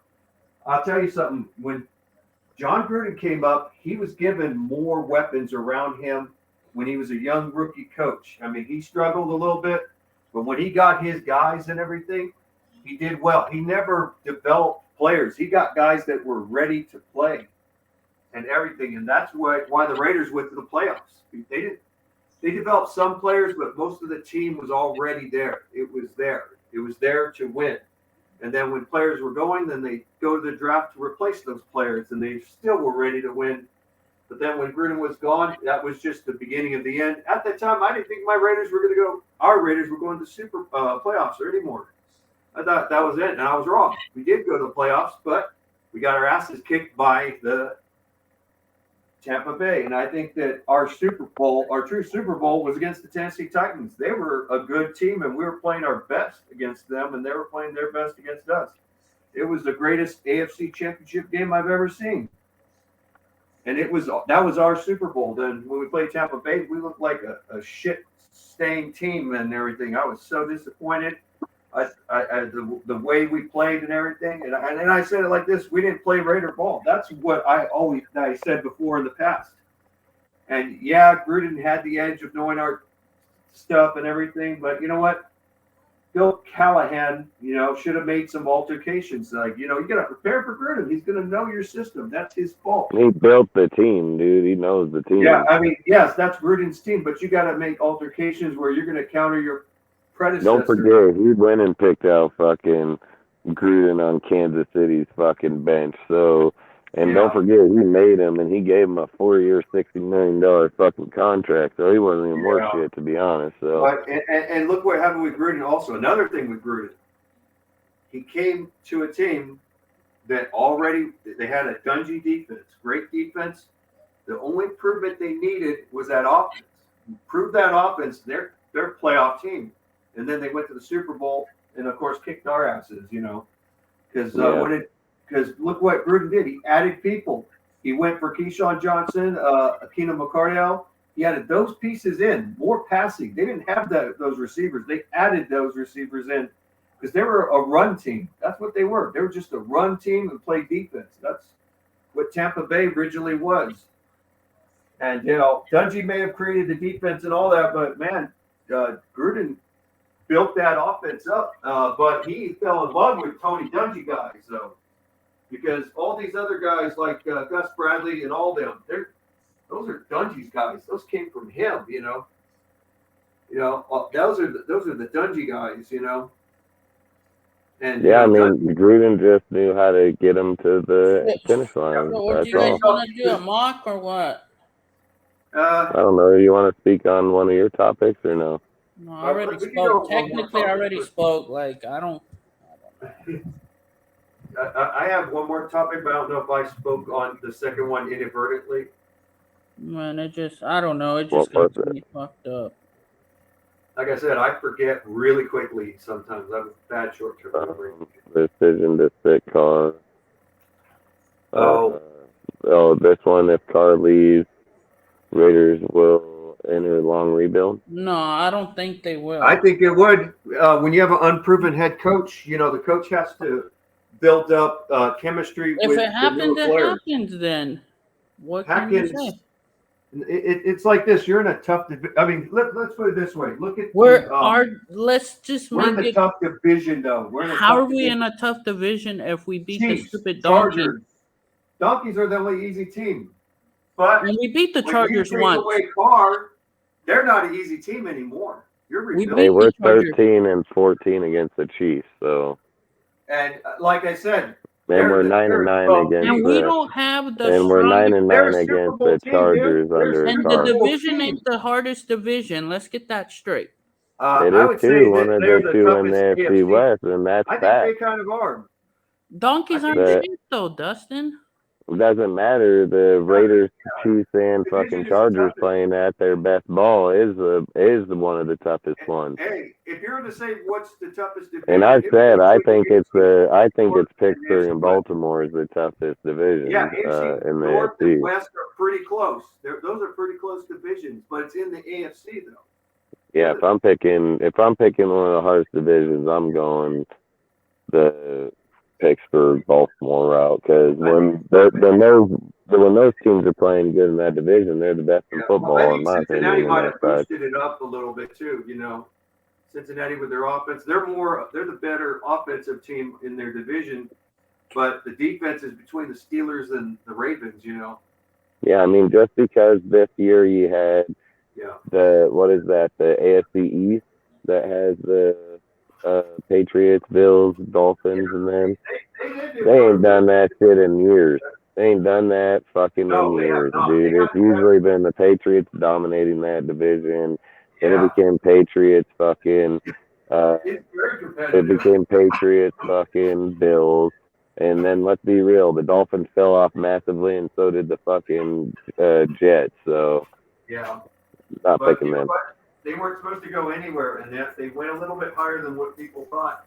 And the AFC South was good at one time, and they dropped massively, you know. And but you look at Jacksonville, they're like looking like they're taking that division, you know. And they're taking it. I didn't think they would take it from the Texans. The Titans. And the Titans look like, man, what the fuck happened, you know? It's like they woke up from a bad hangover. And then like, you guys want to talk about the Niner game real quick? Then we'll do a mock, and then we can get out of here. Sure, we could do the Niner game and not everything. All right, give me 1 second. Let me get rid of all these other ones. All right, what do you guys think about Week 17 matchup versus the Niners? I know some people might think that because Purdy, you got really backup quarterbacks, you know. You got Purdy, who's actually a third string, and, you know, of course, Jared Stidham, who's a backup, but really, in truth, he should be a third string himself. In my opinion, though, Purdy has had more play time than Jared Stidham, and he has the advantage over him when it comes to the offense. And the 49ers are going to run the ball and probably throw smaller passes. And the Raiders are probably going to do the same, but I think the 49ers are going to outdo them there. The defenses, I think it's going to be more of a defense team, but I think that at the end of the day, I think the 49ers got us. I mean, they're going to get us, and, you know, if they force a lot of turnovers and everything, then, yeah, they're going to beat us. Hey, just one scenario that I just heard about this is going to the draft. I just heard Will Levis puts mayo in his coffee. What the Oh, gross. I don't want to Listen, sound what's racist, your but opinion on that? Isn't that I don't want to disgusting? sound racist, but I always thought white people would do that shit. But What is that? That's crazy, that's isn't it? nasty. Who puts mayo in their coffee? I can give two fucks. Yeah, I don't I care can though. care less what he puts in his fucking coffee. He says we lose Hey, by at in least my 2 opinion, touchdowns against the Winers. I think this will be a surprise because they don't have tape on Jared Stidham. But he Stidham sucks. knows how to run the offense. He knows the playbook. I think And they have plenty of tape on Stidham. They got 4 games in the But he preseason hasn't played with though. them He hasn't playing. had the reps as Purdy but that has. was vanilla playbook though, technically, I don't Dusty. care. You're running the system. You've seen him play fucking I don't Tampa know what football. happened if he Don't run play like he's gonna run. Like he's not gonna sit He's back. 100%. He's gonna fucking do what Carr can't do, and that's when he steps back and fucking checks down through his. Look, when Stidham goes through his progressions and mark it, watch. He's gonna look through his progressions, and if you don't see it in the first, he's gonna take off. He's just gonna take off. He's not gonna fucking try to sit there and fucking maybe this guy, maybe that guy. Stidham did this in the whole preseason, and he did pretty well at it. He would Yeah, fucking go through the progressions the first time, and then just take the fuck off, dude, and go get the first down, go I move the don't think he's ball. gonna do Like that. I think he will. The Niners will fucking have the Niners can't be everywhere at one time. And if they're blitzing outside and fucking don't have the people coming up, Stidham can move around. He's already shown he can move around. I don't like the guy. I mean, like I say, I think he Well, has a weak arm. Derek Carr I can move don't like the around if he's quarterback. given the He protection, can't and move there's times around, he Why fucking doesn't. guy. if He's Carr? done it Why didn't 3 he times. run then? If he can move around, why wouldn't He's he done it just three run? times this He leads the year, Raiders dude. number He's 2 done it in 3 rushing. times this year. Right there. And that's real sad. A quarterback should not be the second leading rusher on the team at all. He's not like I it's don't not know. like I Lamar don't Jackson. care, man. I'm on ready for next year. I'm like saying I have a lot of uncertainty, and I have no faith. I have no faith in if Josh McDowns wants to put faith in me, you better keep all the winners and take out what doesn't work. Derek Carr does work if he utilizes them right. Stop making these stupid dumb plays, and he did do that. Run the ball too many times. And that wasn't Derek Carr's fault because he's doing what the coach says. Derek Carr wanted to say, "Fuck no, we're gonna pass." He could, but he's not gonna do that, or else what had happened is Josh McDowns is gonna bench him. Because he'll say, "You're gonna do what I say because I'm your head coach." That's just the way it is. He's not gonna go against his head coach. And then what does he do? Wants to bench him because we're gonna lose 2 more games. We're tanking it. That's what we're gonna do. Yeah, but I think, like I said, you don't Yeah, wait he's gonna till experiment. you're outside the playoff if that's your decision. I Yeah. think it makes more sense that you make that decision because there's too much money on the table if somebody gets injured for no Yeah. reason, with zero purpose. It means nothing. Yeah, We gotta go in there. We gotta go win, and we have to win both games against 2 pretty tough teams. And what is it? The Dolphins got to lose both of theirs. Like the Dolphins got to lose both of theirs. New England's got to lose. The Steelers got to lose. Jacksonville got to lose. Tennessee got to lose. You got fucking goddamn all these teams that got to lose. Like Tennessee, I can see that, but I think the Steelers are going to at least win one of their games. I think they're going to win both of them, but in my opinion, I think they're going to beat both the Ravens. There's too many teams that are going to win because they play shitty teams at the end and they're doing okay. So yeah, I mean, with the Steelers though, it was. 2 touchdowns. Like if I'm being honest, I think 2 touchdowns would just be nice. Like that'd be them being nice to us because I don't care if Purdy's in there fucking not. They've been putting up 35 points on motherfuckers, dude. Like they've been putting up a good amount of points. That's good team. Party has had the reps. He's played more than Jared Stidham has. These motherfuckers might come over here and just destroy the fuck out of us. 35-14, 35-10. Yeah. I mean, if you really want to win, you're gonna. They're not here to win because if they were to win, Derek would. If Stidham comes here and just puts up 300-yard game, fucking 4 touchdowns. Like, oh, Yeah. fucking, man, I'll shit myself. I won't even lie to you. I'll probably shit like a giant ass payday. That. Yeah, but you know what? I mean, I almost should have payday with that Chandler Jones recovery. That was.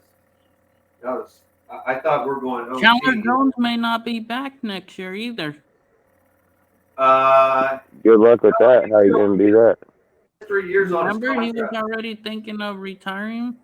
Well, that's only that would be about the best way for us to save our money. That would be the best is thing for him to retire. He was thinking of retiring before he signed with us. Yeah, I know, but I don't know if he's gonna. He got 3 years. That's tough. He's gonna walk away from money. He's gonna play. If he retires, he'll be when he's. That's $17.5 million a year, dude. We take like $34 million cap hit if we even fuck around with him. So. Yeah, so I don't think he's retiring. That's just not going to happen. I hope to God he does. I won't lie, but I don't think it'll happen either. I just don't see it. I'm just being logical. That's why I'm just saying. I don't care if that's why I'm just saying. I think they need to just, like I said, just reset both sides of the ball. Just straight reset both sides of the ball. Don't care who the fucking guy's name is. Keep people like Hobbs. I mean, I'd keep Hobbs. Hobbs healthy is a fucking Hobbs needs next to be level in the player. nickel, though. Put him in the nickel. Yeah, I think, like I said, when you start being able to say that when you're going from only spending $50 million to being able to spend $100+ million in cap, because you were moving off Adams, Carr, fucking say you do Waller, you extend Jacobs, you already have most of your line intact, so you're not going to do much there. You'd probably just fix your right guard, right tackle, and then you draft your corner or your QB, or you go get your fucking Tom Brady to fucking come here for a year. Then you got Gronk.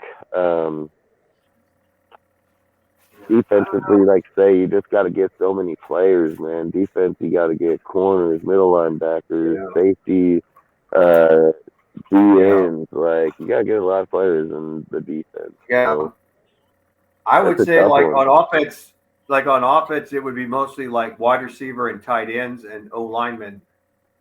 That's what I would do. O linemen. And I looked at the pro NFL thing, and they showed us like we need. I think they said wide receiver, but it said like linebacker, corner, safety. Like the fucking smoke just blowing off the back of the fucking video. Crazy. But because we do a 2 quarterback situation, and the draft prospects know that. Some might say we get a quarterback. Some say we won't. I mean, some say if we do quarterback, it'll be later, though. Are we ready to do the mock? Yeah. Who's getting the first pick? Dustin yep, go ahead. Or Aaron? I don't care. You guys pick. I don't really care. Well, I don't know. It don't matter to me. I mean, I'd rather if I had the first pick, I will go on defense more likely, though. I'll go first. Yeah, he's gonna go quarterback, I bet. 100%. Yeah, you know how Cortez plays fire or fucking gas on the fire. I just want to get a good laugh. I guess. To accept it. Nope. And we're gonna do fast. Oh fuck. Yeah, definitely want 7 rounds. Ready? Yeah, but is that they don't give us all our draft picks or what? They don't. Oh wait, you're on a different one. That's the pro. That's the one. Yeah, this PFN is the one Pro. that I've been using. PFN Pro is good. It just doesn't rate your players. It doesn't do well on my iPhone. It does better on like a laptop. Yeah. Let's go to the other one. Go to the other one, and we'll play that one so it grades the team. Yeah. Yeah, that one doesn't grade. I like doing it grades the team. Yeah. Which one? What is it? The NFL. The data one. It's the data. The data. Yeah, data one. It's not that one. That one does grade the team too, but it's a shitty one though. It's the data draft one. draft simulator, data draft simulator. Yeah. It has the Alright, let me blue look it markings on it and stuff. This pomelo is good to eat. Yeah, it's this one. Yeah, that's it. That's the one you had originally, and we did the grading and all that on it. We're going fast on this one. 7th round. Just put no trade. I can't. Where's no trades at? I don't can't know. do- Fuck it, don't. Yeah, you could just say just hit deny. You guys It's ready? gonna go fast anyway. Go ahead. Yeah, just make sure the Chiefs can't trade with us. Fuck the Queefs. My brother's a Chiefs fan.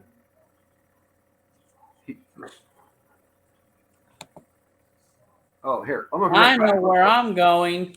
Let's go. Back. That's so predictable. Let me see.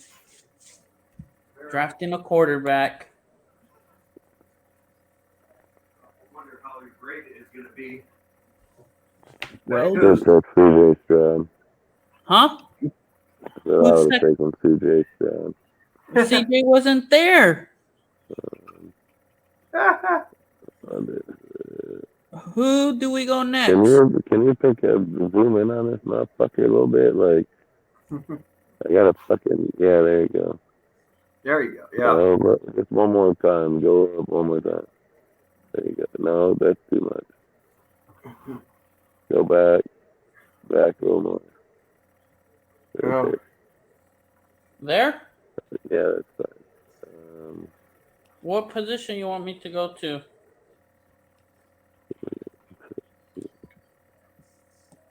Usually you go by all, and the running back shows up. Yeah, go to the all category. I am at all. Shows a running back. Right now, move down. Safety shows I up. would probably go.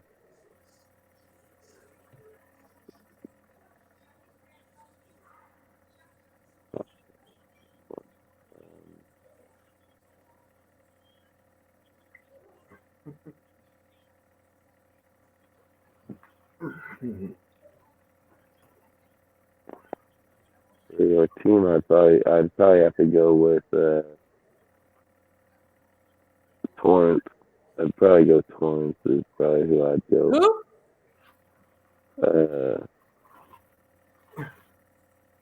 You mean the Yeah, Torrance, the outside linebackers for fucking Florida. Florida? Yeah, because Antonio Johnson. Cyrus, the inside linebacker, or the O lineman actually, isn't that O lineman? Oh yeah, he's an O lineman. Yes, O lineman. My bad. Take the O lineman. Yeah. Number 30.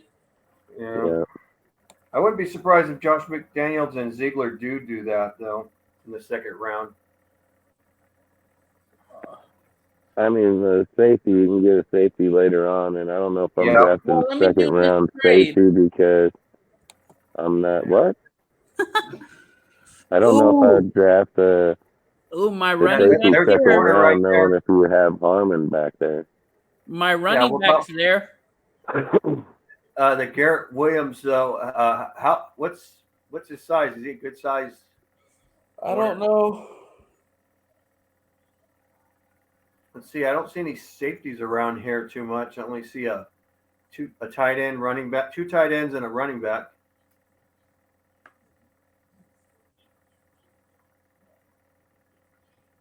I like to go linebacker, but Switch it to linebacker and what? Let's see. What's the linebackers at? I'm thinking the corner would be a better grade. Cortez. What? Let's switch it to the linebackers.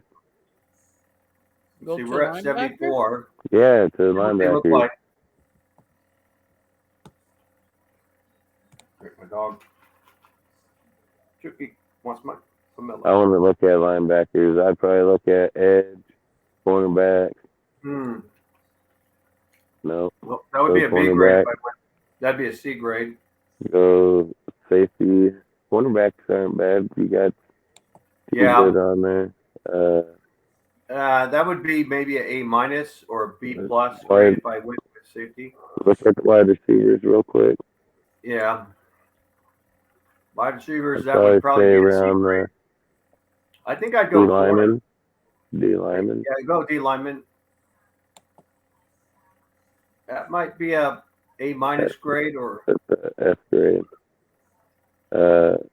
But out to, well, we already got. Now I'd go to tackle, offensive tackle. offensive tackle. Let's see. I think you have to go corner here, in my opinion. I think so too. Yeah, I think I go. Wait, that might be a. You know what though? Denzel Wright, Darnell, Wright would want to be a bad pick, and then you already got your offensive line done with your quarterback. I'll go with the corner. I'll go with that corner because I think that would be the best grade. There's the corner, Cortez.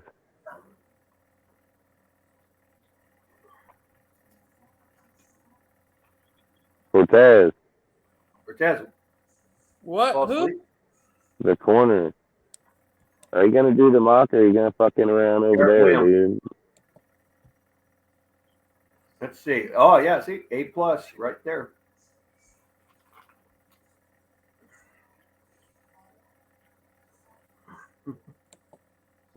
Fucking, who's gonna trade with them? I got the best grade so far. A plus.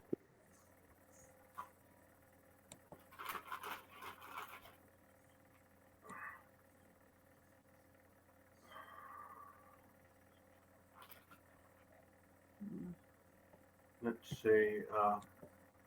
Wide receiver.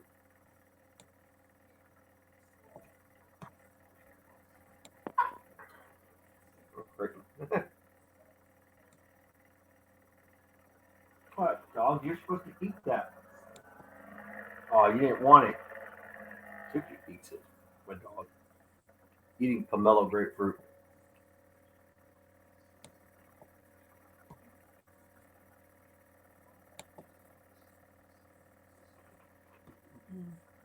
Yeah. Wide receiver is kind of needed, but especially if Derek Carr is gone and Adams is gone, but I'm taking a tackle. That would probably. You got an. Okay. Where are we going, Dustin? I want to see all. Wide receiver. That wide receiver looks like a good grade. They got multiple. KJ Henry here. The wide receiver. Keep going down.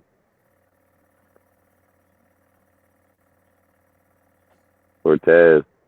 What? Roll down.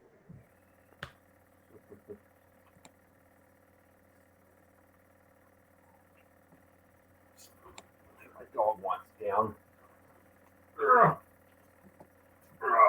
How much farther? No, not much. I just want to see here. Let's just go back up to Wicks so that we can go with Wicks receiver. Wims?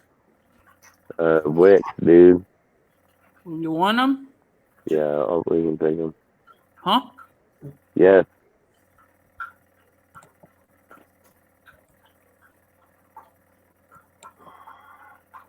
You know you want that trade, dude.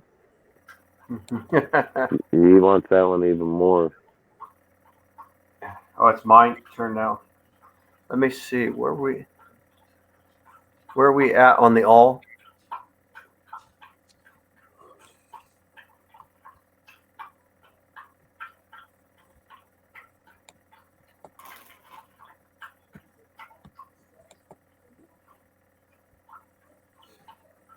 Let's see. KJ Henry. I mean, he's a good pick, dude. Do we have I him? wouldn't mind adding a little more extra edge to there, and that would be I mean, an he'd A be a grade. good pick. How did he get it? Oh, because we're 143, 3 picks later. Yeah, that would be an A grade. An A at the least. He's a good edge player too. He might be So an I A was plus. thinking Clemson him another or edge? we don't have an edge. What edge do we got? Ready? Yeah, I'd say take that edge rusher. I'd take him. Yeah, KJ Henry. It should be a good pick. Yeah. Man, that's what I'm saying. If we ended up with shit like that in the draft, we'd be all right. Yeah.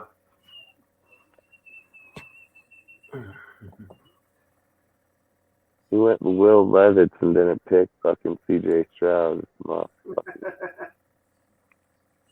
I'm taking a safety now. Yeah, we do need a safety. That would be an A grade. Yep, I got an A plus. 2 A pluses.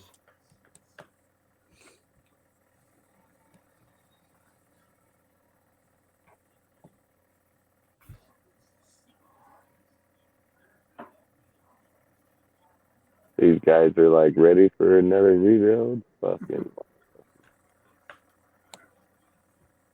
Dustin, where you want to go? You guys pick it. Give me 1 second. I don't know. Where are we at, dude? What do we need? We need D lineman. Let's go look at D lineman. D line. What pick are we at? 200. If we take a D lineman at that area, that'd be an A grade at least. But I think it could be an A plus. Let's look.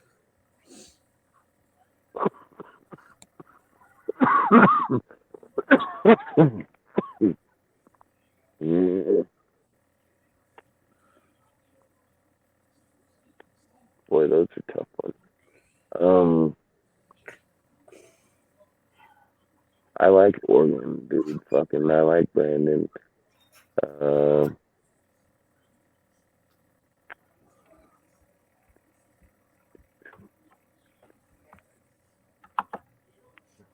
Fortune.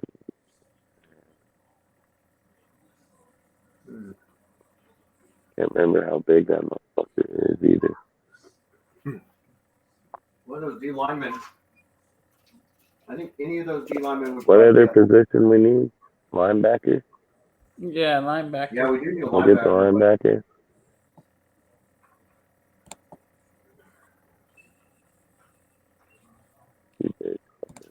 linebacker. Look, both Oregon. Man, that's a tough one. TCU defensive lineman's pretty good. Dylan Hunt. I like the dude in Oregon. Huh? I like Brandon fucking. I think we'll go Brandon. Let's go Brandon. Yeah, whatever. I don't know. I guess fuck it at that point. You got an A plus. Nice. That's my turn. Let me see where the all is at. I'm thinking if there's a linebacker available, that would be the next position that's needed. Let's see, we're at. There's that Florida Amari. Both of them, the Oregon and Oregon and Samoan. Yeah, he's alright, but I'm not. I want to pick him over DJ Johnson. Fuck no. No, you don't want to. I think I'm rolling with DJ Johnson or fucking what is it? Bernie, Amari Bernie. Amari Bernie. Yeah. Who do you want, Rudy? Florida guy. I would go DJ, but for me, but I think either one. Yeah. I wouldn't. I think you're going too far down the draft for the UCLA dude. I'll take a Amari. This dude? Yep. Let's see what I got. I get another A plus. You know what I'm gonna do? I think DJ would have been the better one in that Yeah, deal. I got another A plus. A plus. 3 A pluses. Who's left? What's left? Tight end. I'm going here, Dustin. They better not give me no. What pick are we at? We're at pick 221, and I'm taking Look him. at the halfback. Look at halfback real quick.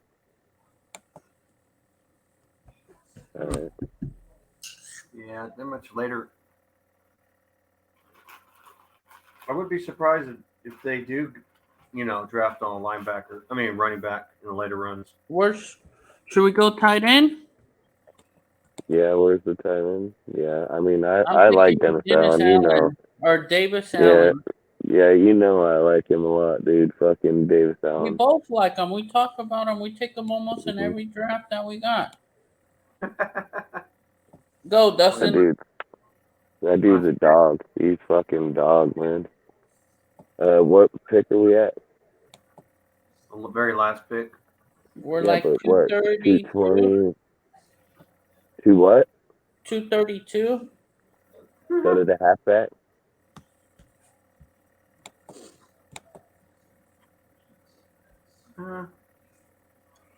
Chris Rodriguez from Kentucky. Go to all.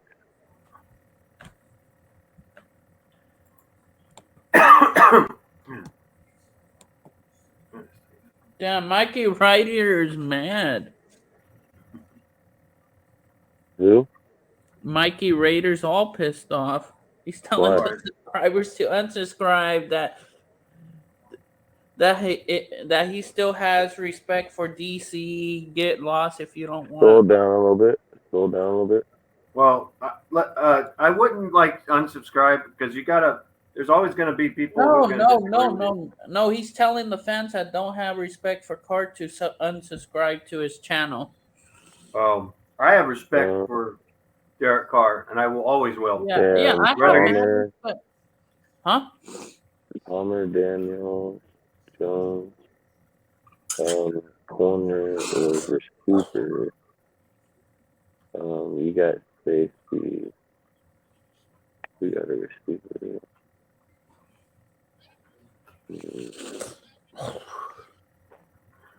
Fuck.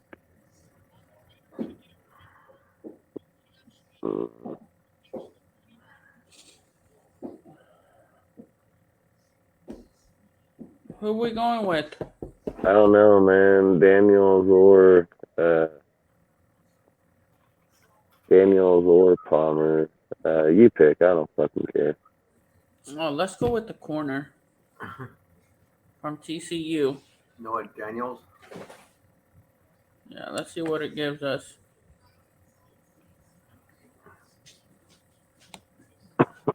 Oh, it gave us a B. I got all 3 A pluses. Perfect score for me. What was it? What did they give you for the corner? A B. I got 2 B pluses. Should have took the wide receiver. No, I didn't take him. I took the edge rusher. I got all A grades. And I have all A plus grades though. A plus A. You guys could have what I took the best available players. I got the best players overall. I got the best quarterback in the draft. That's debatable. So, Dustin. Yeah. I think for Wednesday shows moving forward, we should have a talk like the night before to see what or like that Friday, so we could have like our projected what side of the ball that we all agree on. and then I'll just do some slides. I'll do the scouting report. Yeah, for the players. For like each like position, we're gonna do positions, like Yeah. the 5 best quarterbacks, 5 best running backs. You eat those, boy, right there. No, I'm just saying, regardless, any position, like maybe we'll do 1 week quarterbacks, maybe 1 week we'll do linebackers. Like we just could flip flop.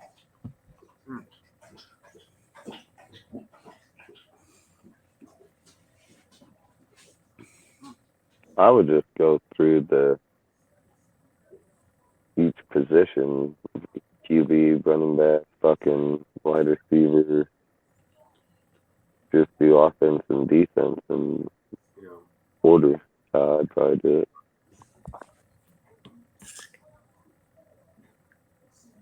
One offense, one defensive player. But it's Josh McDaniels. Either way, we'll figure about that. I'm not worried about it. Right here. What is it? Oh, about Carr. Talking. We're over that. Raiders What did he down say? under.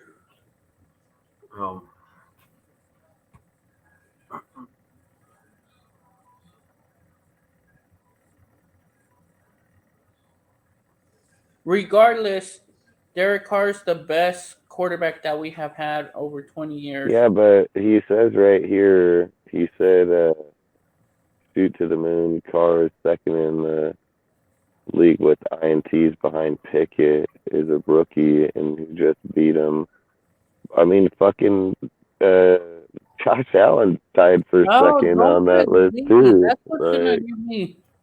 You spell it with what? the S. Josh Allen's tied for second on that list, too, Yeah. but he chose to say Pickett instead of Josh Allen. Yeah, like, Josh Allen's second. That's all I'm saying is these guys are just choice picking stat lines and people and whatever fits the narrative they want to push. Like, the fact is Josh Allen's on that fucking list with 13 fucking interceptions, tied for second. You got fucking Burrows on that list, tied for fifth with 12. You got Dak Prescott on that list, tied for fifth with 12. Like, you got multiple good players on there on that list, tied. So yeah.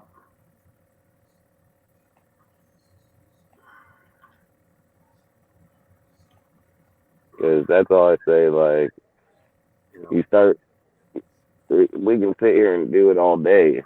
I mean, I can sit here and do it all day. Joe Burrow's like, third on the list, I believe. Oh, no. Again, he's second. No, he's he's tied fourth. second on the list. Joe Burrow's fourth because. Oh, no, there's a. They're tied for fifth, dude. Tied fifth with Dak Prescott. Fifth. Believe me, I know where they're at. I know the stats very well. Like, that's why I say, like, they sit and say an interception stat rate. Then you go over and say, okay, if you want to play interception stat rate, let's say, how did Devontae have multiple four? What is he at? Four. He has 4 more games than anybody in the league. 4 more games than anybody in the league with 2 touchdowns and 1 and over 100 yards in a game. He's got 4 more than any team in the league, and that's over JJ or Chase. Yeah. And then Not only that, he only has like 9. What? He's saying that Carr is second in the league with interceptions behind Pickett. Carr's first in the league with interceptions at 14, and then Josh Allen. No, listen. Derek Carr is first in the league with interceptions at 14. Josh Allen and Pickett are tied at second with fucking 13. And then fucking Burrows and fucking Dak Prescott are tied at 5th with 12. Yeah.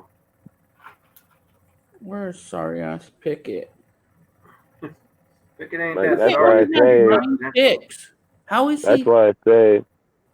That's why I don't say. know where he got this from up here, Dustin. That does not make sense. He said Pickett got 9. Yeah, that's what I was thinking too. Pickett got 9. If Pickett got 9, how does he have? Carr is second in the league with interceptions. No, Carr's the leader with picks. Yeah, and if And what's his Pickett has name, 9 picks. if Pickett got 9, then he's not even. He's probably fucking somewhere around 10 or somewhere. And 5 touchdowns. Probably like Horrible quarterback, bro. he's probably even worse Not a than horrible that, quarterback. to He be didn't honest. play the whole season, dude. Yeah. He's been splitting games with Trubisky. You can't make that judgment Yes, call. Carr has 14 and Pickett has 9 picks. But Where are Pickett, you getting Pickett hasn't played that having much. more picks than Carr? My point is Burrows, Dak Prescott, and fucking Josh Allen all have just as many interceptions as Carr. fucking Well, Carr. And They like to take and risks, maybe and one Derek of Carr. them will tie Carr this week. Derek Carr usually doesn't And take risks. again, listen, Dak Prescott didn't even play. Dak Prescott didn't even play the first 5 or 6 fucking games, and he got he has 12 interceptions. Fucking Burrows got 12 interceptions. Josh Allen got 13 interceptions. Yeah. My laptop's about to die, Justin. I'm about to switch to my phone. You don't have a plug-in to plug it in? I'm in the kitchen. Oh. No shit. Kitchen should have Ozzy, outlets. I've been saying this for hours, man. I mean, I already know where the team is and the picks and so on. The stats they bring aren't even the stats to compare because those aren't even the real stats. Yeah. Like when you're sitting here looking at it, like yeah, Carr has the most, but again, Josh Allen has the fucking second most. He has a fucking way better offense. You got fucking Burrows with Rudy, way better options. Trade what? You want to laugh at something? Look at that dumb idiot. Look how he looks. Well, that's your hero. All he needs is a chicken wing. Yeah, fucking dumb idiot, looking like stupid. You know, when you're sitting there looking at you guys look at, so you bring an interception stat rate that's not even valid. So then you're arguing the argument that's not even valid, and then fucking how many touchdowns does Allen have and Burrows? Allen's got 32. Allen's got 32 touchdowns with his whole roster intact all year. Derek Carr got 24 with fucking Adams, fucking Adams, Holland, fucking Keelan Cole, and fucking Foster Moreau. Like, come on, man. Yeah. Like then Burrows got fucking Chase, fucking Higgins, dude. He got a loaded ass motherfucking offense. Like the only one that we got that gets touchdowns is Devontae, and who else helps? Over in Cincinnati, they got Burrow, they got Jamal Chase, they got T. Higgins, What's the other one? It's Tyler Boyd. Tyler Boyd. They're all number ones over there. Yeah, they're all pretty good fucking receivers by they're far. Pretty good. I wouldn't call them like. I would see like the Burrows touchdowns. I don't know if Burrows touchdowns are too high, but I don't know. He has 34. Yeah, so he has 34, 32. So he has 34 with 12 touchdowns. Carr got 24 with 14 and we can't even say that all 14 are Carr's fault. Like I said, you can put a third of those touchdowns on the fucking players. Yeah, fuck by far. A third of those touchdowns on the receiver by far, dude. They fucking bounce them off right to other players. No disrespect to these two players. not Devontae, let me get that clear. Hunter Renfrow and Darren Waller. What did they do? Nothing. They didn't even break over 300 yards or 200 yards. No, what have they done in a game to screw it up?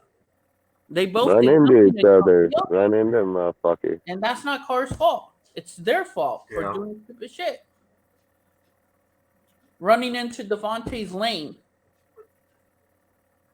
I think so this is another thing. So they say how many touchdowns does Allen and Burrows have, right? They have just about the interceptions the same.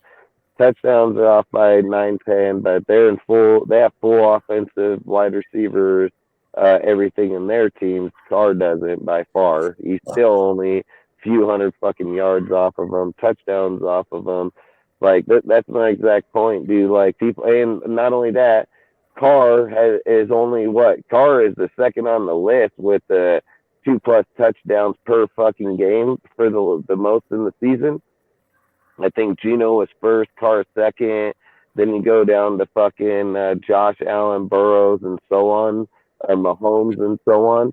Carr's second on the fucking list with the most 2-touchdown quarterback of the season. So at 10 or 11. To evaluate other quarterbacks the same. So it's like people, you guys can pick and choose your stats all you want. I mean that all at that point you're just not being fair. You're not being fair. It's being biased. Yeah. How much longer are you guys going to be on for?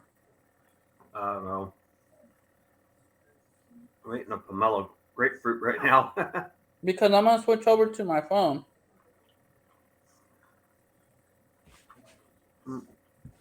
Yeah, but okay. If so, in this one, if you're gonna say you're gonna evaluate players the same, right? Then I would like you to say, when you use that terminology, how about you just put the player scenario?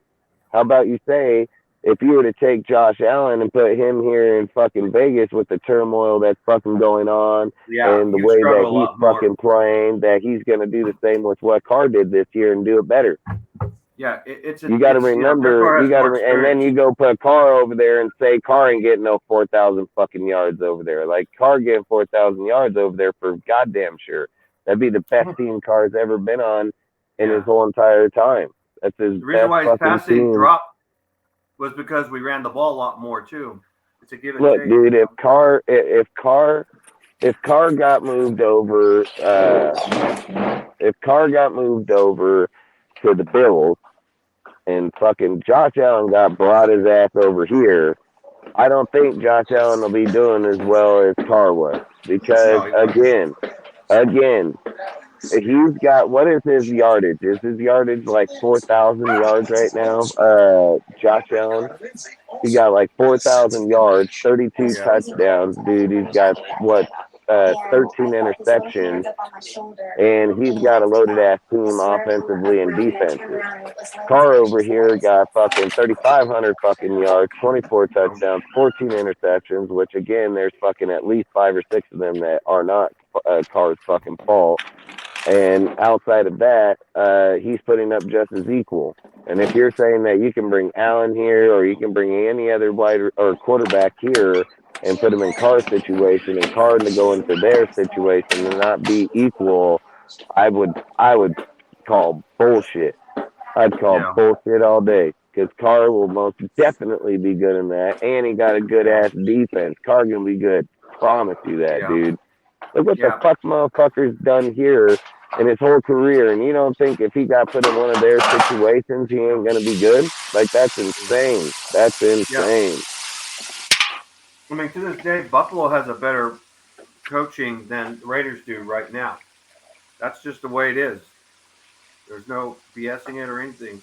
Now, people can make speculations and think Josh McDowell's will improve. You know, you can do all that, but at the end of the day, coaching ain't that great.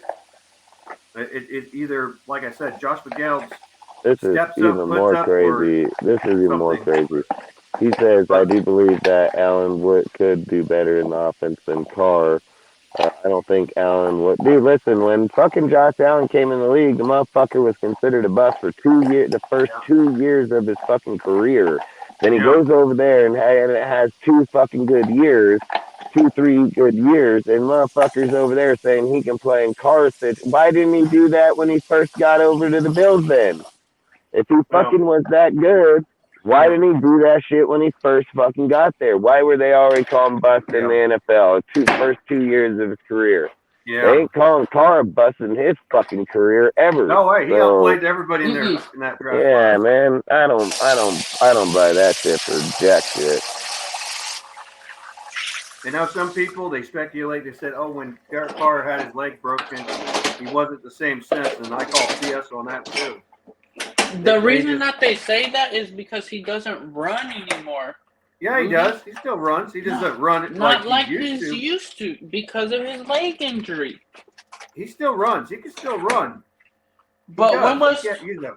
he hardly runs though?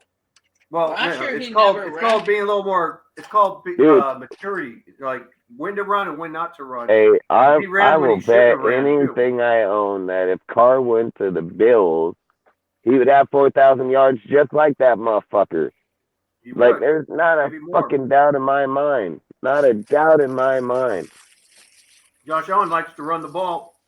Well, you know, completely when it's him, though. You know. Carr's first year, he beat the Chiefs, dude, in his first win. Yep. But Carr went 10 straight losses, and guess who his first win was? The Chiefs. Then he won 3 consecutive games. Didn't he beat the Niners that year too? Yep, Chiefs, Niners, and fucking. Fuck, who was the other team?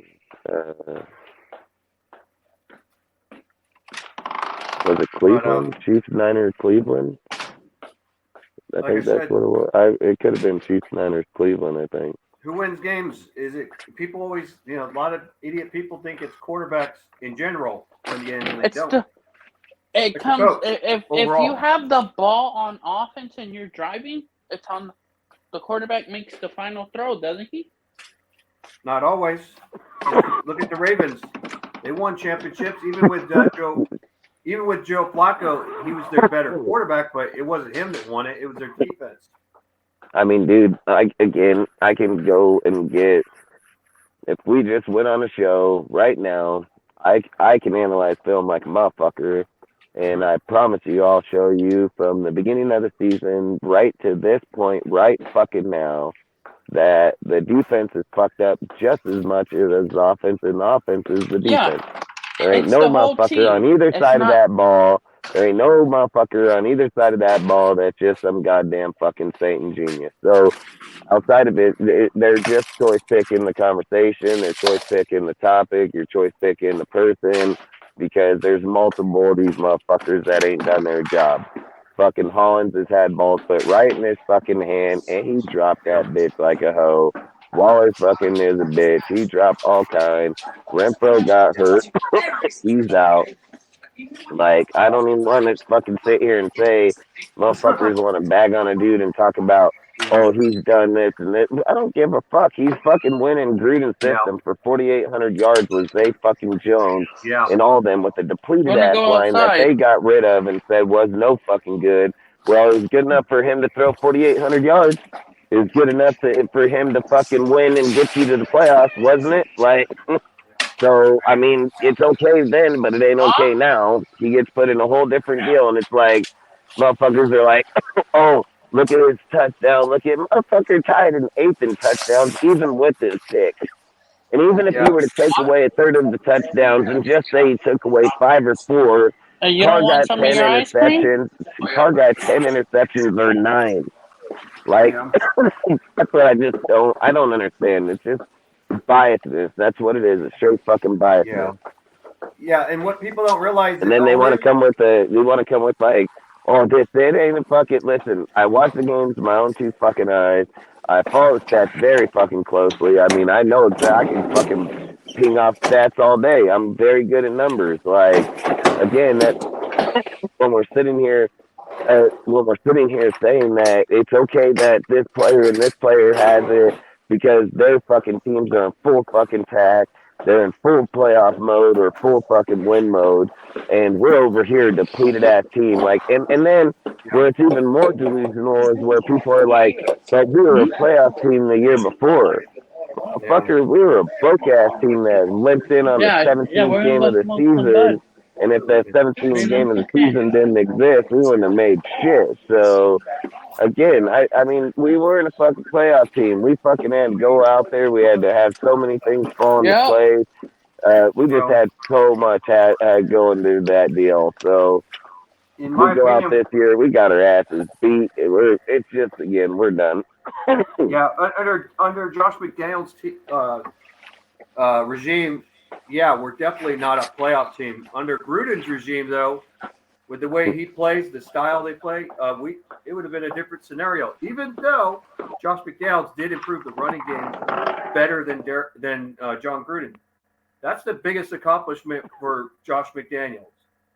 And yes, in touchdowns, but at the end of the day, we're losing. Yeah, to but teams I that we think should Gruden beat. was doing it right. I think, in my opinion, I think so too. I think Gruden was doing May it not be right because flashy, but I don't think you need your halfback to run 1,800 fucking yards a season. no. Like, if your halfback's running 1,200 yards a season, you're doing just enough to win the games, like you need to. And if you have a quarterback that's any good, just like I said, if Rodgers comes here, I think you would fucking go a 60-40 on Rodgers because he has a good arm. He's fucking good quarterback. So, like, run him 60-40, dude, and then let Jacobs pound the ball, get his yards, but let Rodgers also move the ball through the air like he does, so. Rodgers would want to take over, though. He would tell Josh McDaniels that, hey, wide receivers, let's go look for wide receivers.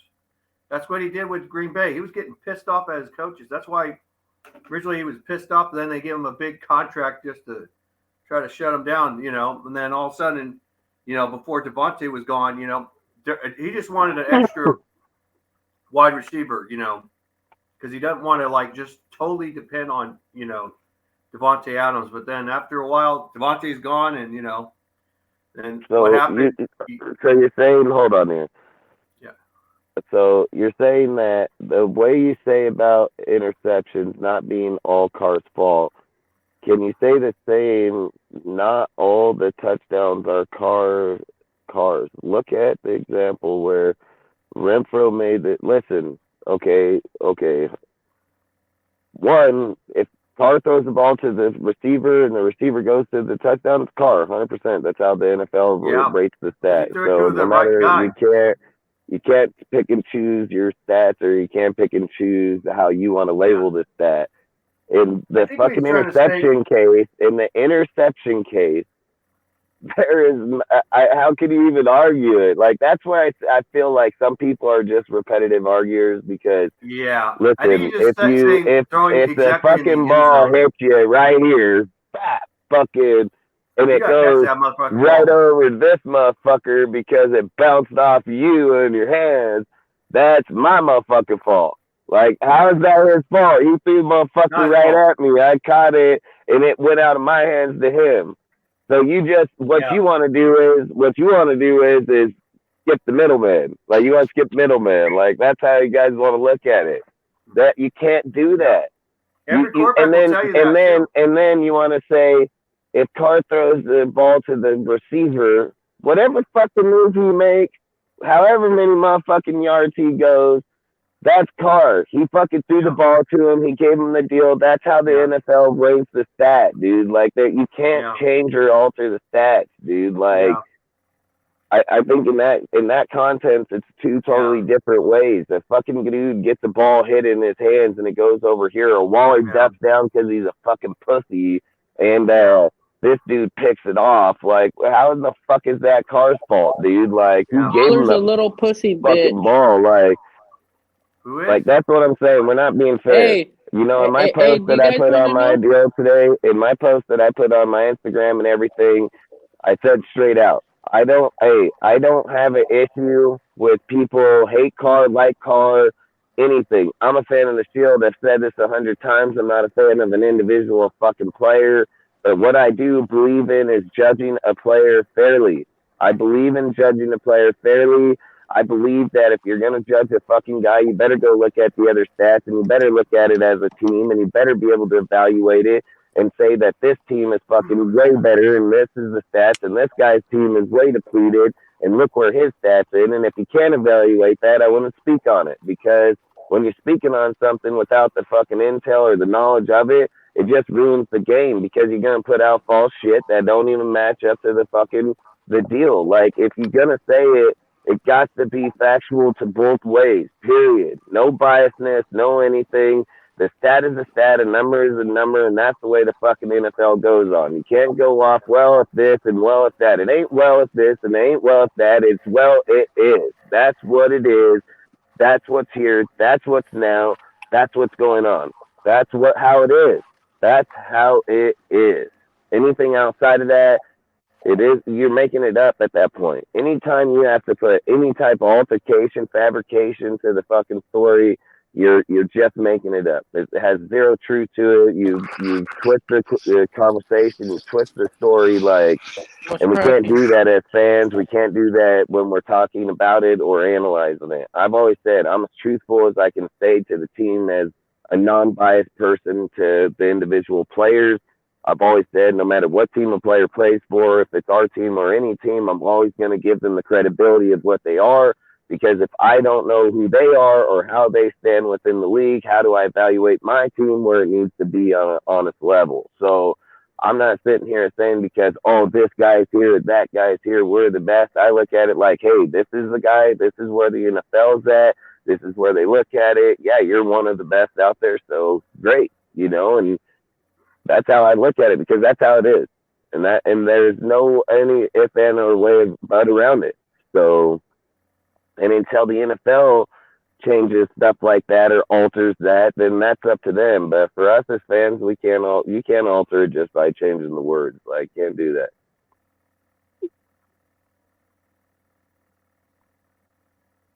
I just think like I said, I watch stats, I watch numbers, I look at shit with a non-bias to it. I'm not sitting here saying Carr is the greatest fucking. I'm not saying Carr is the greatest fucking quarterback. I've never said that. But what I'm saying is, if I'm sitting here evaluating the fucking team, and I got to go make moves, I'm pretty sure Carr ain't he's not the solution. He's not the problem. Like that's the thing is like he ain't hurting us and he ain't fucking destroying us. The guy's played good football with shitty fucking teams. Like he's played good fucking football with lesser fucking players, dude. Like he took fucking Zay Jones and all these motherfuckers last year and made them be something. Even Edwards, even fucking other players, they still had their fucking little shine. Now they left. Now Edwards left. What the fuck he doing? He didn't get shit over in Atlanta, 15 motherfucking yards. He's over here in the fucking Chiefs now, still ain't fucking doing nothing. So I mean, people underestimate Carr by far. And I'm not listen. I'm not a Carr stan. I ain't a fuck Carr lover, hater or not. I'm just a fucking person that says, hey, I watched our organization go through winners and losers. I've seen that in the last 20 years. We've had 2 winners, Gannon and motherfucking Carr. And outside of that, dude, we have a shitload of losing ass quarterbacks. So all I'm saying is if we're going to judge, let's judge fairly. That's all I say. Judge a motherfucker fairly. Don't fucking sit here and make up it. Don't fucking go put falsified. Go to motherfucking ESPN stats. Pull up the motherfucking stats. Look at the yardage. Look at the play. Look at the way the team was assembled. Look at who the starters were and look at who our starters were and judge fairly. You can't look at motherfucking Tampa Bay Buccaneers and say that motherfuckers had Chris Godwin, Mike Evans, Julio Jones, fucking Russell Gage, fucking Kyle, or they had fucking Oaten, they had fucking Bates, dude, Fournette, fucking White, and that we're over here with Jacobs, fucking Adams, Holland, and Keelan motherfucking Cole and Foster.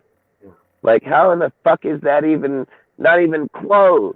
Not even close, dude. Like, and Carr still bust out 1,000-yard receiver. Tom Brady ain't done that yet. I don't even know if Mike Evans has 1,000 yards yet. So, again, all I'm saying is this motherfucker doing more with less. These motherfuckers got way more, and they're not even doing much better than them. He got 8 fucking more touchdowns than them and 500 more fucking yards. Good. Carr's over there. He that same motherfucking thing because he been under Gruden for 4 fucking years and he was never under 4,000 fucking yards. So motherfuckers, I mean, quit being so goddamn biased, dude. Like motherfucker, he played great under that fucking dude and he played good football. Then you go get this sorry ass motherfucker calling think ass fucking plays, think ass shit, and then we're gonna be like, oh, it's Carr. What the fuck ever. Whatever, dude. I don't really give a fuck. You say think whatever. People can think whatever they want. When you go get the next motherfucker and it happens to him, then what? Then fucking what? Because it's been happening to us for 20 fucking years, dude. So don't matter who's there. Happened to us for 20 years. So like Devontae's post, just here right now. You know, basically telling motherfuckers, fuck you. You get rid of Carr, I'm gonna fucking leave too. Like, that's the thing. And if you don't like it, he gave the motherfuckers the middle finger. Like, Devontae knows quarterback's fucking good, man. Like, Devontae ain't even gonna go down that road. Motherfucker will straight leave this team just like he posted here just a few hours ago. Fuck it, what, hour ago. Like, he ain't messing around either. If he hasn't lost it already. I mean, facts, bro. I mean, listen, if you move on from Carr, you have to throw the grenade in there at that point. Like, you have to do it. You literally got to fucking just be like, all right, if we're getting rid of Carr, we've got to get rid of Devontae. We need to get rid of fucking Waller or them. Like, you have to do that. Like, you have to do that because if you get rid of fucking Carr and you cut him, fuck, Devontae gonna be over there being like, bitch, Carr ain't your biggest problem no more. I'm your biggest fucking problem now. Yeah. And then motherfucker's gonna look to him because he's superstar in the NFL and he's at a way higher level than Derek fucking Carr. And they're gonna be like, okay, what fuck going on over here? Like, you don't want that shit in the NFL, dude. What about when you're trying to get people here? What about when you want to get superstars here? What about when dude moves up out of one fucking place with his whole entire family, everything, comes here, and he's like, motherfucker, you don't do it my way, you're at it. Bitch, I just moved here with everything I had. You know, like, people ain't going to do that. They're going to be like, yeah, fuck you guys, dude. We ain't going over there. Fuck, get your own fucking, you know, like, you're not going to have a depth anymore when you're recruiting people with a name like that. And I just think, like, to me, I think, boy, oh boy,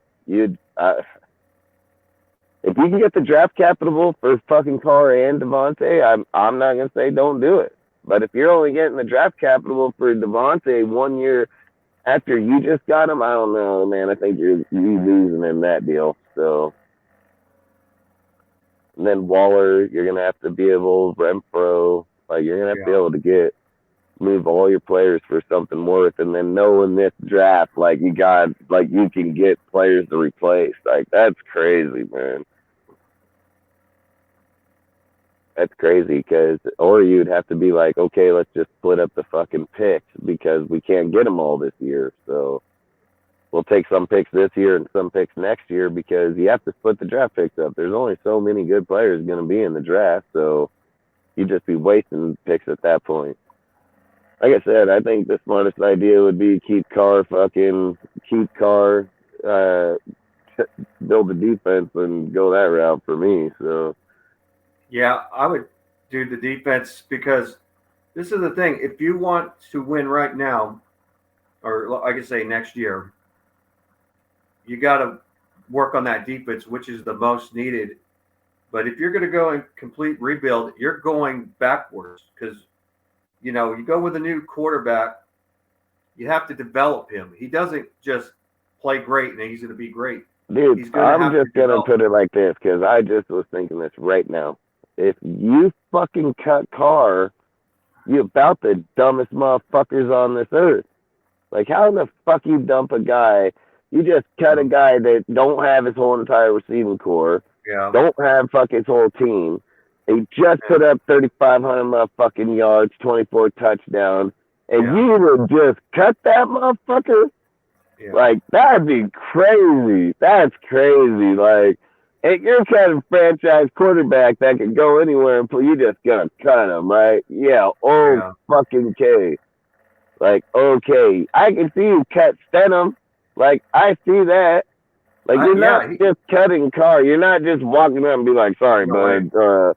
Sorry, you didn't make team this year. Like, okay. Yeah. Like, that's just crazy. I think it's just crazy, dude. Like, I don't know. Fuck, I seem crazier, but boy, that's just like walking up to motherfucking Devontae and be like, well, I'm sorry, we don't need your service no more. Like, I mean, to me, you know, we talk about Tom Brady, and I'm going to say this about my thing about Tom Brady. Tom Brady, in my opinion, should have retired, and it's not because his body or anything. It's because of family. He ignored his woman. And he said, I don't give a shit. And he says, okay, she wanted to divorce him because she wanted him around more and felt like he didn't need to accomplish more. You know, he's done his thing, you know. And but Tom Brady, he's a little bit of like a workaholic, and he feels like that's what keeps him busy. Because it's like when you play a game, you get obsessed with it. Well, Tom Brady is obsessed with playing the game, and people do like quarterbacks who are obsessed. But in my opinion, I think that he should have retired sooner. And he lost his wife, but I mean, they did agree with things like properties, and there's not going to be any problems with their kids and all that other stuff. They're all dealt with, but he failed as a husband. In my opinion, that doesn't mean he's a bad person. There's some people that just ain't. I just want to know. I just want to know when people make accusations that if Tom Brady comes here, we're going to win. How do you know that? Yeah, like you don't. I just want to know. I just want to know. I don't. If Tom Brady can't win on the team he's at right now, and he's been on the team for 3 years, he won a Super Bowl with them, came back with the same team the following year, and got the team again this year, and he's not winning there. What makes you think that he's going to come here and win? I just want to know, because I don't know how we can say that a guy is on a better team offensively, a better team systemly, he's on a better team defensively, and he's gonna come in motherfucking Raiders and win. I just would love to know how the fuck that's going down. So no, it's just not gonna happen. Even if he knows the system, it doesn't matter. And remember, he's going. Tom Brady. I said this before. Tom Brady does not like competitive divisions. Dude, Derek Carr averages 23 points. Tom Brady averages 17. How in the fuck is it? Like, that's the kind of shit I'm not understanding. The thing is when Brady has these games and wins, he has a fucking good defense to back him up. And when fucking Derek Carr's played, he's never had the defense to back him up. So I'm just wondering, how in the fuck Brady gonna come over here, win with us with the fucking? I mean, I just think it's crazy, dude. Yeah. Some Patriot fans would say, you know what, Tom Brady's going to come back to us, but I don't think he wants to, even though Patriots have a good defense, but they're in a very tough division, and they don't have the best receivers. I mean, that's not true, bro. That's not true. Who? He said, because Brady is more accurate passer than Carr, Adams, Waller. I mean, Brady and Carr are probably pretty accurate. Brady cannot throw the ball downfield like Derek Carr. They're probably pretty close in accuracy, but Carr has way better arm. But this is the thing. Accuracy. He says that Adams and Waller is an upgrade over the weapons in Tampa. Where in the fuck do you see that at, bro? Like, where do you see that? You got I mean, I don't understand if we don't know players here, because if you got motherfucking Mike Evans, 1,000-yard receiver his whole entire career since he's been in the NFL since day fucking one. Chris Godwin, falling ass motherfucking wide receiver, dude. And listen, I even forgot Scotty Mills. Man. He ain't just as good as Renfro and probably a hell of a lot faster. You got fucking Julio Jones, been superstar in the NFL. He still produces at 300, 400, 500 yards more than any other motherfucker we got. What, fucking Hollins at 300 or 500? Like, what is Hollins at, 300 or 500 yards? Like, it would come make on, sense man. if it was come on. You got Russell Gage, dude. You got, Cameron Bates, dude. You got fucking Oten. I mean, bullshit if Waller and Adams is an upgrade over weapons and. But, well, Adams, in my opinion, it's really hard. You can't put him in with Evans and all them. But Tampa Bay's defense has fallen off this year. They're the 8th best defense, but falling off. All right. Their defense is still pretty good. I don't know if their secondary is great. They got great linebackers and they got D linemen still, but they've in the past they had injuries with their secondary. And again, you use words like win healthy. Like, well, Adams individually is better than. And Adams is one player. He can't be physically better than both of them on the field at the same time. No. Evans and Godwin on the field at one time is a better tandem than Adams on the field by himself. So that's like saying, I got the best weapon. Sure, it might have the best ammunition, but the best ammunition doesn't mean anything when you have two guns. Two guns is better than a gun with the best ammunition, though. It has one shot and it's a good shot, but you got two good shots in each gun. That makes no sense. Just because it might have a better ammo doesn't mean it's always better. And again, listen, you said that Adams was the best receiver in 2021 in the league, and he's arguably top 3 receiver right now. Well, he's top 5 now on the list. He's got 1,200 fucking yards. Like, Jefferson just smoking his ass at 1,700 with the Vikings over there. I mean, I'm not going to say that Devontae ain't a great player, and I'm not going to say all this because he has. It's really hard. His numbers aren't going to go high because you have But Josh again, Jacobs. they're sitting imply that when you're looking at 2 players that are pretty fucking good players in the NFL, Jacobs, and you're basing one player to be better than him, so that's saying that Carr, you can have Mike Evans and Godwin, or you can have Devontae Adams and Holland. Like, what the fuck, dude? Like, what the fuck? I mean, there ain't no... Fuck, he may take Adams because it's his best friend, but every other motherfucker that ain't friends with him, they're going to be like Chris Godwin, Mike Evans. Better tandem, better receivers. First, damn sure. And here's another thing You might get Adams, but come on, Holland's motherfucker, get out of here. Get the fuck out of here. And if any motherfucker brags up Holland, go look at stats. What is it, 500 yards, fucking 3 touchdowns? Like, matter of fact, I got that. Let me go see. I got that shit right here. Yeah. What is this motherfucker? He is 588 yards, 3 fucking touchdowns. Special team motherfucker. Come on. Oh, I mean, Adams, though, I think what you got Evans. You got Evans at 805, 3 touchdowns. Chris Godwin 702, 2 touchdowns. They're way better tandem together. Just like I said, then you're gonna be dealing with motherfucker over here. Like you got Waller and Renfro ain't even fucking. I don't even think they've eclipsed the fucking 200-yard mark yet. Maybe 250 mark. Yeah. Back, sir. When is Waller ever healthy? Straight up, bro. Motherfucker ain't never healthy. When healthy. Yeah, Waller was not healthy last year, and he can't even block, dude. I mean, this fucking guy can't even block. I mean, I've never believed that he was top 3. I'd say like top 5, top 6 player. I mean, there's too many guys out there that are complete all around tight ends. That's what the game's built on, is being a fucking complete tight end. Safety or corner, but he had trouble blocking. Dude, back when you had like Keelan, fucking Winslow and shit, like fucking those type dudes, you can fucking probably say that. I mean, I can't speak too much on Tony if he was a blocking tight end, but I don't know. I just think when you're looking at the types of players they are, you got to fucking grade them for who they are, for sure. It's like saying that, I want to take Kelsey over him. I mean, if I'm looking at Josh's system, I'm taking Kelsey for sure, 100%. Because he fits the fucking scheme better. He fits what we're doing better. Like, fucking... Yeah, because... Like, is Waller good? But, he's good, but fuck, he ain't the greatest. Yeah, and the motherfucker, he ain't even played in, the last year. He ain't even played in the last fucking year. He goes out, gets a touchdown, and don't even show up till when he wants to fucking dive for a ball and take it away from Adams to take it to the house. But all right, sure.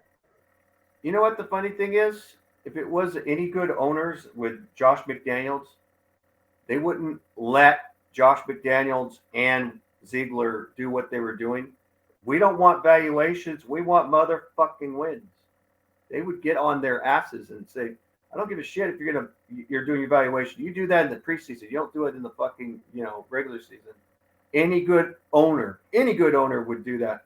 But like you got a weakling like Mark Davis, he just doesn't care, or he's extremely ignorant, I mean, most owners wouldn't put up with that shit. So here's a question. Like, I think I read a message again here about Renfro a second ago. So if you say that Waller and Renfro are that good, right? Carr got to play with them for 3 games this whole season. 3 games. So he played with them in the Charger, then the Cardinal game. Then I think the next time they all played together was the Steeler game. So when people are implying that Renfro's an upgrade, Waller's a fucking 3, this, that, and the other, motherfuckers didn't play all year, left Carr hanging, fucking Carr got to go out there, do it all by himself, and all you motherfuckers trash talk him.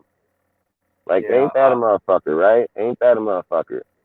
Like, but no heart, no soul, no nothing. It's just fuck that motherfucker because he couldn't carry the whole fucking team on his back. Because that's how people look at it. Motherfucker played 3 games all season with his starters all in at one time. And motherfuckers act like this fool had them all for every game. Every game, all season. Bitching about dude get fucking 14 interceptions, but motherfucking Foster bounced that bitch off his hands multiple times. Renfro, fucking Waller. I mean, multiple people. Like, straight multiple fucking people. Yeah. And we just over there, we just bypass all that shit. Like, listen, again, I'm not a car fucking spinner, not. I'm just saying facts of the fucking deal. Like, what, are you blind that shit when you see you just go like this? Like, nope, didn't happen. Like, is that what we're doing here? Is that what we're doing? Oh, fuck, nah, hell, if I don't see that, don't count. Like, what the fuck, dude? Like, this is crazy. It's crazy. Yeah. I mean, a lot of Raider fans do think, they get a little nervous. Hold on, I can't see that. Probably didn't happen. What the fuck, dude? Like, what were you saying? Yeah, like I was saying, a lot of Raider fans, I've seen a lot of them get mad at the, and some people actually pay attention because there were some very questionable plays that Josh McDaniels did. But then I realized that he's not doing this to lose on purpose necessarily, but he's doing this to evaluate. But, a lot of owners don't like that shit. They're like, we're not about valuation. Your job is to win the motherfucking game. Your evaluation should happen in preseason or whatever. We're not here to hire you to evaluate the players. We're here for you to take over this system and win. That's what it's about. Well, I just what I think the craziest about this whole conversation about Carr, right? Yeah. People blew this shit up like a woman does when she watches drama movies, right? Because, and this is facts, because the reporter in the interview asked Josh, with Derek Carr's guaranteed contract next year, $34.8 million, do you think it'd be smart to bench him in the final 2 games? So if he gets injured, his contract's not guaranteed fully for next year, and 7.5 of that is fully guaranteed in 2024.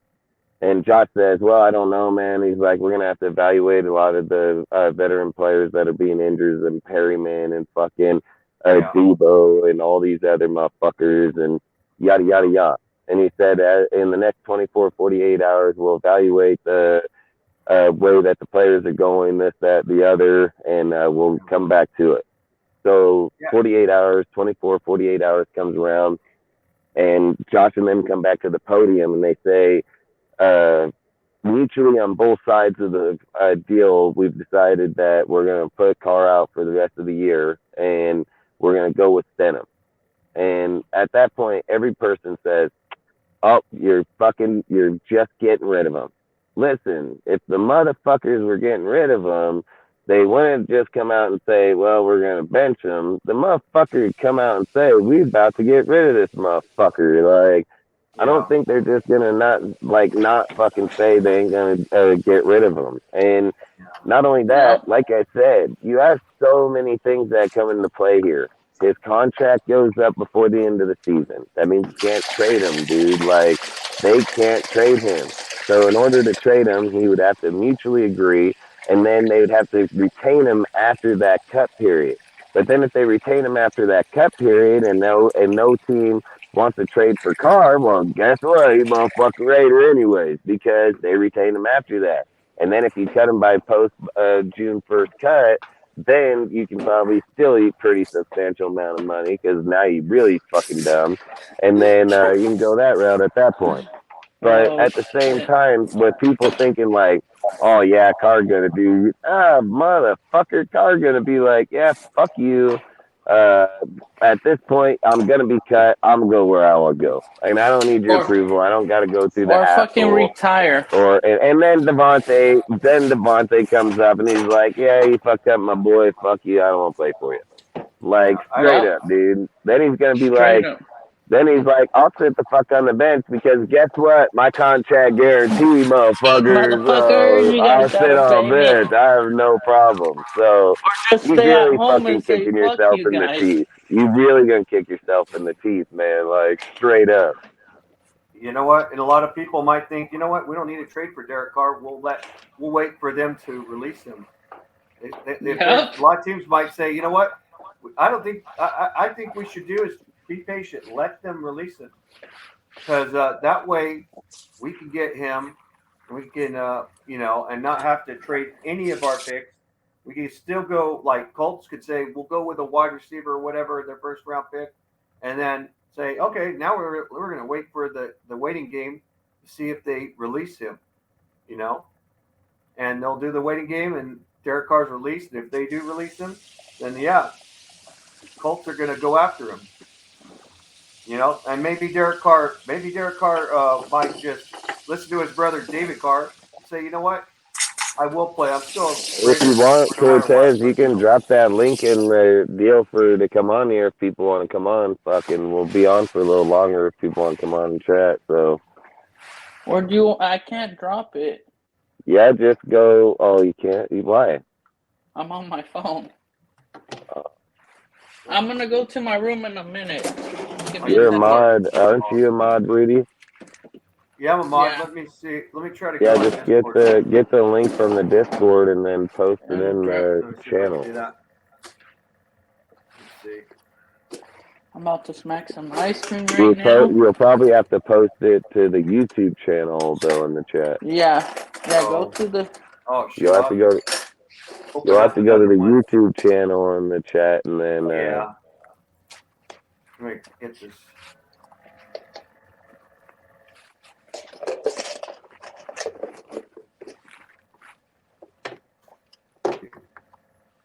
If he even with them overthrowing and underthrowing the balls, Carr has done no more, no worse than any other player in the NFL.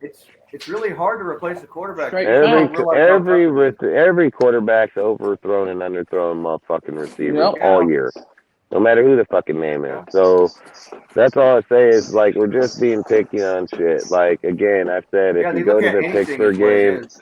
if you go to Pittsburgh Come on. and you've never been in cold weather, Come if on, you boys. play in Nevada where you're in warm weather and you pick up a football and it weighs Yeah. 3 fucking pounds, and you go to fucking Pittsburgh and it's negative fucking 1 degrees and you pick up a football and now it's fucking 8 pounds, like there's a big fucking difference in there. You don't play with that. You don't fucking know.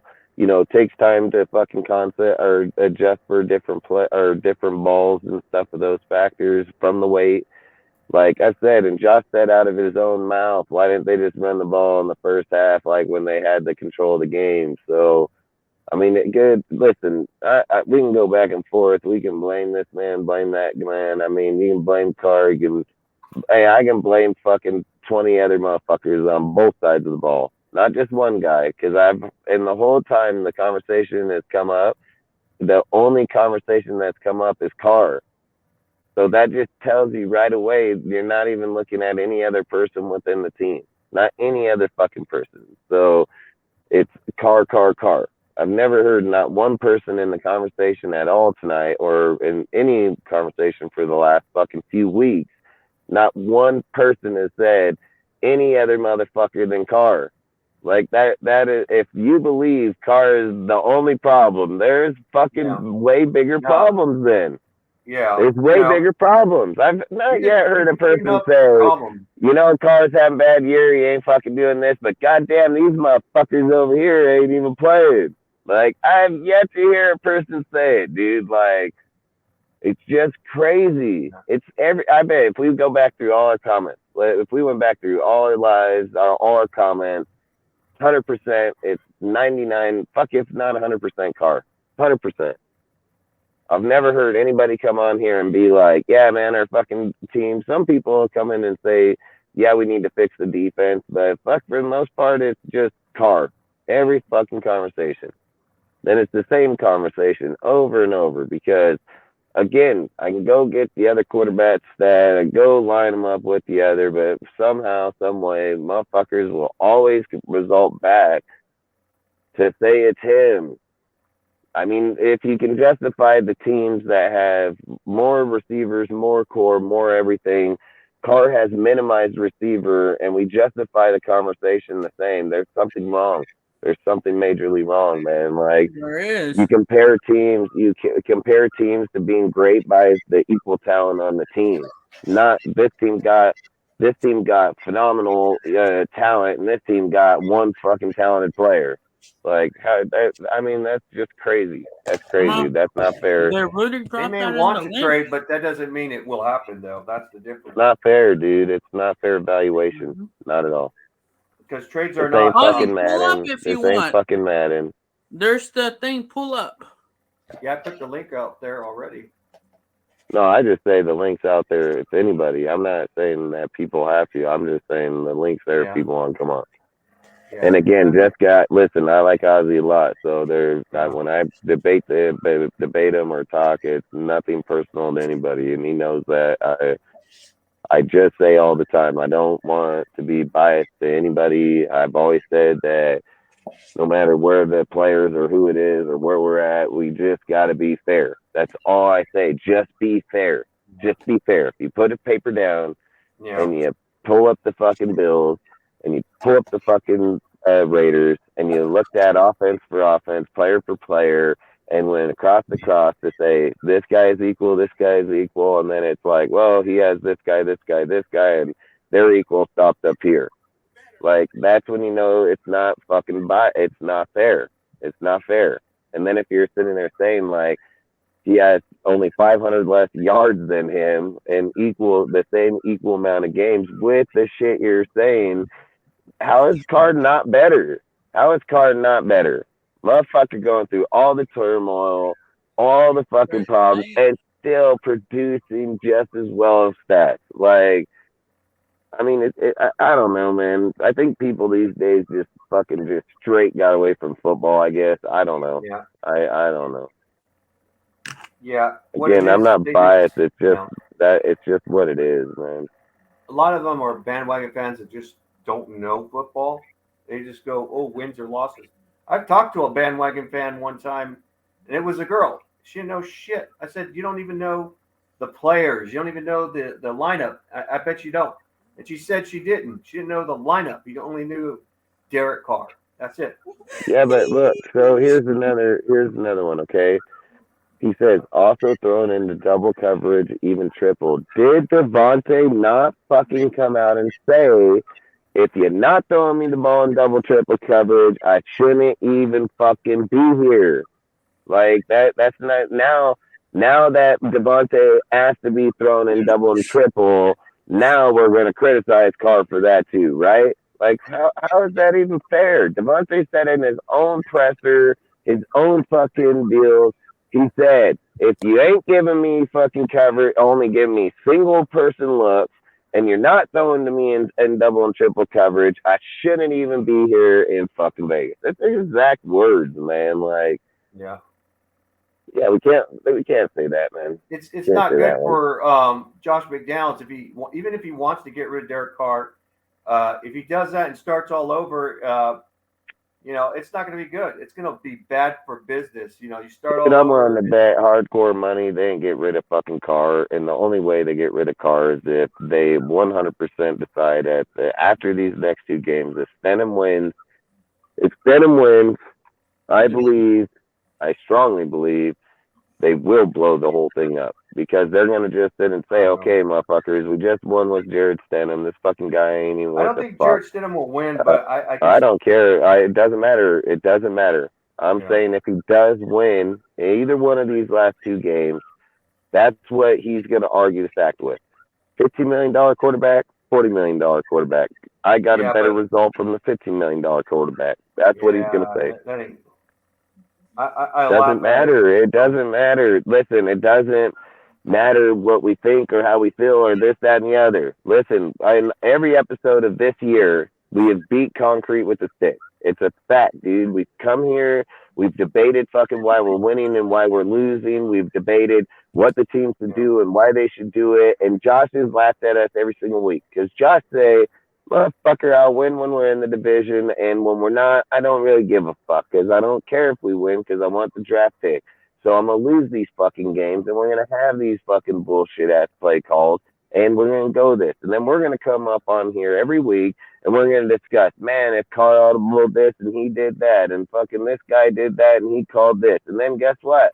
We end the show, we go to the next show, and it's the same motherfucking thing because this is what this motherfucker been doing the whole time, and then we're going to keep doing it again.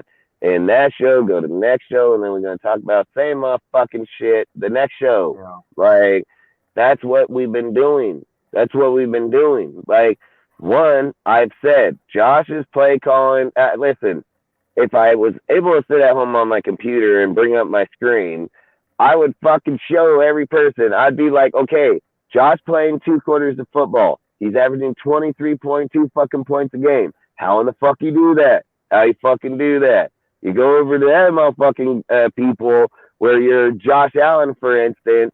He's got 420 points, which only, what is that, 70 more points than what we've gotten. He has a full roster, dude.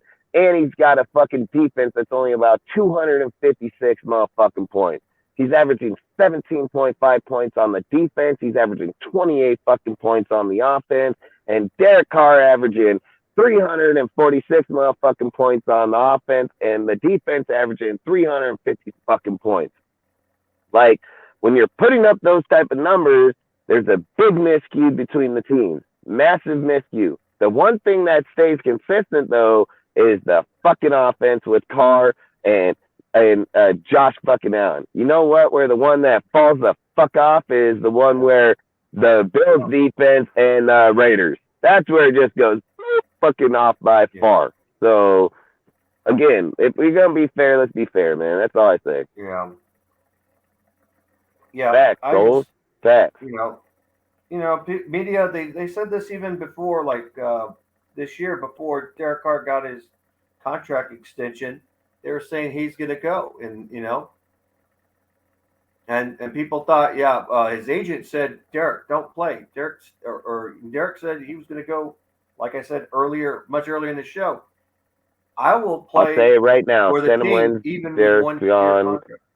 Send him don't win, and if it's close, so look, if it's close, and send him plays, Carr probably going to be gone. If we win, it's probably going to be gone. If Stidham gets shit kicked out of him, Carr ain't going nowhere. Like, I don't fuck care. I mean, look, anything can happen. I mean, the 49ers can play like shit on purpose, like do it on purpose, and it doesn't. It's not like that. So listen, Tom Brady ain't coming to the Raiders if Devontae Adams ain't here playing. Like, he's not coming here for Matt Collins, bro. He ain't coming here for Matt Collins. Though he doesn't trust that defense of ours. He goes. He wants our defense. Is that what you just said? He wants our defense. He doesn't want our defense. He likes the offense right now. He likes Josh Jacob. He loves Darren Waller, but he does not like that defense, though. That's all he's gonna get. I mean, he likes Matt. That's all he's gonna get. That's all he's gonna get. He's gonna get Waller, Renfro, Jacobs, and Gronk probably. That'll be his.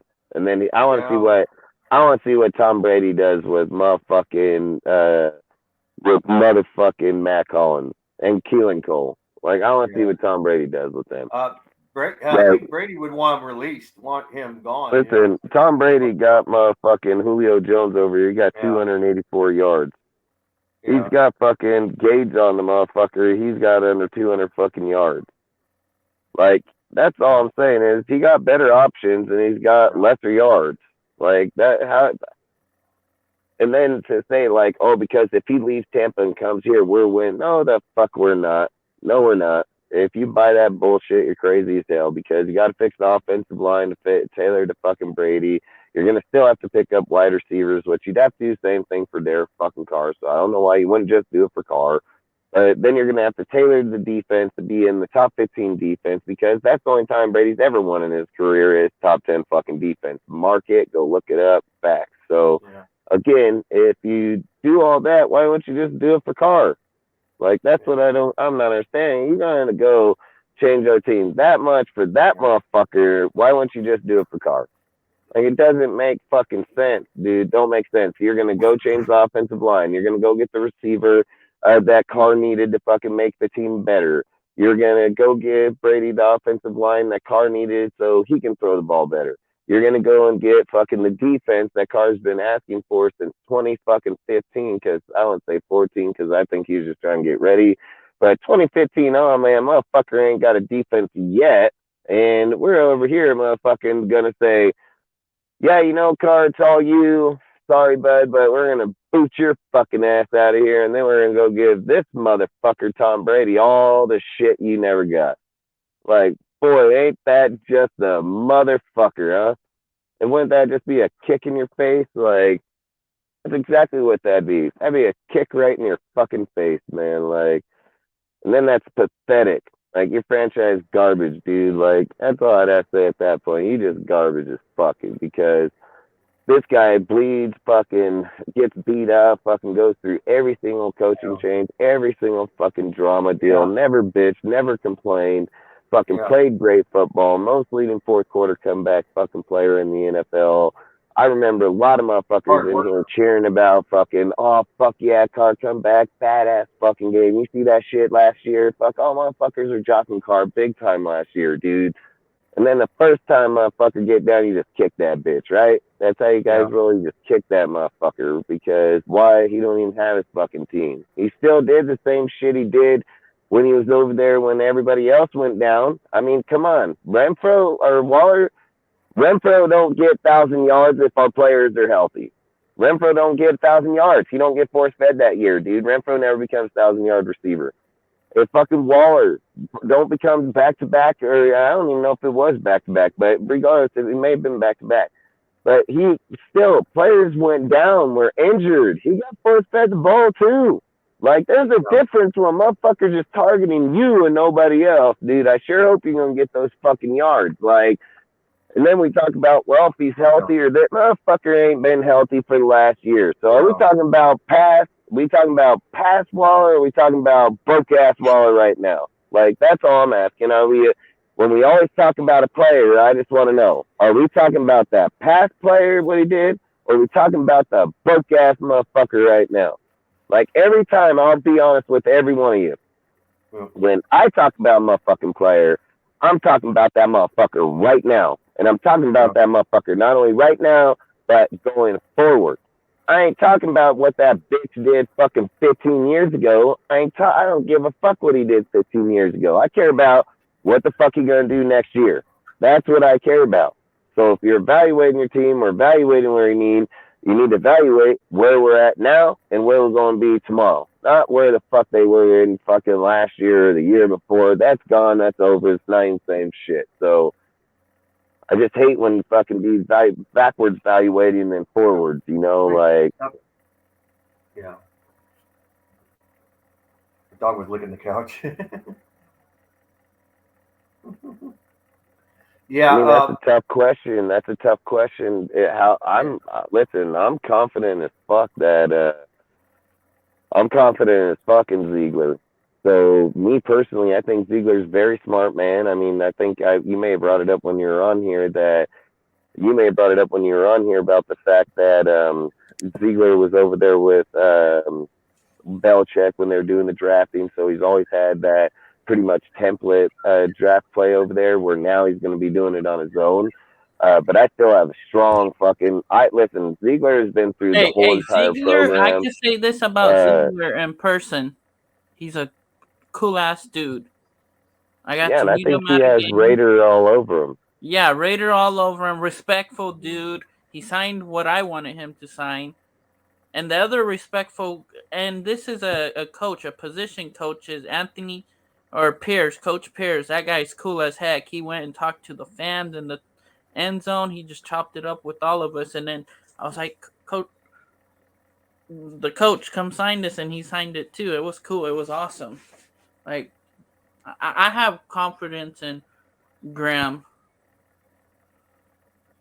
And Graham, Did you say Graham? Patrick Graham? What?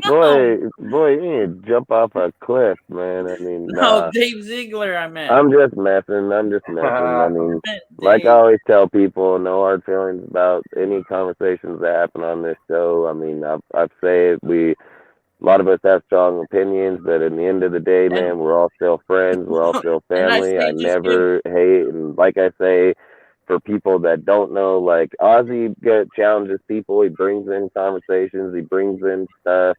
I've always said I'm a high tempo person about my team. I'm not always right. I do study our team to a fucking T. I mean, I do have a lot of insight for it. I have a lot of football knowledge. I just say, like, I don't ever want anybody to think that when I say something that I like the guy a lot. I've been on his show, him come on mine. I mean, great people. So I don't want anybody ever think as a conversation between back and forth. It is nothing personal. It's just football. So again, and just because I say it don't mean it's right or anybody else. I just say we're talking football. And in my opinion, when we look at if we are rebuilding, I think, like I said, this will determine it. In my opinion, do I think their system will work? Yeah, fuck yeah, I do, because they've already shown you in key positions they've shown you with minimal talent players, and I'm not saying minimal, I would say just not as high evaluated players as other players could be.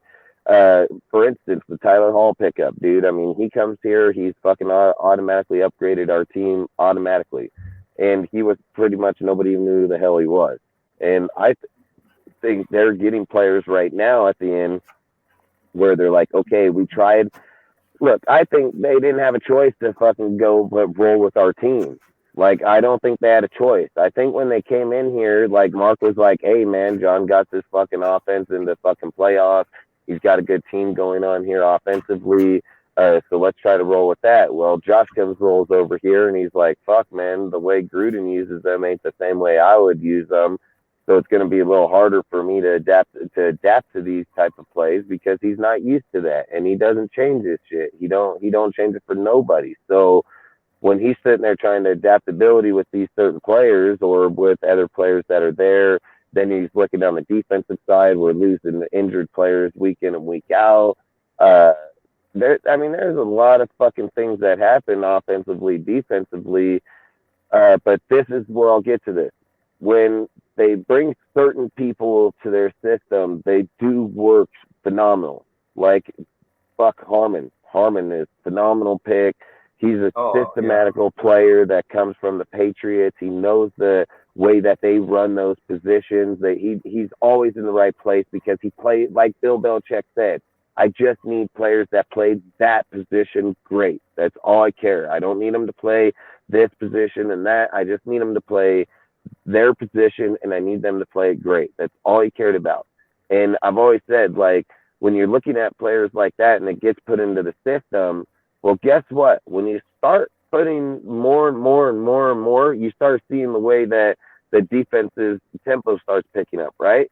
Go to the defensive line. You fucking bring in Kyle Pecco. You fucking bring in Tillery. It changed the whole entire landscape of the whole front line. You put fucking Cleveland Farrell at D tackle. Now you're playing Tillery in there with fucking Max and Chandler. And then boom, what do you know? Chandler's all of a sudden getting back to the quarterback a lot more per game because they just changed people around that fit their scheme, their tempo. Then, like I said, you go to the linebackers over there. I mean, Masterson is tough because he's not any of their players. He does play good football, plays around. I mean, Debo played good football too before he got injured. He was the most leading tackler on our team. Did he get out of position sometimes? Yeah, but it's still a second-year player. I think he's all right. I mean, personally, I don't think anybody outside of Perryman is any worth a fucking corner and linebackers, in my opinion, if I'm just being real. Like, if we're going to say, like, depth, like, I'm not going to say Masterson and fucking Butler aren't good depth. Hell yeah, I'd take them.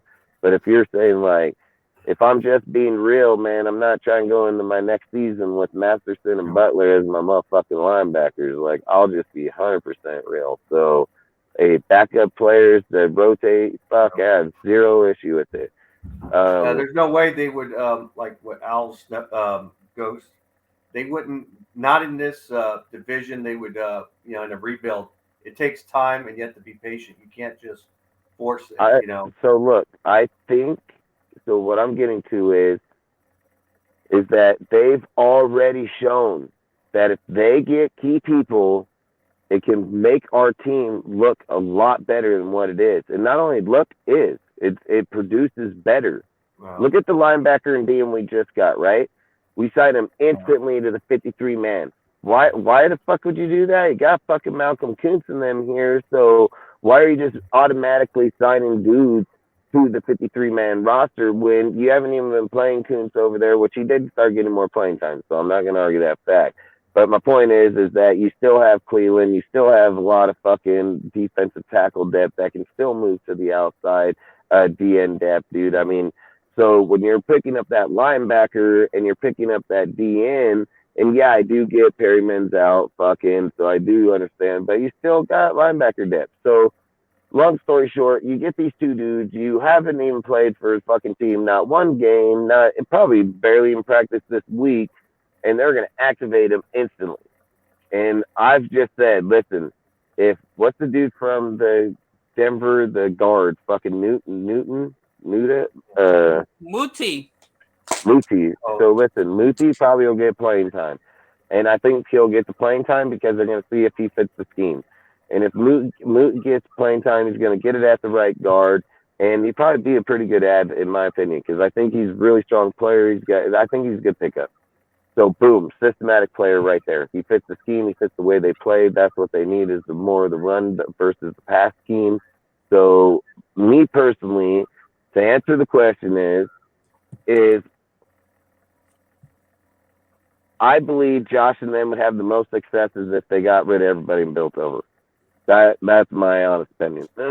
So, if you want the honest opinion for me, I think if Josh plays with our players for years, he might end up in some trouble. So I don't know. I mean, listen, I said this. Sean Payton gets our team probably in the playoffs this year and probably next year for sure.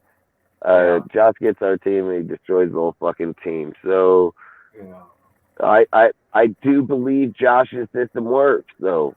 I do believe that if they get the systematical, and listen, Stenham's going to be the fucking truth to this, man. Like, Stenham's going to be the truth, right? And listen, I know it's just preseason. I know you're just playing third and fourth stringers, man, but don't forget, Stenham went undefeated, dude. Fucking, they played good football. He was always moving the ball. He was always overlooking the field and taking off. Like, I hate Stenham, okay? I fucking hate Stenham. But he did play okay. What's up? He played okay. I'll tell you, he can never play as a starter, though. I don't think he's even any good as a we won't backup know until we get over here to the Niners and he gets his face kicked in. And that's what you would want because in order for Carr to stay, that's what we would need. So, listen, if he goes in there and gets his face kicked in and then Mark goes, okay, Josh, I thought you said that it's because he's not calling your plays right or not running it the way you want, but your own dude that you brought from the Patriots over to here just got the shit beat out of him. What's your point now? Cousin? You know, like that's where it's going to come in. But if Josh goes in and keeps the game close because Stenham does run the game that Josh needs, what's up, Fox, well, tough shit for fucking Derek, you know. Like I said, dude, Derek's gonna be in this position, dude, if he just fucking once in a while just fucking showed that he is that guy. Take Derek Carr. The Cowboys would take Derek Carr. For one, Tom Brady, fucking Aaron Rodgers are going to command a team at some point, period. They don't give a fuck what the coach says. Don't care what they're thinking. Your thing's still Brady or Tom or Derek Carr's never done it. Derek Carr's never done it. So again, he's had all the opportunities. He's had when you start getting to the point where you should have been like, man. But again, I've said Derek Carr's belief probably doesn't allow him to just override a person like that because regardless if you're in a sport. Regardless in there, you still have morals. Like, you still have morals where you have to treat people to a certain way, and maybe his beliefs do hinder him on the football field to an extent because he can't command.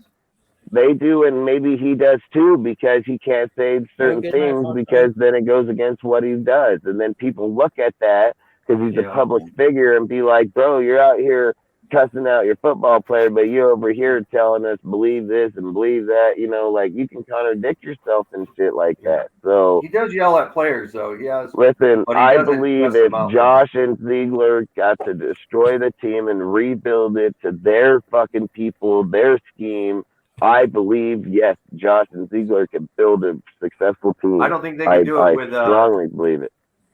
Like I said, I don't have trust in Josh McDaniels. I think that if he really wants to make this team, in the end of the day, it's not Josh. And if he does a full rebuild in the most difficult division, one of the most difficult divisions in the NFL, hey, you can't say if you don't. You can't say if you don't that you're not, and you can't say it's what we have worked. You're going against the dog. Don't care. Derek Carr is fucking 3-14 against Andy Reid and the Chiefs, dude. He's 3-14. Because of the coaches and. Yeah, I don't give a fuck what the excuse is when you're 3-14 over fucking what 3-14, 17 fucking games at 2 years. So what is it? That's 7, 8, 16. But when you rebuild, it takes years. 16. It doesn't. It's fucking. Full rebuild takes years, though. It's 9 years. It's 8.5 years of playing and never got that's bad. That's not Carr's fault. Listen, you can make excuses all you want. You can make excuses. You can make excuses and say it's the coach. It is, because listen, Aaron Rodgers don't go play the fucking Chiefs in this division, period, and go 3-14 against them. There's no fucking way I believe that. Better coaching, better management. I'm saying if Rodgers come here, right here to the fucking Raiders and played under John Gruden or played under motherfucking Josh, he does not go 3-14 against the Chiefs. Because Rodgers is dog. Nah, man, there's no fucking way in hell you're ever going to convince me of that. He might be slightly better. He ain't going to be slightly nothing. He's going to probably be beating ass on Mahomes half the fucking time because he's beating ass on him already half the time where he's at. So if he's facing him twice a year and has motherfucking Devontae and Waller and all these motherfuckers, Rodgers most definitely fucking getting more wins, 100%. But quarterbacks don't win games overall. I mean, just by themselves. Some quarterbacks will have to. Some quarterbacks will fucking have to. Because Tom Brady won because of not him. It was Bill Belichick. He made him. That's crazy. Bill Belichick don't go on the field and fucking tell Brady, hey, he throw it here and throw it there, and that's how it is. Discipline and everything. We don't do that. But film and discipline. He disciplines them during practice.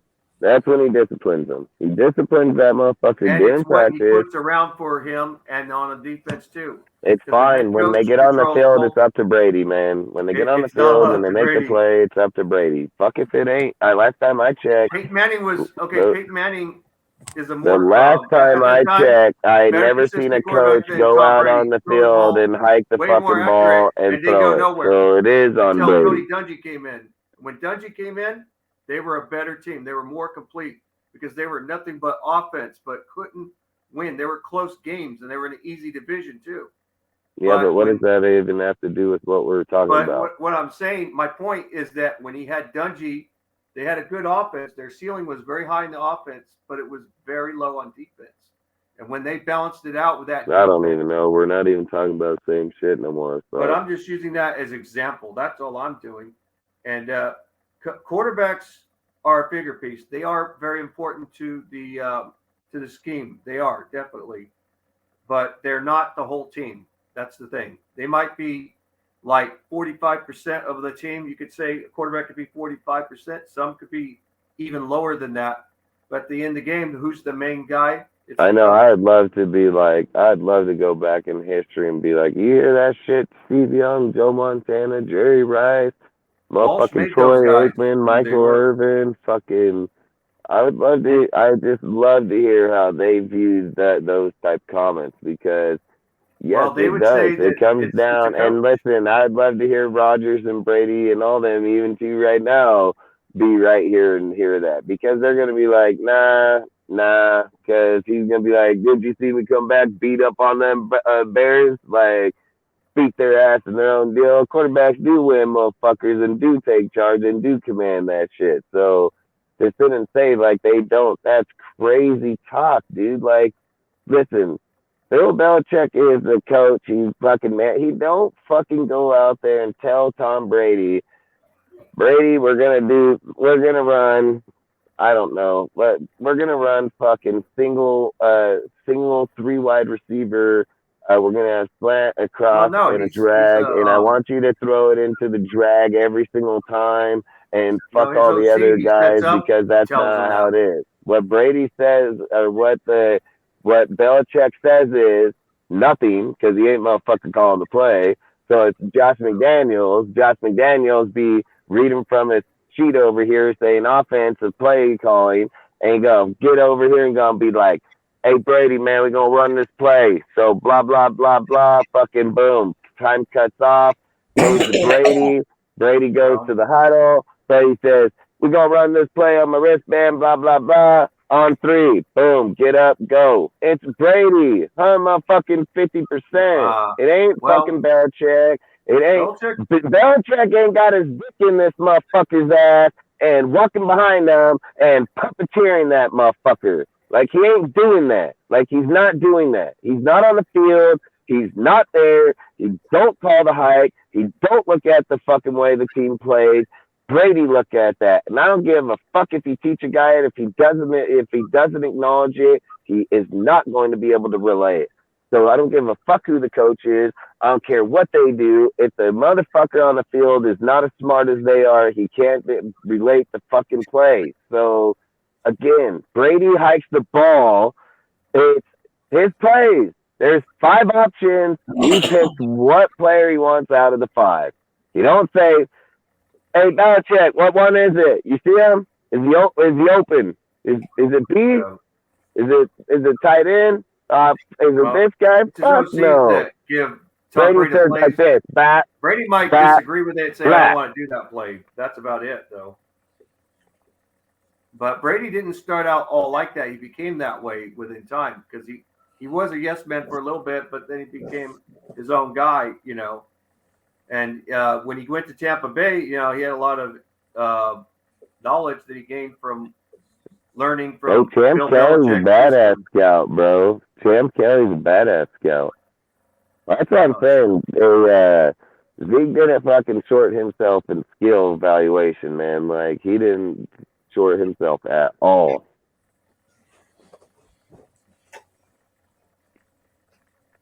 Like I say, man, I mean, I think if they were to just straight up rebuild from scratch from every player, I think it would be the best thing for us. I'll just be 100% honest. I would say this, though. If you go and start with a new quarterback, it's going to be a long years. You're going to have long years because there's. I don't give a fuck. We suck already. Starting out from scratch, and then the Chiefs are getting better and better every year, and you're like 10 or 5 steps behind. You lost Derek Carr, you're gone with him, and you start out with some rookie kid, and he has to learn this complicated system, which Derek Carr, you know, who's your receiver? A while, and it's hard for a lot of. Who's your receiver? Who's your receiver for what? For the Raiders? Yeah, I think you got a lot more bigger fucking problems than Derek Carr not being a quarterback. Well, you lose. You don't got no fucking receivers. You have no fucking receivers.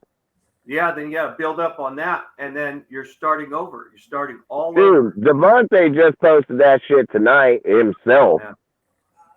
Yeah, and what I'm saying, though, is, look, a lot of smart coaches don't like to do a complete rebuild. You know, they only go to rebuild when they know it totally sucks, though. When your team totally sucks, you have to. But when your team doesn't totally suck, and then you get rid of all the good out of it, that's where you fail. I mean, Gruden started doing things his way. I mean, he wanted to manage a little bit in Tampa Bay. He already inherited a great defense. He upgraded that offense a lot more, and he did go to championships, but then he wanted to make changes where then he started falling down. Even though he's a great play caller and everything, But it didn't work out for him. And then when they missed the playoffs, then they fired him. Just like that. And because Brady will run the offense better, in my opinion, and also have more free range. I mean, Brady was always a great play caller. I just want to know who Tom Brady throwing the ball to. Matt Collins, Keelan Cole, Waller, and Renfro. Those guys will probably be gone too. They'll probably be gone. I wouldn't be surprised if Derek Carr's gone. I'm just wondering who's Brady throwing the ball to. He might throw to Josh Jacobs, maybe. I know Brady comes to the Raiders for Jacobs, Waller, no offensive line. He's going to go with the Luminor. Then Keelan Cole and fucking Hollins, right? Yeah. I don't think Brady wants to go to the Raiders. Really, I seriously don't think he wants to. If Brady wants to play again, he's gonna. Hey Dustin, is Carlos Jr. still open? Fuck yeah, it is right by me. Are you gonna go again? Probably. Oh shit. That's why I'm eating Cheez-Its right now. Oh, I would prefer a taco truck if it was me, if they have any. Well, taco trucks are awesome. I eat taco trucks in Milan every day. Yeah, those are awesome. The ones in Selma where we used to go over there, they're awesome. Listen, the only way you get Brady, he'd eat those things. Yeah. The only way you get Brady to Vegas is if Devontae's here. You don't get Brady to Vegas when Brady can go any fucking place. Dude, Brady go to goddamn New York Jets and probably take those motherfuckers to Super Bowl. Brady don't want to go to a rebuilt team. He doesn't. He wants to go to a team that's ready to go. Brady can go to the Jets. Ready to win. Got better defense instantly. Got a good ass offense over there, and he's probably gonna win right away. So, well, if he goes to the Colts, bring him here with Hollins and Cole. I don't even think Brady. I think Brady laughed at you. I think Brady would go to the Colts more than he would, and he would say, "Get a receiver on." It's not just going to come here and win either. There's no proof that Brady can just come here and win, take a Super Bowl. It's a delusional thought, dude. I mean, got broke-ass offense, broke-ass fucking defense, and Brady going to come over here with his fucking shining armor. Brady I'm here to save the day. Here to save the day. You average 17 points, bitch. How you going to save the day? You don't even average as many points as Carr. Yeah, Brady has gotten frustrated with Josh McDaniels before. I don't think he likes Josh McDaniels as a head coach. I think he'd rather have him as an OC where he could chew his ass out, because that's what he did when he was when Josh McDaniels was the OC. I saw Tom Brady. He screamed his ass off at him and everything, And then what happened? Josh McDaniels folded. I know what I would do if he came here. I'd just go buy a shitload of cheap tablets. Yeah. But, yeah. I think that if Derek Carr is gone, it's a rebuild mode. Complete, full rebuild. You don't have a choice, dude. I mean, after what Devontae basically told Josh and them to fuck off. And then the Raiders stock will drop, too. It will drop. It will drop. You see, like the Broncos, they were trying to take shortcuts and say, "Oh, we're just a quarterback away going to a Super Bowl." They were not. That's all BS. They had a quarterback that's kind of mediocre, but they had no protection on their own line. If they had a little more protection, then Russell Wilson would have done a little bit. Would have done better. I don't think he's a playoff. He can be a playoff quarterback, but he doesn't have that protection, and he's getting sacked like crazy and getting injured and shit, All right, so here, listen. Adams can just sit down, and they have to pay him because his contract's guaranteed. So he don't have to be traded. He just sit the fuck down, tell them to fuck off, and then the Raiders are going to have to pay him. So guess what? They will trade him. They're 100% going to trade him because they just ain't going to let motherfuckers sit there and get paid. And if you're telling me that you would take DJ Chark over Devontae Adams, that is crazy. No way. But, whatever. And then to sit here and say the contract, what did he say? Adams will be, or what did he say? He said, I don't think Adams will leave. Maybe you didn't see Adams' post tonight. Adams posted his post, which we just showed here on the show, that he basically told Josh McDaniels that if Carr out of here, fuck you, he is too. So. Yep, and he put up the middle finger emoji. Yep. He put up the middle. That's not good. If Adams is gone, it will cause more chaos. Mean, you're probably speaking on stuff you haven't read yet, which is all good. But Adams already said he most definitely ain't staying here if Carr ain't here. He already just said it right now. Put a picture of him and Carr at Fresno State, fucking telling him he wouldn't be here without him. This year, when he went to Fresno State during the bye week. Yeah. And now people are some of the Raider. There's some Raider Derek Carr haters, but they like Devontae Adams, and it's like, yeah, you can't have. Do you know why? Like this whole thing with Devontae, they're very, very, very close. They're both godparents to each other's kids. Yep.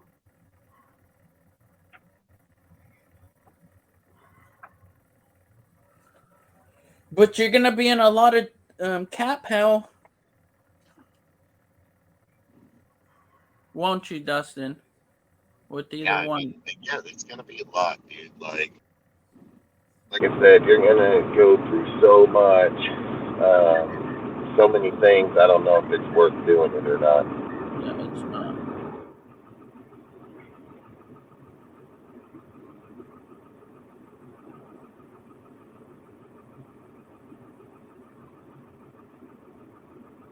Yeah, I mean, like I said, nobody's above the shield. The players do make your team too. You're nobody without the players either. So yeah, that's the thing. We say the shield and everything. That goes both ways. You know, but like, the thing is, though, what is the shield now? Because it's been evolutionized. You know, it's been changed completely. You know, that's the problem, and that starts up with the big man. KO just said he really is a great dude and one of the hardest working men. That's his former offensive guard. Kelechi Osemele saying that about Carr. Well, yeah. What did he say? He really is a great dude and one of the hardest working men. Well, yeah. The thing is, though, I understand, like Dusty, you say the one thing you want to do if you're replacing a player, you want to replace them at an equal value or better value, and but for some reason it's looking like it's not going to be a better value. I wouldn't replace Derek Carr at all. I mean, I would, like you said, fix that. I mean, if I was to rebuild the team, and like if you did trade Adams and get a pick, 100%, I would fucking Adams for sure. I mean, no doubt about it. I'll say if you rebuild that team, the one thing that Andy Reid's going to do is he's going to laugh his ass off and not have to worry about us anymore. He laughed his ass off and say they're nothing to us now. They've gone lower. They're in rebuild mode. We just got to worry about the Chargers and the Donkeys. That's it. Because that's what happens. Because right now they're going to be laughing at us if Derek Carr is gone. Teams were laughing at us when we lost Khalil Mack too. I mean, and you're not going to want to just ship off every player because listen, if you go with that model that if people don't want to just play for the Shield, ship them, that motherfuckers won't come here. Like they straight won't even bother coming here at that point with that type of mentality. And not every person in the NFL wants to be a Raider, so you probably screw yourself with that type of mentality if we did it like that. Like a lot of those guys get brought here, get educated on our history, and then they're like, oh, okay, I get why I want to be a Raider, So there's a lot of reasons why, a lot of people just don't say I'm a Raider and go there. Some people do, and others get here and learn the culture and our history and then decide to be Raiders. So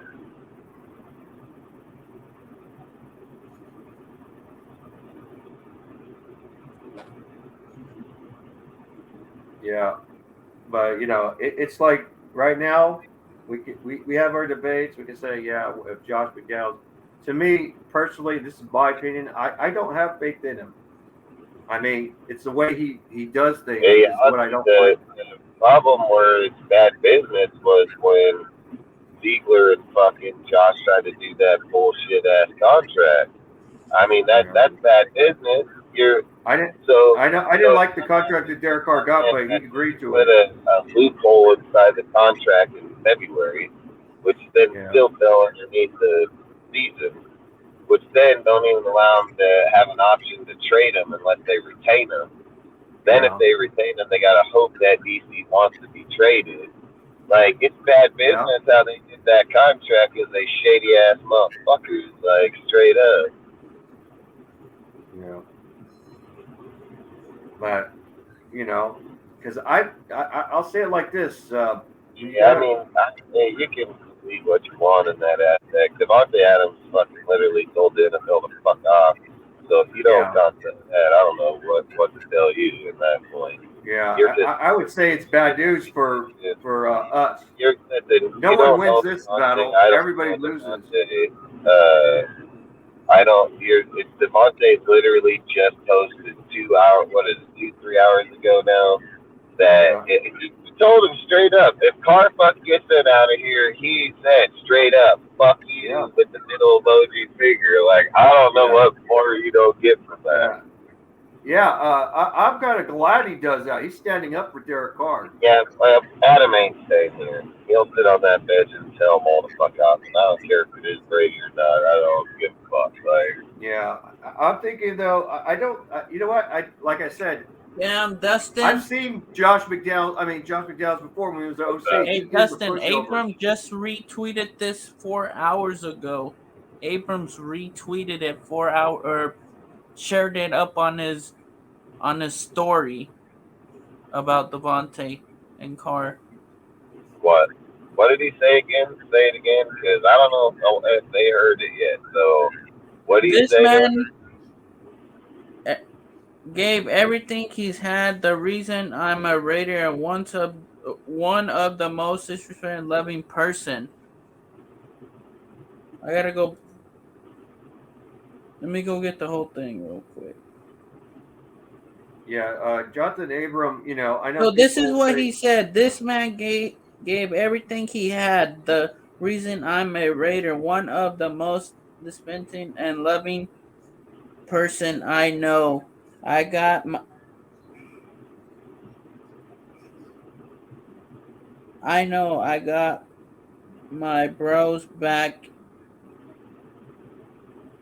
though whatever, and if you can't respect it, excuse my language. And then he puts up the middle finger and then you exclamation marks and then his shoulders up like his hands up.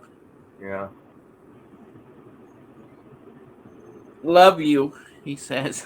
He just said it yeah, straight. He just said, man, bro, I Fuck love him. DA, Fuck you, bro. man. Fuck you, Regardless, dog. man, that's why I got his jersey. Like, and like you guys were talking about his jamming out of the locker. Say again. He jamming out after the game, getting out of there. Don't want to do press conferences after the yeah, game. There's yeah, something crazy. yeah. At the end of the day, it's business, not buddies. They Yeah, should have well, thought about that before you brought him here, that right? business to get Yep. rid of is to do what they're doing. If we Hey, think you what should they're have thought doing, about that exact words right there before rebuild you is bad decided business. to bring that motherfucker here. Bad business. You Straight guys up. have said, oh, if Ziegler go, if Josh goes, Ziegler go. You don't think Derek and Davante want to go? Like, Yeah, why is the narrative so fucking twisted, man? Hey, but Like, the the yeah. narrative is hey, so hey, did twisted, man. I It's just just a had a blaming thought. game, is what it always is at the end of It's the a day. twisted ass game, dude. Like, motherfuckers will sit here and be like, well, if he goes, Josh goes. They wouldn't fire each other, this, that, and the other. But then, motherfuckers use excuses like, well, if Derek goes, Devontae's not going to go. If we bring in this and that, motherfucker don't care who you bring in. It's not even about that at that point. It's principle alone that he came here to play with Carr. And if you're going to fuck over him like that in a year, who's safe to go do me next? So that's exactly what that shit's going to come down to. Mm-hmm. So they ain't going to fucking just be like, yeah, no problem, Josh. Let me bend over so you can fuck me next year, too. Like, no. Fuck No, it don't work. It don't work like that. And then he's gonna think that they're dirty. Like, just hell of people don't think that. It ain't gonna just be him. He got a big ass voice in the NFL, man. When he over there bagging on his fucking team about how these motherfuckers bit him over and his boy, like nobody gonna want to come play for shit like that. Facts.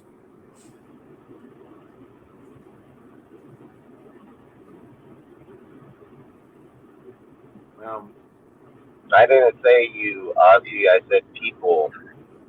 Yeah. What the heck?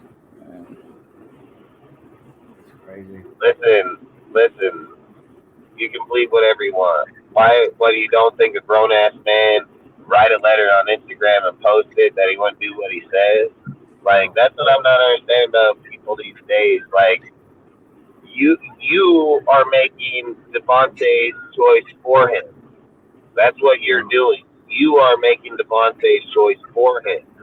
Yeah. Devontae said it on his motherfucking Instagram. And if you read it, why are you here saying this? Yeah. Yeah.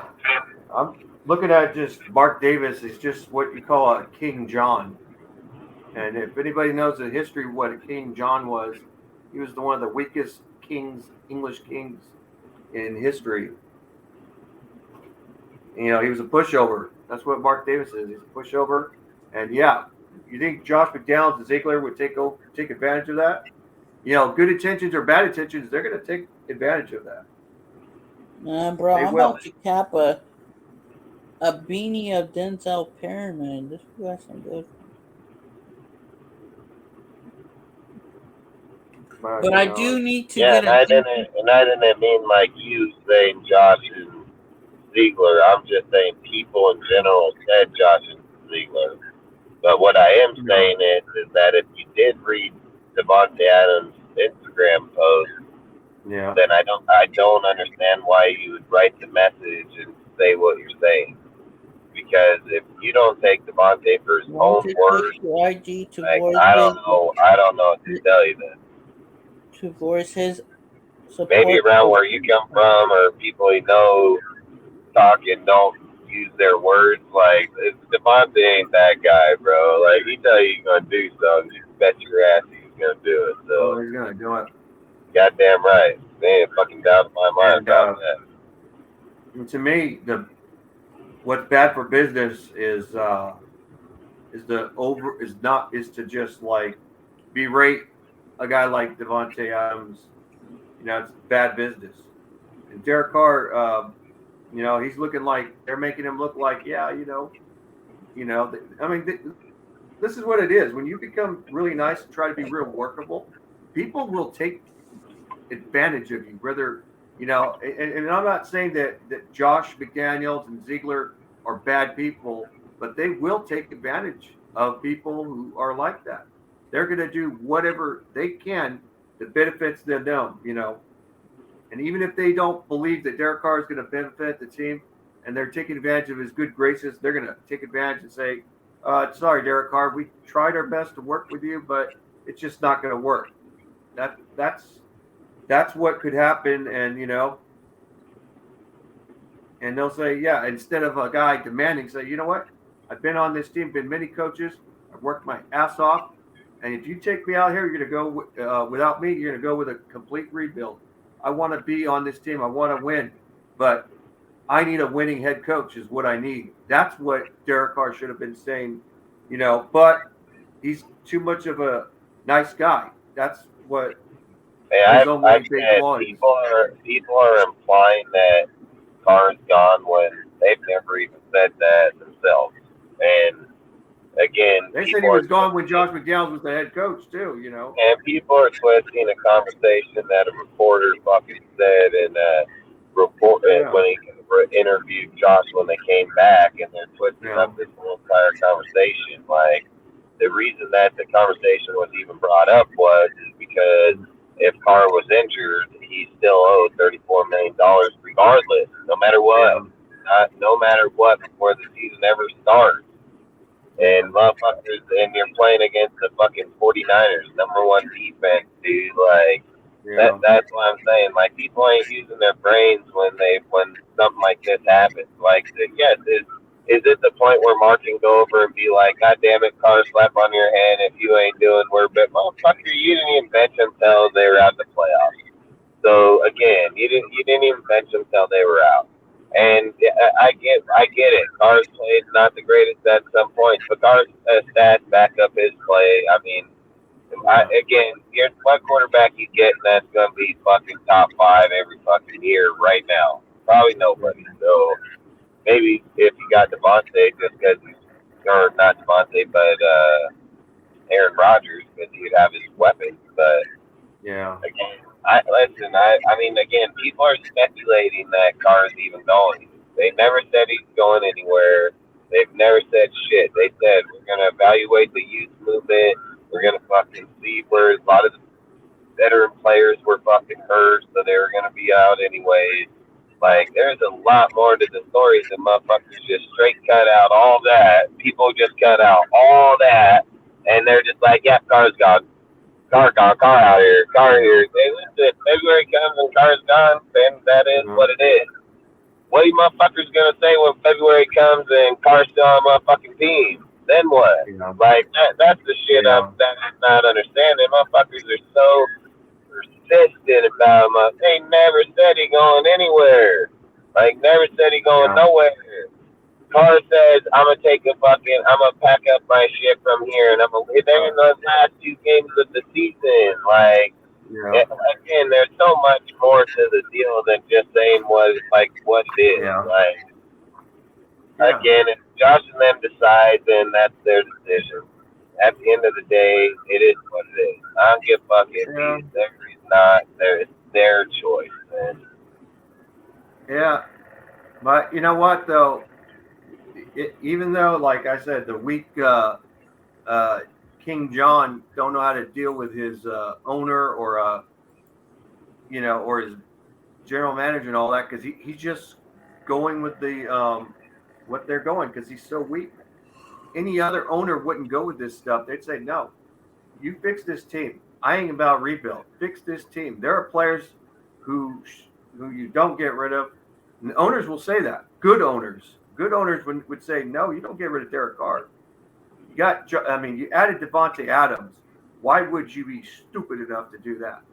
I agree with that's any good owner. Any good owner will say that, regardless of what.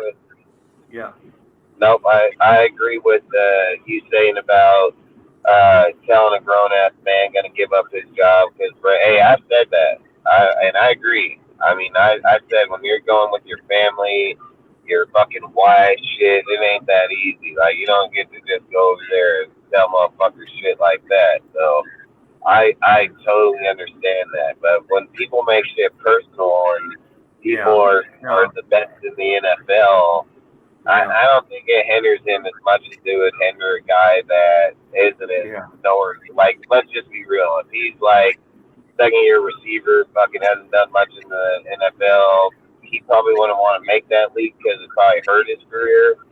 Where Devontae's like the best out there. How does it hurt him? How does it hurt him? It doesn't.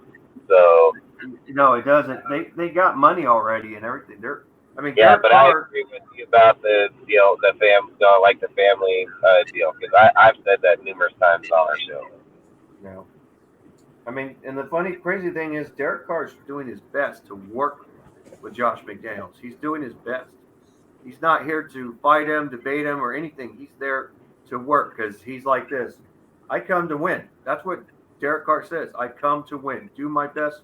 Do my job to win the game.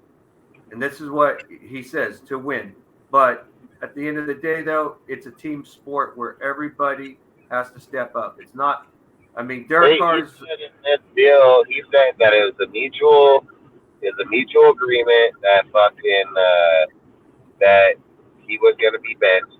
He said that he agreed on it. He said that he didn't want to be at the meetings or the deal because he didn't want to become a distraction, which again, I've 100% agreed because every person always points out that the negatives about Carr. So if Carr's on the roster and see that he's being benched under Stenham and fucking, what's his name? Gabbert fucking, then it's gonna, all they're gonna do is just talk shit the whole time. They're gonna talk shit. They're gonna put out. They're gonna point it out.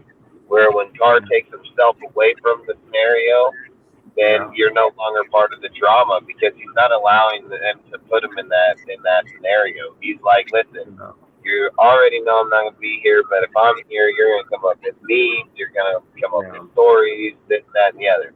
If I'm not here, one, he's taking himself out of the deal to where he's not even a part of it.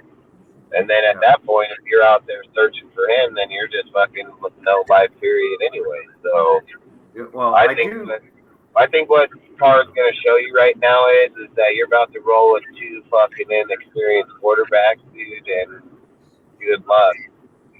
Yeah, but I think with Derek Carr, I think why he decided, he knows Josh McDaniels is tanking. You know, he's going to tank now because there's no reason there's no way they can. They know they're not going to the playoffs. Fuck, he's known this for weeks, dude. He's known this for weeks. And he doesn't want Derek Carr. You could say, yeah, he doesn't want to get Derek Carr hurt, but he wants the game to tank. You know, they want him to tank, but they know Derek Carr don't like to tank. He's going to play all out. He's always like that, and that's why. I think that might be the reason why Josh McDaniels doesn't want Derek Carr. Why he wants to bench Derek Carr is so they can tank and not get Derek Carr hurt. You know. But like insurance, that can get fucking sacked 30 times. You don't give a fuck about Stenham. Yeah, he doesn't. But he does care about tanking, though.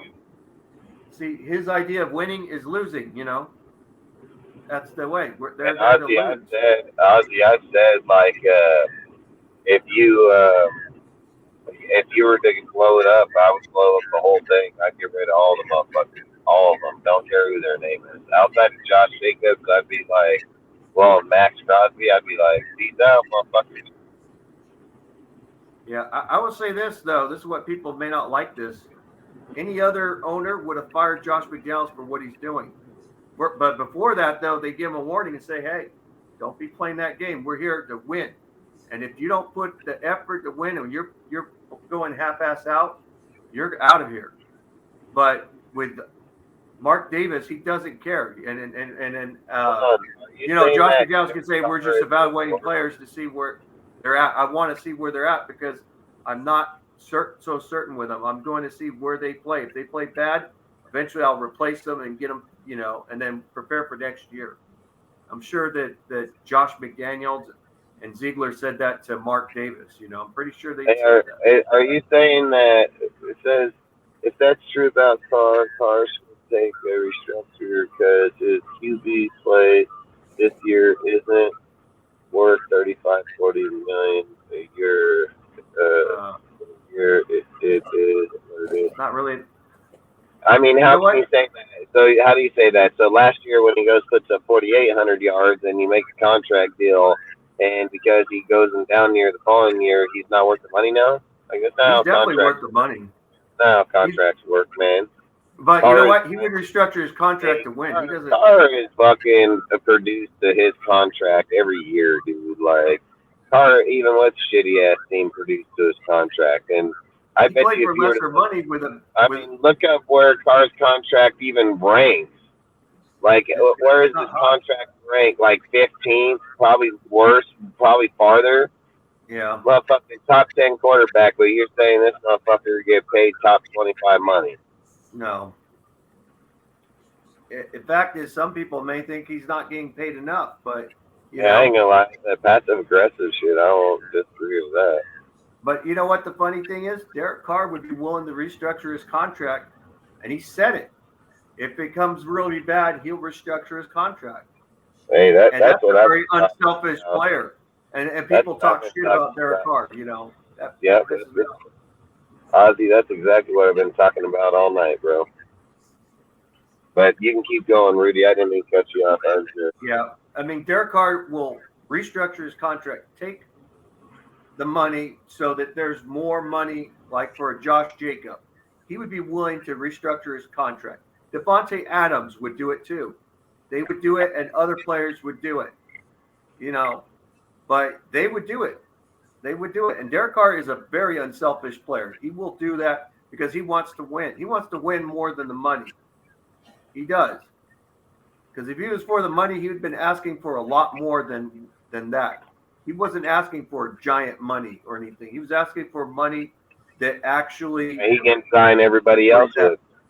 Yeah, I mean, his agent was doing this for him, though. Remember, and his agent Yep. wasn't trying to like really, you know, it was really trying to squeeze Mark Davis. He wasn't. He was being smart about it because, you know, when you don't play it smart, then they'll say, "Fuck you, you ain't worth that much," you know, and he's listened to his client. You know, the agent listens to his client, and he wants to make sure that his client stays with that team and gets paid. That's what his client, I mean, the agent does.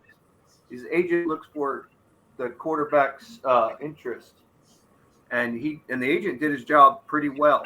You know, even though I kind of thought like Derek Carr, he made some compromises. You know, that he's willing to do have one guaranteed contract and the rest aren't guaranteed. Hey, Most quarterbacks, Cortez. Hey, Google real quick where Derek Carr's contract ranks it's not very high. among I know that. active quarterbacks. And then Page we're gonna 5. probably hop off. We'll probably hop off here in a few seconds. Yeah, let me Just ask you. Derek Google. Carr's contract ranks. Yeah, look at where Derek Carr's contract ranks amongst quarterbacks in the NFL. Oh, that didn't work out. Let me go on Google. Siri wasn't very reliable. So 32 base, a sinus of 1 mil, Oh, never mind. and a workout 1,000.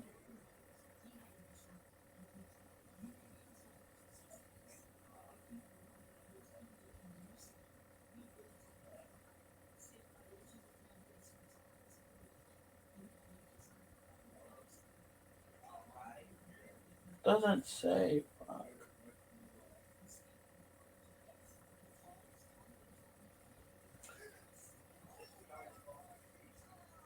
Let's see.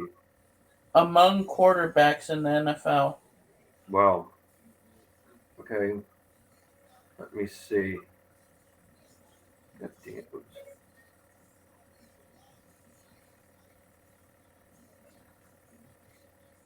So his new one Aaron is Rodgers. fifth among all quarterbacks in annual or average annual salary for next year. I have Derek Carr at number 7. They said Yeah. he's 7, and Josh Allen is above Derek Carr. Patrick Mahomes is there. Deshaun Watson's there, and then Kyler Murray, Russell Wilson, and Aaron Rodgers. Russell And this is per year, though. They're going by per Wilson year. should be on there. Yeah, he's number 2. Aaron Rodgers is number 1. Fuck. Patrick Mahomes number 3. No, he's number 5. Kyler Murray's number 3. Who's number 4? Josh Allen? Nope, Deshaun Watson. Oh, And fuck. Josh Allen is number 6. What I'm asking is where is Carr's contract ranked? Well, it's ranked. It's hard to say what it ranks. For next Right year, here, it looks like it's 7th. But For his next total season. contract, his total contract is for 3 years. It's $121.4 million, and his salary, they just go by 40.2, 40.47 million per year. But where is it ranked? Where was it ranked? 7th. It's higher than Dak Prescott's. So Even though Dak Prescott is getting paid more money than Derek Carr overall because he has 4 years, but he's getting paid $40 million, but for 4 years, $160 million. But it's because he has more years though. And you'll have fucking multiple quarterbacks going to get signed as Dak and Matthew Stafford are tied. You're going to have all kinds. Derek Carr's contract, by the time said and done, will probably be 15th in quarterbacks. Yeah. So, again, to say that Carr isn't worth the 15th overall money in the NFL, that's not even fair. No. I think it's fair what he's got and everything. I'll tell you what's not fair, and it's funny, and I'll blame it on the donkeys, is Russell Wilson. He's not worth that much. If you want to get on someone who's not fair, it's Russell Wilson. Wilson and Deshaun Watson, too. Everyone else looks pretty good, even Kyler Murray a little bit. But, I don't know if he's worth the 3, but, I think Kyler Murray might be $40 million. I don't think he's worth 46, but, I think he might be a little overpaid. I think by the time they sign all the other quarterbacks this year, like I said, Carr will be right where it is, 15. I mean, Carr top 10 quarterback in good years and top 12 on bad years. So if he's getting paid 15 paid money, and then that'd be all right. I have zero problem with it. And I'm trying to look for Lamar Jackson on there. You're gonna be first. Don't worry, he'll be first. Well, right now he's not even in the ranking. I don't even see him on. Yeah, because he's on rookie contract, if I recall. Yeah. I don't think they're gonna pay him big money though. I think they'll say Ravens don't believe in paying their quarterbacks big money. They've been like that a lot. Man, we're gonna have to cut off on here. All right. Yeah, we've been for 6 hours, 15 minutes, man. I gotta go home. Fucking. All right, I'm about to go to bed, guys. Long story short, if you guys want to fucking put your shout out on where we're at or where people can follow you. You guys can follow me on The Nation's Nightmare. You can catch me always on this show. Yeah. Catch me on Instagram too. I'm on Raider Nation Forever 1979. That's my Instagram. Well, you know where you can follow all of us at all times is going to be right here 3 times a week, man. So, again, like I always say, I appreciate all the comments. I appreciate the back and forth, the combativeness and the chat within the people, the panel. I mean, I like it, man. I appreciate it. It's never mean anything by it, dude. I love the back and forth sometimes. So, I mean, I have no hard feelings to any person ever. So, again, we appreciate you guys showing up on the daily, dude, to do this. So it's not just every episode, it's on the daily. I've always say the more information somebody else puts out, the more we put out, the more we learn. Like, that's what it's about, is learning where our team is as an overall team in the end of the day. And again, it's not about if we sit here and think that, look, Rudy's a Carr Stent, 100%. You know, like there's not a debate in the topic of that factor. I'm not a Carr Stent. I'm just I go by factual truth, man. So I protect the Shield because that's what I believe in, is the Shield.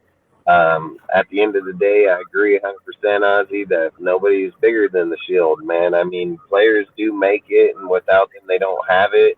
But again, you can't put yourself over it ever. So not even Al did. So at those points when we're sitting here looking like, just because I argue facts on Carr doesn't mean that, hey, I think he's the greatest, or hey, I think he's what's best. What I'm saying is over 20 years, we've only had 2 winning quarterbacks, dude, and it's been Gannon and Carr, and fucking the rest have sucked. So until you have a way to replace that player for fucking sure, then I wouldn't just be so quick to hop out and say, well, the next guy is going to be better, because not only did we go through it, Cleveland went through it, multiple teams went through it, and they didn't just go through one quarterback, they went through fucking 10. So, and still going through it to this day. So again, it has zero to do about saying that, hey, that you guys jock them, or that's nothing around in this show. In this show, everybody knows that every person's gonna have a different opinion on it. Every person's gonna see it differently. At the end of the day, we all sit on the same panel. We're all friends, man. We all know combative talk's gonna go, but we don't hold it against each other. We come here to learn the most we can about our team. That's what it's about in the end. And to put things out, it's always like I said, you can't learn without the information being put there. But again, we appreciate every single person. What it say? It says, I may have missed a couple. What does it say? I would take Rodgers, Allen, Burrows, Jackson, Watson, Brady, Cousins, Mahomes, Hurts, Tua? You must be stupid with Tua. Lamar Jackson's just a runner. He's not a quarterback. Brady, no. Kirk Cousins is just a game manager. He would struggle a lot more, There's numerous people on this list I want to take, because I want to take Stafford, I want to take fucking Cousins, I want to take Watson, I want to take Tua. I want to take Stafford. He's brittle too. That's what I'm saying. Stafford left Detroit with fucking Megatron and everybody, which was a pretty good team. Herbert would really struggle. He went to superstar fucking team. I mean, get out of here. If we say Carr didn't go to the fucking Rams and win with Cooper Cup and them, like, okay. Tua, I 100% think Carr is better than Tua for sure. Go give him Waddle and fucking Tyreek. I mean, Carr ain't gonna get concussioned out for sure, because he's been doing this a long time. And again, there's a few players on there. Rodgers, Allen. I mean, I'm not taking Brady now over Carr. I mean, I don't know. Burrow would get hurt a lot easier. Mahomes, Herbert, Lawrence. And Burrow wants to have his again. It's good players. It's good players. I mean, he is a good player. Not going to doubt that. I mean, I just say that, again, before we get too far off, we got to get in this. Yeah. Again, like I said, Ozzy, I appreciate all the feed that you put in there, man. Like I've always said, I always appreciate your intel, your insight. Like I said, keep putting it out there, man. We appreciate you showing up. Keep going up to the show, man. I mean, like I said, without all of you guys, we've gotten substantially bigger over the last few weeks, man, with everybody showing up, liking the videos, following us on Instagram, Twitter, Facebook, Discord. I mean, we were growing pretty damn quick. I mean, just in this year, you think about it, we started out in DSR, dude. We were around 20 members in our Discord. I think we're like over 210 people now. We started out in Instagram with 0. I think we're over 1,300 now. Facebook, probably somewhere around the same. We got freaking, I think Twitter's about 800. I mean, we grew pretty damn fast this year. So, like I said, man, we appreciate every one of you guys, man, and we appreciate the insight, the intel.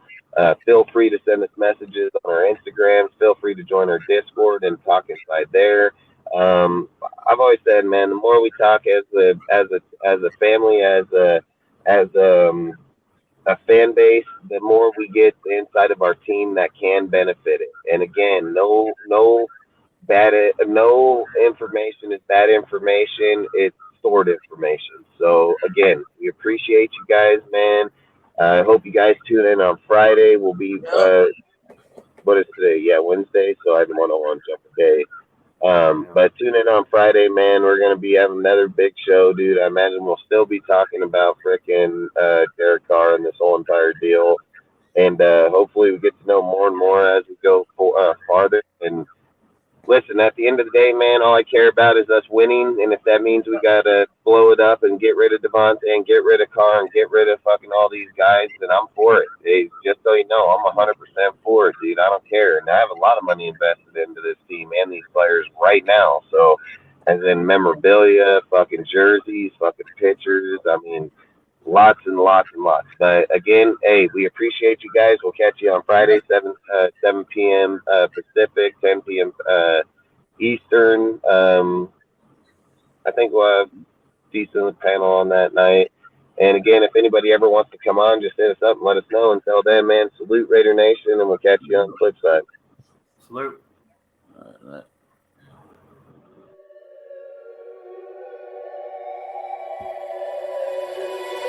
I wake up to the sounds of the silence that allows for my mind to run around with my ear up to the ground. I'm searching to behold the stories that I told when my back is to the world. I'm smiling when I turn.